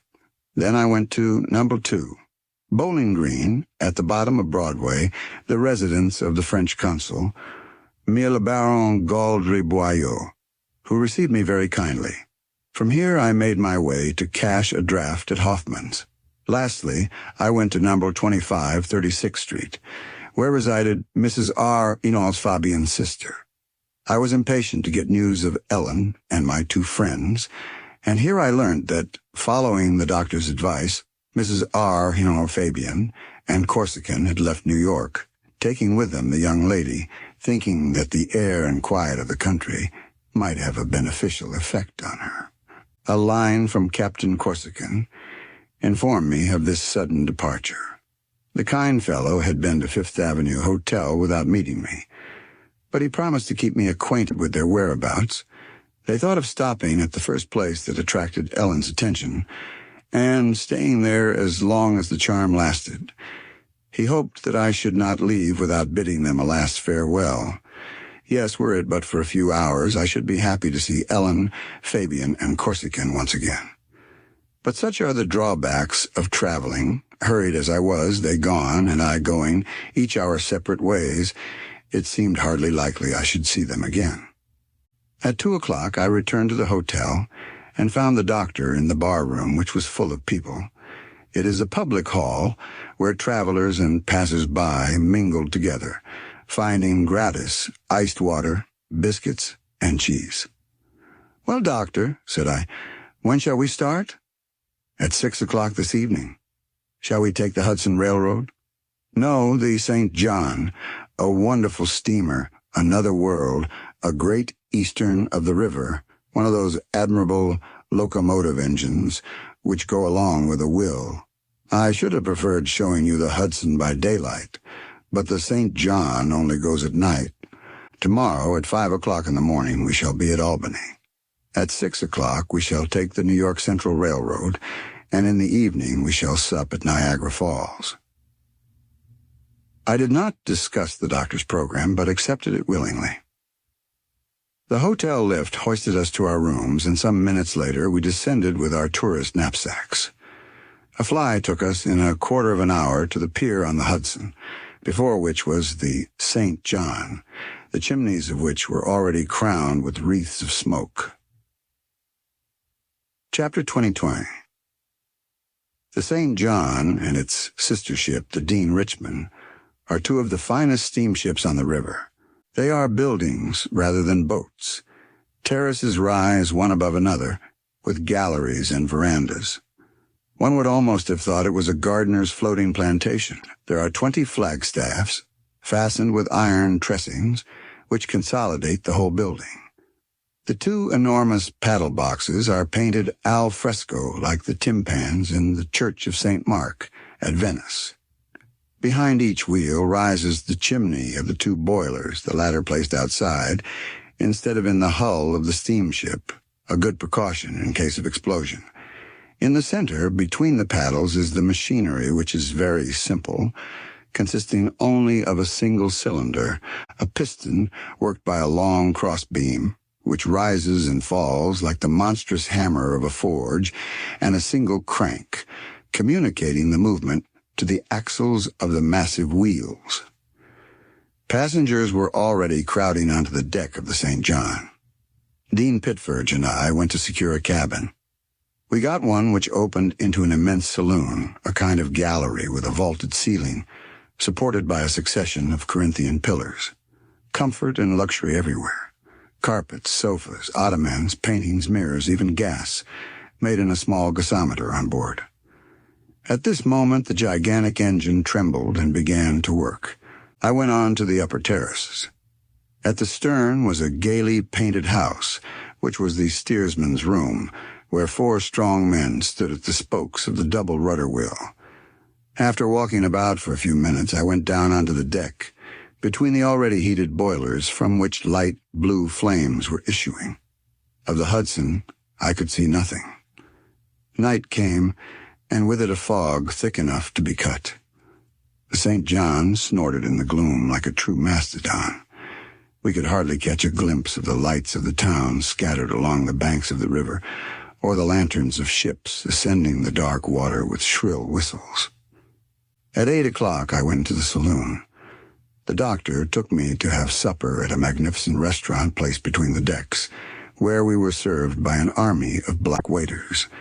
Dean Pitferge informed me that the number of passengers on board was more than 4,000, reckoning 1,500 emigrants stowed away in the lower part of the steamship. Supper finished, we retired to our comfortable cabin. At 11 o'clock I was aroused by a slight shock. The St. John had stopped. The captain, finding it impossible to proceed in the darkness, had given orders to heave to, and the enormous boat, moored in the channel, slept tranquilly at anchor. At 4 o'clock in the morning, the St. John resumed her course.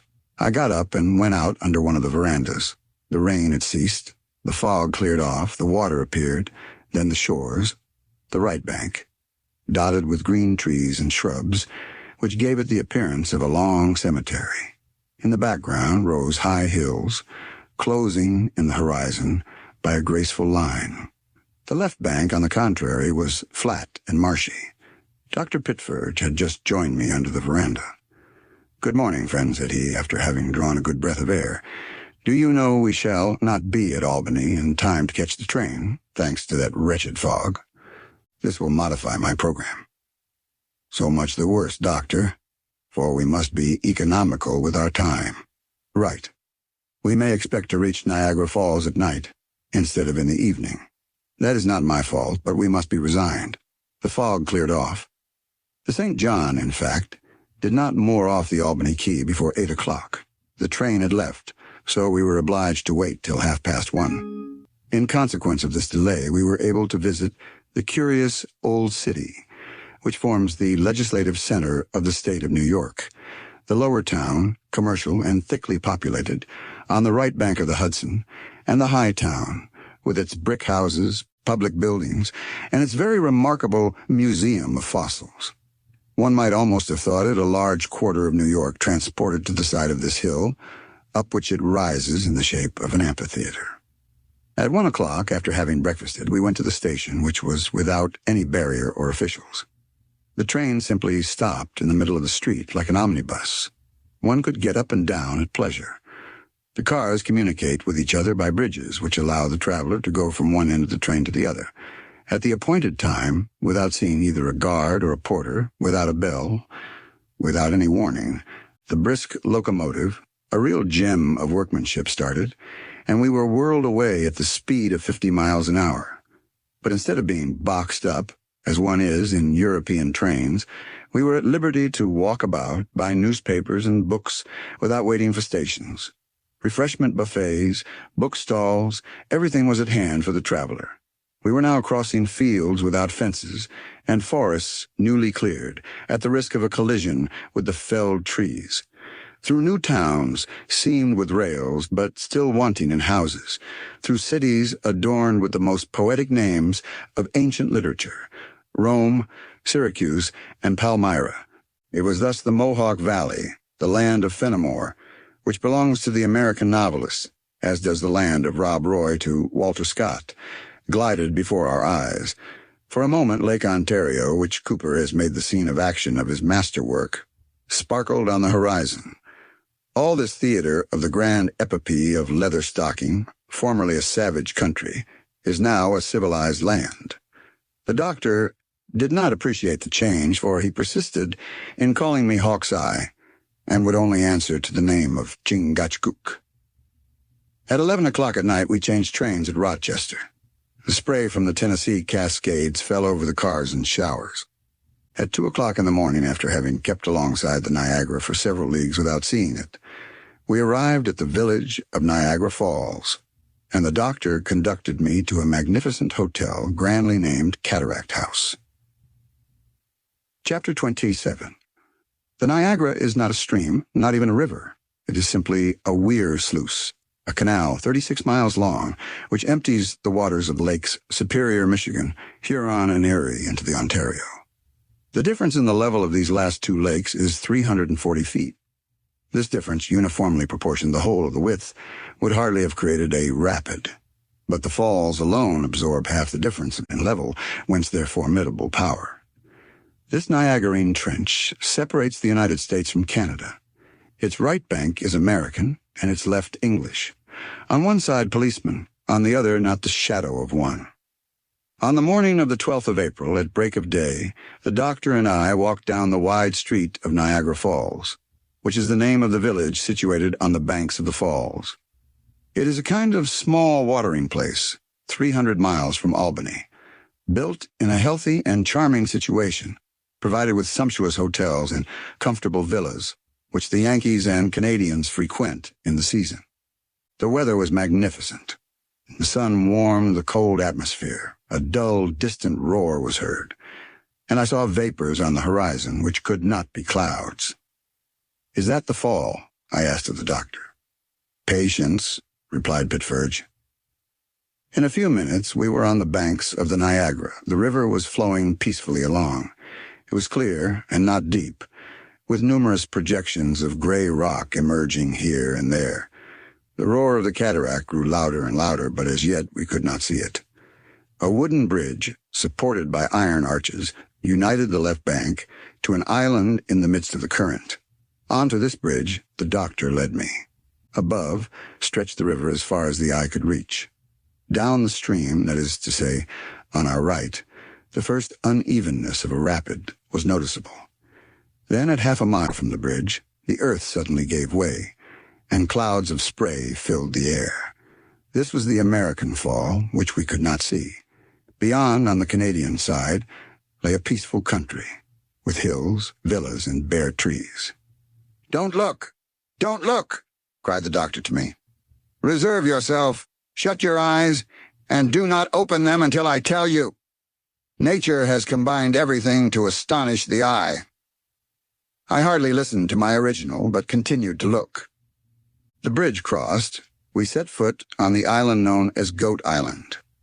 It is a piece of land of about 70 acres covered with trees and intersected with lovely avenues with carriage drives. It is like a bouquet thrown between the American and Canadian falls, separated from the shore by a distance of 300 yards. We ran under the great trees, climbed the slopes, and went down the steps.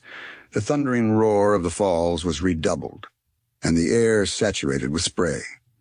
"Look!" cried the doctor. Coming from behind a mass of rock, the Niagara appeared in all its splendor. At this spot it meets with a sharp angle of land, and falling round it, forms the Canadian Cascade, called the Horseshoe Fall, which falls from a height of 158 feet and is 2 miles broad. In this, one of the most beautiful spots in the world, nature has combined everything to astonish the eye. The fall of the Niagara singularly favors the effects of light and shade. The sunbeams falling on the water capriciously diversify the color, and those who have seen this effect must admit that it is without parallel. In fact, near Goat Island the foam is white. It is then a fall of snow or a heap of melted silver pouring into the abyss. In the center of the cataract, the color of the water is a most beautiful sea green, which indicates its depth, so that the Detroit, a ship drawing 20 feet and launched on the current, was able to descend the falls without grazing. Towards the Canadian shore of the whirlpool, on the contrary, it looks like metal shining beneath the luminous rays, and it is melted gold, which is now poured into the Gulf. Below, the river is invisible from the vapors which rise over it. I caught glimpses, however, of enormous blocks of ice accumulated by the cold of winter. They take the form of monsters which, with open jaws, hourly absorb the 100 millions of tons poured into them by the inexhaustible Niagara. Half a mile below the cataract, the river again became tranquil and presented a smooth surface, which the winds of April had not yet been able to ruffle. "And now for the middle of the torrent," said the doctor to me. I could not imagine what the doctor meant by those words until he pointed to a tower built on the edge of a rock some 100 feet from the shore, almost overhanging the precipice. This monument, raised in 1833 by a certain audacious being, one Judge Porter, is called the Terrapin Tower.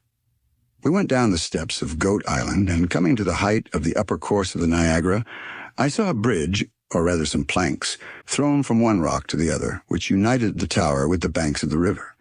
The bridge was but a few feet from the abyss, and below it roared the torrent. We ventured on these planks, and in a few minutes reached the rock which supported Terrapin Tower. This round tower, 45 feet in height, is built of stone with a circular balcony at its summit and a roof covered with red stucco. The winding staircase, on which thousands of names are cut, is wooden.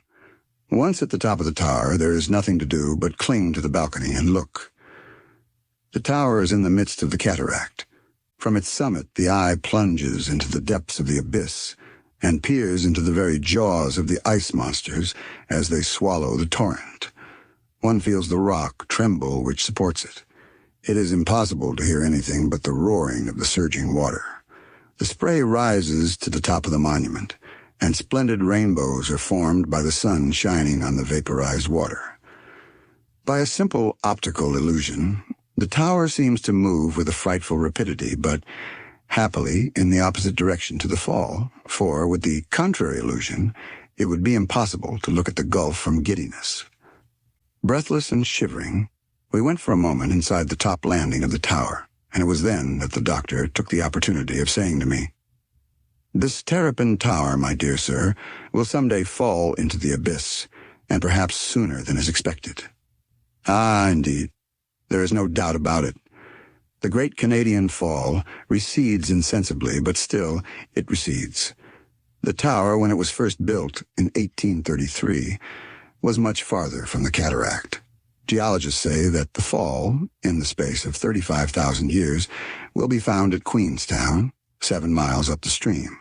According to Mr. Bakewell, it recedes a yard in a year, but according to Sir Charles Lyell, 1 foot only. The time will come when the rock which supports the tower, worn away by the water, will glide down the falls of the cataract. Well, my dear sir, remember this. The day when the Terrapin Tower falls, there will be some eccentrics who will descend the Niagara with it. I looked at the doctor, as if to ask him if he would be of that number, but he signed for me to follow him, and we went out again to look at the Horseshoe Fall and the surrounding country. We could now distinguish the American Fall, slightly curtailed and separated by a projection of the island, where there is another small central cataract, 100 feet wide. The American Cascade, equally fine, falls perpendicularly. Its height is 164 feet. But in order to have a good view of it, it is necessary to stand facing it, on the Canadian side. All day we wandered on the banks of the Niagara, irresistibly drawn back to the tower where the roar of the water, the spray, the sunlight playing on the vapors, the excitement, and the briny odor of the cataract holds you in a perpetual ecstasy. Then we went back to Goat Island to get the fall from every point of view without ever being wearied of looking at it. The doctor would have taken me to see the Grotto of Winds, hollowed out underneath the central fall, but access to it was not allowed on account of the frequent falling away of the rocks. At 5 o'clock, we went back to the hotel, and after a hasty dinner, served in the American fashion, we returned to Goat Island. The doctor wished to go and see the Three Sisters, charming little islets scattered at the head of the island. Then, with the return of evening, he led me back to the tottering rock of Terrapin Tower. The last rays of the setting sun had disappeared behind the gray hills, and the moon shed her soft, clear light over the landscape. The shadow of the tower stretched across the abyss. Farther down the stream, the water glided silently along, crowned with a light mist. The Canadian shore, already plunged in darkness, contrasted vividly with the moonlit banks of Goat Island and the village of Niagara Falls. Below us, the gulf, magnified by the uncertain light, looked like a bottomless abyss in which roared the formidable torrent. What effect! What artist could ever depict such a scene, either with the pen or paintbrush? For some minutes a moving light appeared on the horizon. It was the signal light of a train crossing the Niagara Bridge at a distance of 2 miles from us. Here we remained silent and motionless on the top of the tower until midnight, leaning over the waters which possessed such a fascination. Once, when the moonbeams caught the liquid dust at a certain angle, I had a glimpse of a milky band of transparent ribbon trembling in the shadows. It was a lunar rainbow, a pale irradiation of the Queen of the Night, whose soft light was refracted through the mist of the cataract. Chapter 20T. The next day, the 13th of April, the doctor's program announced a visit to the Canadian shore. We had only to follow the heights of the bank of the Niagara for 2 miles to reach the suspension bridge. We started at 7 o'clock in the morning. From the winding path on the right bank, we could see the tranquil waters of the river, which no longer felt the perturbation of its fall. At 7:30, we reached the suspension bridge. It is the bridge on which the Great Western and New York Central Railroads meet, and the only one which gives access to Canada on the confines of the state of New York. The suspension bridge is formed of 2 platforms, the upper one for trains and the lower for carriages and pedestrians.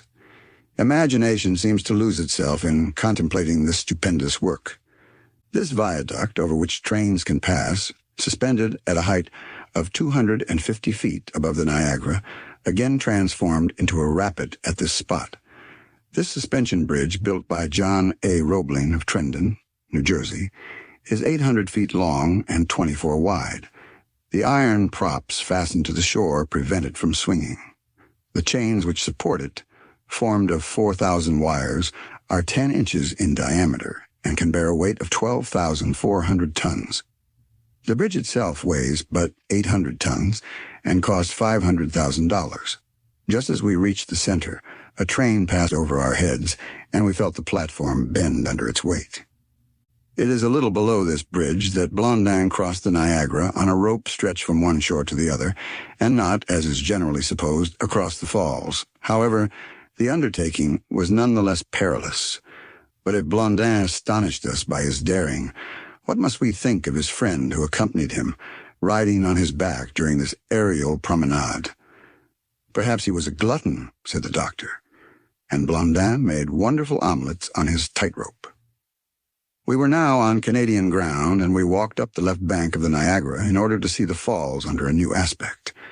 Half an hour later, we reached the English hotel, where the doctor ordered our breakfast, whilst I glanced through the traveler's book, where figured several thousand names. Among the most celebrated, I noticed the following: Robert Peel, Lady Franklin, Comte de Paris, Duc de Chartres, Prince de Joinville, Louis Napoleon, 1846, Prince and Princess Napoleon, Barnum with his address, Morris Sand, 1865, Agassiz, 1854, Almonte, Prince Hohenlohe, Rothschild, Bertin, Paris, Lady Elgin, Burckhardt, 1832, and C, the cataract falling before us. "And now let us go under the falls," said the doctor to me when we had finished breakfast. I followed Dean Pitferge. A Negro conducted us to the dressing room, where we were provided with waterproof trousers, macintoshes, and glazed hats. Thus equipped, our guide led us down a slippery path, obstructed by sharp-edged stones, to the lower level of the Niagara. Then we passed behind the Great Fall through clouds of spray, the cataract falling before us like the curtain of a theater before the actors. But what a theater! Soaked, blinded, deafened, we could neither see nor hear in this cavern as hermetically closed by the liquid sheets of the cataract, as though nature had sealed it in by a wall of granite. At 9 o'clock, we returned to the hotel where they relieved us of our streaming clothes. Going back again to the bank, I uttered a cry of surprise and joy. "Captain Corsican!" The captain heard and came towards me. "You here?" he cried. "What a pleasure to see you again." "And Fabian and Ellen?" I asked, shaking both his hands. "They are here, and going on as well as possible. Fabian full of hope, almost merry. And our poor Ellen, little by little regaining reason. But how is it that I meet you at the Niagara?" "The Niagara," repeated Corsican.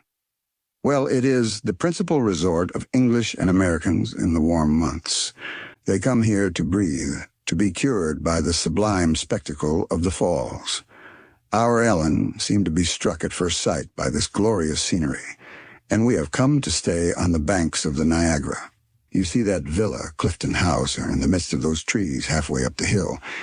That is where we all live, with Mrs. R., Fabian's sister, who is devoted to our poor friend." "Has Ellen recognized Fabian?" I asked. "No, not yet," replied the captain. "You are aware, however, that at the moment when Drake was struck dead, Ellen had a brief interval of consciousness. Her reason became clear in the gloom which surrounded her, but this did not last long. At the same time, since we brought her to breathe this fresh air in this quiet place, the doctor has discovered a sensible improvement in her condition. She's calm, her sleep is tranquil, but there is a look in her eyes as though she were trying to think of something past or present." "Ah, my dear friend," cried I, "you will cure her, and where are Fabian and his betrothed?" "Look," said Corsican, and he pointed towards the shore of the Niagara. In the direction indicated by the captain, I saw Fabian, who had not yet noticed us. He was standing on a rock, and a few feet in front of him sat Ellen perfectly motionless, Fabian watching her all the time. This spot on the left bank is known by the name of Table Rock. It is a kind of rocky promontory jutting out into the river, which roars at a distance of 400 feet below. Formerly it was more extensive, but the crumbling away of large pieces of rock has now reduced it to a surface a few yards square. Ellen seemed absorbed in speechless ecstasy. From this place, the aspect of the falls is most sublime, as say the guides, and they are right. It gives a view of two cataracts. On the right, the Canadian Fall, the crest of which, crowned with vapors, shuts in the horizon on one side, like the horizon of the sea. In front is the American Fall, and above the elegant village of Niagara Falls, half hidden in the trees. On the left, the whole perspective of the river flowing rapidly between its high banks, and below the torrents struggling against the overthrown icebergs. Corsican, the doctor, and I went towards Table Rock, but I did not want to disturb Fabian. Ellen was as motionless as a statue. What impression was this scene making on her mind? Was reason gradually coming back to her under the influence of the grand spectacle? Suddenly I saw Fabian step towards her. Ellen had risen quickly and was going near to the abyss, with her arms extended towards the gulf, but all at once she stopped and passed her hand rapidly across her forehead, as if she would drive away some thought. Fabian, pale as death, but self-possessed, with one bound placed himself between Ellen and the chasm. The latter shook back her fair hair, and her graceful figure staggered. Did she see Fabian? No. One would have said it was a dead person coming back to being and looking around for life. Captain Corsican and I dared not move, although, being so near the abyss, we dreaded some catastrophe, but the doctor kept us back. "Let Fabian alone," said he. I heard the sobs which escaped from the young woman's heaving breast, the inarticulate words which came from her lips. She seemed as though she were trying to speak, but could not. At last she uttered these words. My God, where am I? Where am I? She was conscious that someone was near her, for she half turned around and her whole face seemed transfigured. Fabian, Fabian, cried she. At last! There was a new light in her eyes as she saw Fabian, trembling and speechless, standing before her with outstretched arms. Fabian, Fabian, cried she at last. Fabian caught her in his arms, where she fell in an unconscious state. He uttered a piercing cry, thinking that Ellen was dead, but the doctor interposed. Don't be alarmed, said he. This crisis, on the contrary, will be the means of saving her. Ellen was carried to Clifton House and put to bed, where she recovered consciousness and slept peacefully. Fabian, encouraged by the doctor, was full of hope. Ellen had recognized him. Coming back to us, he said to me, We shall save her, we shall save her. Every day I watch her coming back to life. Today, tomorrow, perhaps, she will be restored to me. Ah, the just God be praised. We will stay here as long as it is necessary for her, shall we not, Archibald? The captain clasped Fabian in his arms. Then the latter turned to the doctor and me. He loaded us with thanks and inspired us with the hope which filled his breast. And never was there better reason for hope. Ellen's recovery was near at hand. But we must be starting, and there was hardly an hour for us to reach Niagara Falls. Ellen was still sleeping when we left our dear friends. Fabian and Corsican bid us a last farewell, after having promised we should have news of Ellen by telegram, and at noon we left Clifton House.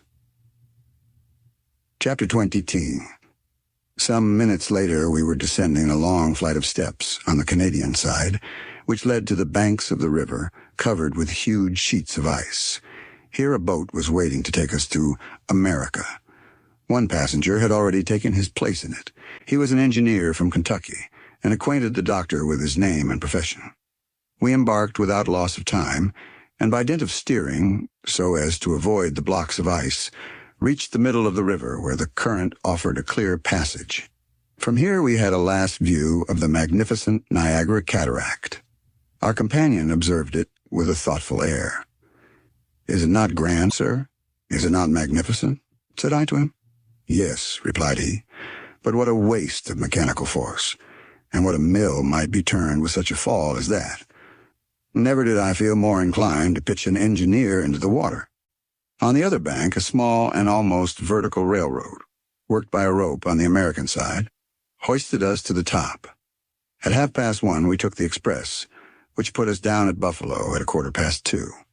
After visiting this large new town, and tasting the water of Lake Erie, we again took the New York Central Railway at 6 o'clock in the evening. The next day, on leaving the comfortable beds of a sleeping car, we found ourselves at Albany, and the Hudson Railroad, which runs along the left bank of the river, brought us to New York a few hours later. The next day, the 15th of April, in company with the indefatigable doctor, I went over the city, East River, and Brooklyn. In the evening I bade farewell to the good Dean Pitferge, and I felt in leaving him that I left a friend. Tuesday, the 16th of April, was the day fixed for the departure of the Great Eastern. At 11 o'clock I went to 37th Pier, where the tender was to await the passengers. It was already filled with people and luggage when I embarked. Just as the tender was leaving the quay, someone caught hold of my arm, and turning around, I saw Dr. Pitferge. You? I cried. And are you going back to Europe? Yes, my dear sir. By the Great Eastern? Undoubtedly, replied the amiable original, smiling. I have considered the matter and have come to the conclusion that I must go. Only think, this may be the Great Eastern's last voyage, the one which she will never complete. The bell for departure had rung when one of the waiters from Fifth Avenue Hotel came running up to me and put a telegram into my hands, dated from Niagara Falls. Ellen has awakened. Her reason has entirely returned to her, said Captain Corsican, and the doctor has every hope of her recovery. I communicated this good news to Dean Pitferge. Every hope for her indeed, every hope, said my fellow traveler in a sarcastic tone. I also have every hope for her. But what good does that do? Anyone may have great hopes for you, for me, for all of us. But at the same time, he may be just as much wrong as right. 12 days later, we reached Brest, and the day following Paris. The return passage was made without any misfortune, to the great displeasure of Dean Pitferge, who always expected to see the great ship wrecked. And now, when I am sitting at my own table, if I had not my daily notes before me, I should think that the Great Eastern, that floating city in which I lived for a month, the meeting of Ellen and Fabian, the peerless Niagara, all these were the visions of a dream. Ah, how delightful is traveling, even when one does return, in spite of what the doctor may say to the contrary. For 8 months I heard nothing of my original, but one day the post brought me a letter, covered with many-colored stamps, which began with these words: On board the Corinkai, Auckland Rocks, at last we have been shipwrecked, and ended thus. Was never in better health. Very heartily yours, Dean Pitferge. I hope you like this audiobook. If you'd like to hear more, please support us on patreon.com. It really helps us keep going. www.patreon.com/c/audiobooks752. Thank you, and I invite you to listen the other books I have recorded. Also, please subscribe to my channel and activate the notifications so you will be the first to know when we publish a new book.